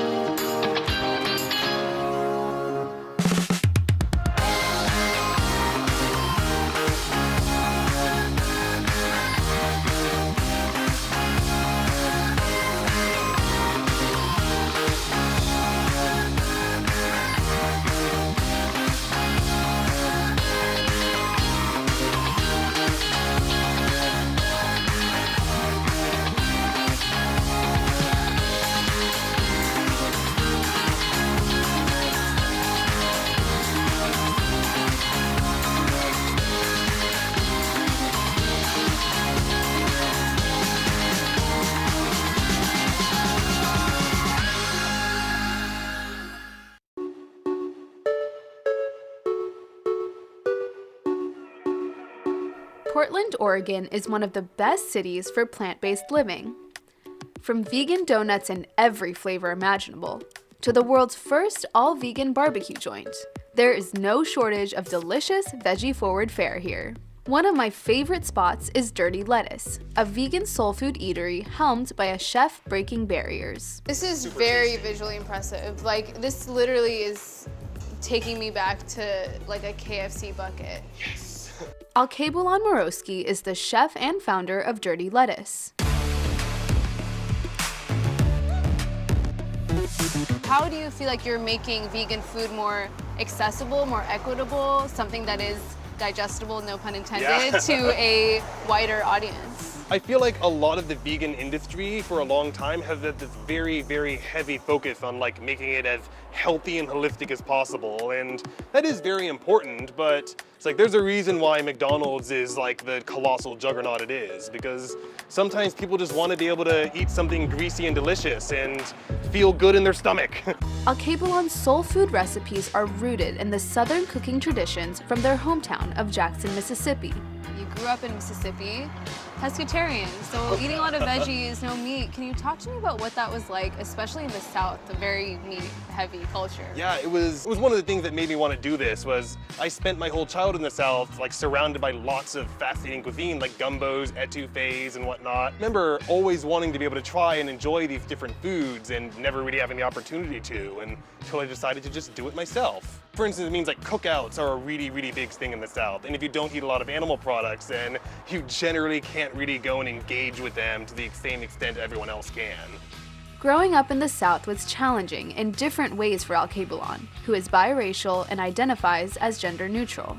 Did you feel like you had a sense of belonging growing up? I definitely don't really describe myself as a very masculine person, but being a person that most people ID as just like a black man when they see me meant that there was a lot of intense pressure to like put on a performance of masculinity that just wasn't me at all. And I wonder, was that a reason why you started cooking? Was it a way for you to find a sense of belonging in any way? I did really enjoy when I first started messing around with these recipes in the South was being able to go to people who I'd known for years and were very, very against just like general vegan cooking, or like, I need my meat. And being able to come up with something and feed it to them and have them actually enjoy it and be able to go like, okay, this didn't come from a dead animal, but I'm actually enjoying my meal.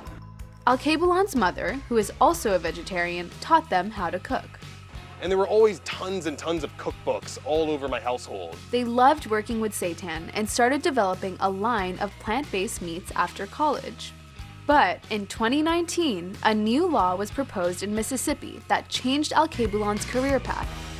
I'd already been devising recipes to move somewhere else for quite a while, and then the Mississippi legislature decided they were going to introduce a bill that would actually ban the labeling of any plant-based product as any kind of meat. While the law ultimately was halted in court, it was a signal for Alkebulan to pack their bags and head west. Why did you choose Portland? So I actually had a marvelous opportunity here. So I started off in Portland in a vegan food pod. So it was like supposed to be the first vegan food pod to appear in the US.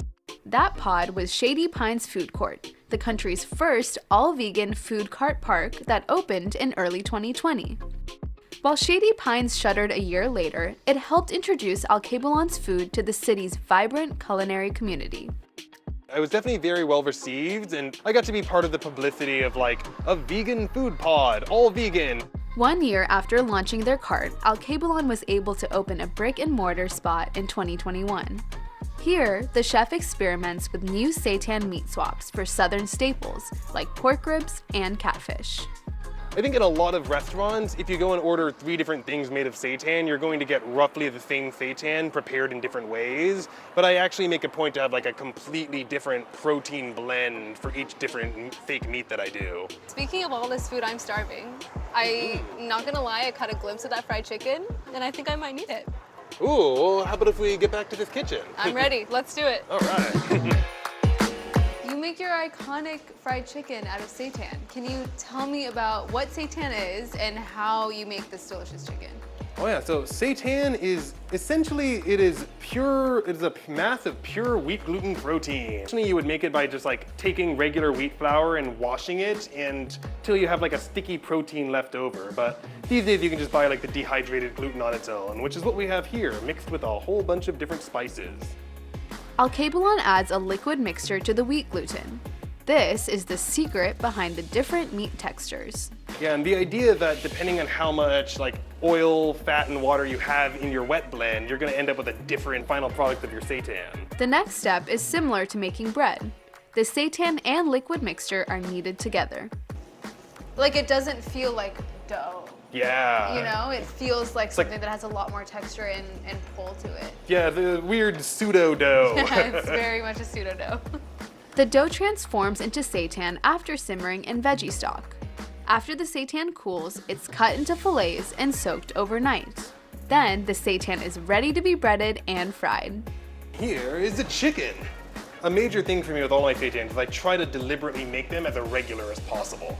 Because if you get like an actual piece of meat from an animal, it's not going to be a uniform disc. Right. The process starts with a healthy sprinkle of cayenne. Then, just like a regular dredge, it's covered in flour and a secret spice mix. The egg-free wet mixture is where things really get interesting. Oh yeah, so this is just a blend of mustard, water, a little bit of cornstarch, and my house spice blend. I love that. Mustard, why mustard? You'll see it sometimes in like old southern fried chicken recipes, but it's not nearly as common as you'll see just like your standard egg or buttermilk wash. It's not as much a flavor thing as like a texture thing. Mustard is kind of acidic in a way that reacts with your breading. So yeah, going from there, we get right over into our second dry bath. Oh. And from here, we get pretty weird with it. This is where we're actually building that texture of the chicken by hand. How do you do that? You just kind of... Yeah, so we start by just sort of coating chicken and coating our breading on there, getting a nice pasty, goopy mix. So yeah, that's how it's like, looks like very rough and all over the place, but that's roughly what a piece of chicken is gonna look like before we fry it. Wow. It's like very rough, very lumpy. Yeah, well, check that out. Oh, how cool. Do you trust me to make one? Absolutely. Okay.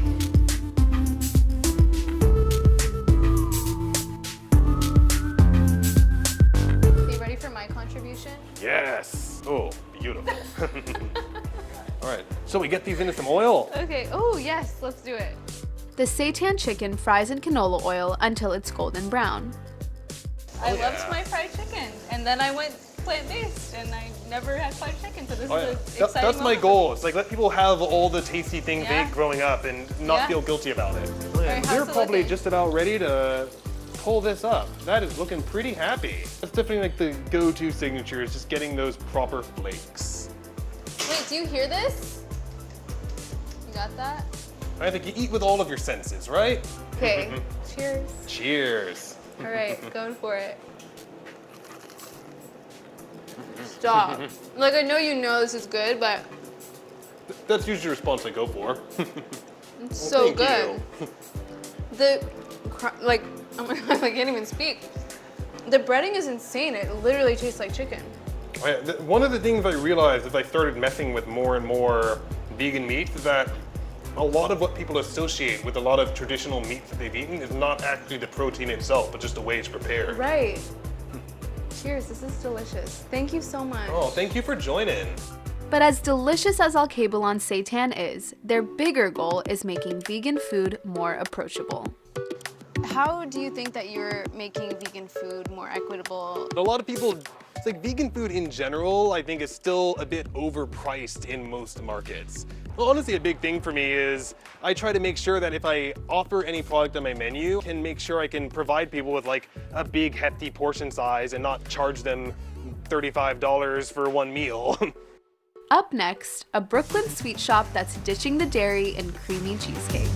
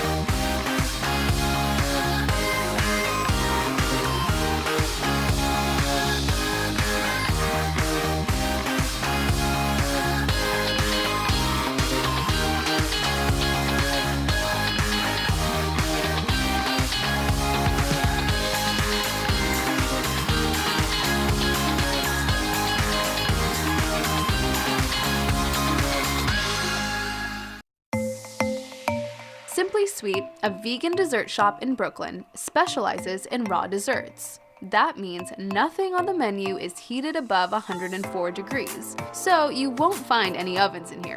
Opened in 2019, Simply Sweet makes treats that are free from gluten and refined sugar. You'll find anything here to satisfy a sweet tooth, from chocolate bars to creamy cakes and fruity acai bowls. Because I love sweets, everything sweet. I love desserts and caramel and fruits, everything sweet.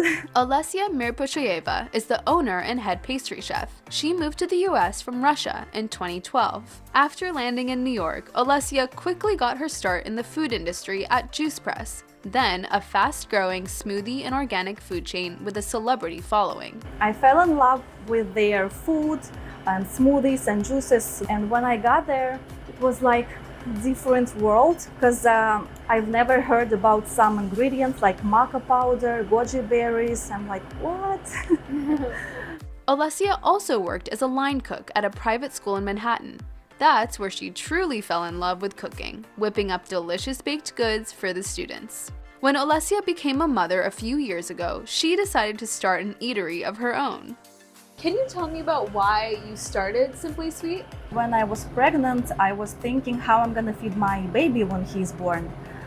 And when he was growing up, and then he started to pick food from my plate, I thought I'm gonna give him a piece of broccoli, but when I look into my plate, I see like slice of pizza, you know, with sausage, pepperoni, lots of cheese. I'm like, I don't want to feed my kid this. Yeah. And then I realized I have to start from myself, to change myself, change my everyday eating habits, so I can be an example for my son. Her first step? Lots and lots of research. I'm not a professional chef, so I'm self-taught, and I go to Google every time when I have a question. I took some courses about chocolate, how to make chocolate at home, how to make raw vegan desserts, and vegan desserts, not only raw. Yeah, I use Instagram a lot because I follow bloggers and recipe creators. I always try stuff at home. I love to feed my family, and hear their feedback, good feedback. After 3 years of running Simply Sweet, being a mom is still Olesya's top priority. And I have a son, he's almost 6 years old, and he likes my dessert. He's a big fan of chocolate. He likes chocolate truffles, chocolate cake. So I try to keep him healthy. You must be the most popular mom in town. Like, do you bake everyone's cake? Or no bake? I keep saying bake, but really there's no baking involved. I don't know. I would say yeah, maybe I'm pretty famous here. I had to learn the secrets behind Olesya's unique treats. So she taught me how to make her favorite item on the menu, lemon blueberry cheesecake. It's super easy, and literally everybody can make it at home. You're not dealing with an oven. You're sticking it in the freezer, you're letting it set. Yeah, it's a lot. Yeah, it's like low maintenance as well. Yeah. First, the hazelnuts go in, then shredded coconut, and my favorite sugar alternative, dates. I love dates. It's like a part of my life and brand. Yeah. The mixture is blended in a food processor for 2 to 3 minutes. So what should the texture be like, you know, when we know it's done? Yeah, it usually changes the color.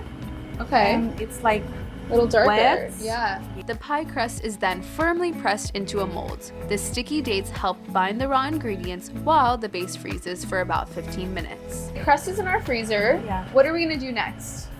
So now we are going to make our cheese part. First in, soaked and drained raw cashews. Soaking the cashews makes them easier to blend and ensures a creamy, smooth consistency. Our house-made coconut milk. I love that you make your own coconut milk. So how do you make it? We just mix coconut butter and filtered water. Coconut butter. Nothing Cool. else. I love that. Very minimal. Next up, maple syrup, vanilla extract, lemon juice, and melted coconut oil. Okay, so you've melted and cooled that? Yeah. Okay. It's already melted, and we use coconut oil so it stay firm. And when you take the cake out of freezer, it doesn't fall apart. The mixture is blended until it's totally smooth with no lumps. Can you believe this creamy filling is completely vegan? Okay, it's perfect. So now we're gonna put it in the freezer for like an hour. Okay. And then we're gonna do our blueberry layer. Amazing. See you later. To the remaining cashew mixture, we add frozen blueberries and then blend again. With the fruit, the mix transforms into a stunning purple. Love Look it. how beautiful. Very I love this gorgeous creamy. color. It's so pretty. Wait, we have to show them this color. Sure. Check this out, everyone. Look at that. The first layer freezes for an hour before adding the blueberry flavored cream. Alessia was prepared with a fully frozen, half-finished cheesecake for me to polish off. Gorgeous. And then to the freezer it goes? Yeah, to the freezer for about 5 hours. Okay. Then it will be ready. And it'll be worth it. Those 5 hours will be worth it. All right. Thankfully, I didn't have to wait 5 hours. So this is how it looks like. Yay, it's so pretty. And we're gonna unmold it. Okay. After unmolding, the cheesecake gets a final decoration, shavings of Alessia's house-made chocolate. So how long would you wait for it to thaw before you start slicing it to serve? We will leave it at room temperature on the table for about 30 to 40 minutes. Okay. And then we can cut it. Well, luckily, you're very prepared. You have slices for us, so can we taste? Yeah, sure, of course. So excited. Here we go. Look how pretty they are. This spoon is really fun. Wow. It's so delicious. You know, cake is such a comfort food for so many people, and a lot of people don't think they can have this healthier, delicious, decadent options. What are your favorite customer reactions from people who maybe haven't tried this before? Most of them don't realize our dessert doesn't have eggs and flour, and they're like, wow. Yeah. They can't believe it. This is so fun to make it, and I will be eating this and taking it with me. So thank you. Thank you so much. Thank you. With innovative techniques and lots of imagination, modern chefs are turning classic meals and treats into plant-based comfort foods everyone can enjoy. I mean, I was almost gonna wear a yellow dress. That would have been a lot of turmeric. Oh, that would have on been set. cute. We would have really we would have been like real turmeric champions. I'm Sama Dada. I'm a cookbook author and recipe developer in the plant-based food scene, which is becoming more innovative every day. I'm on a mission to see how startups, restaurants, and chefs are changing the way we see and eat plants. And I can't wait to show you how to bring more delicious dishes into your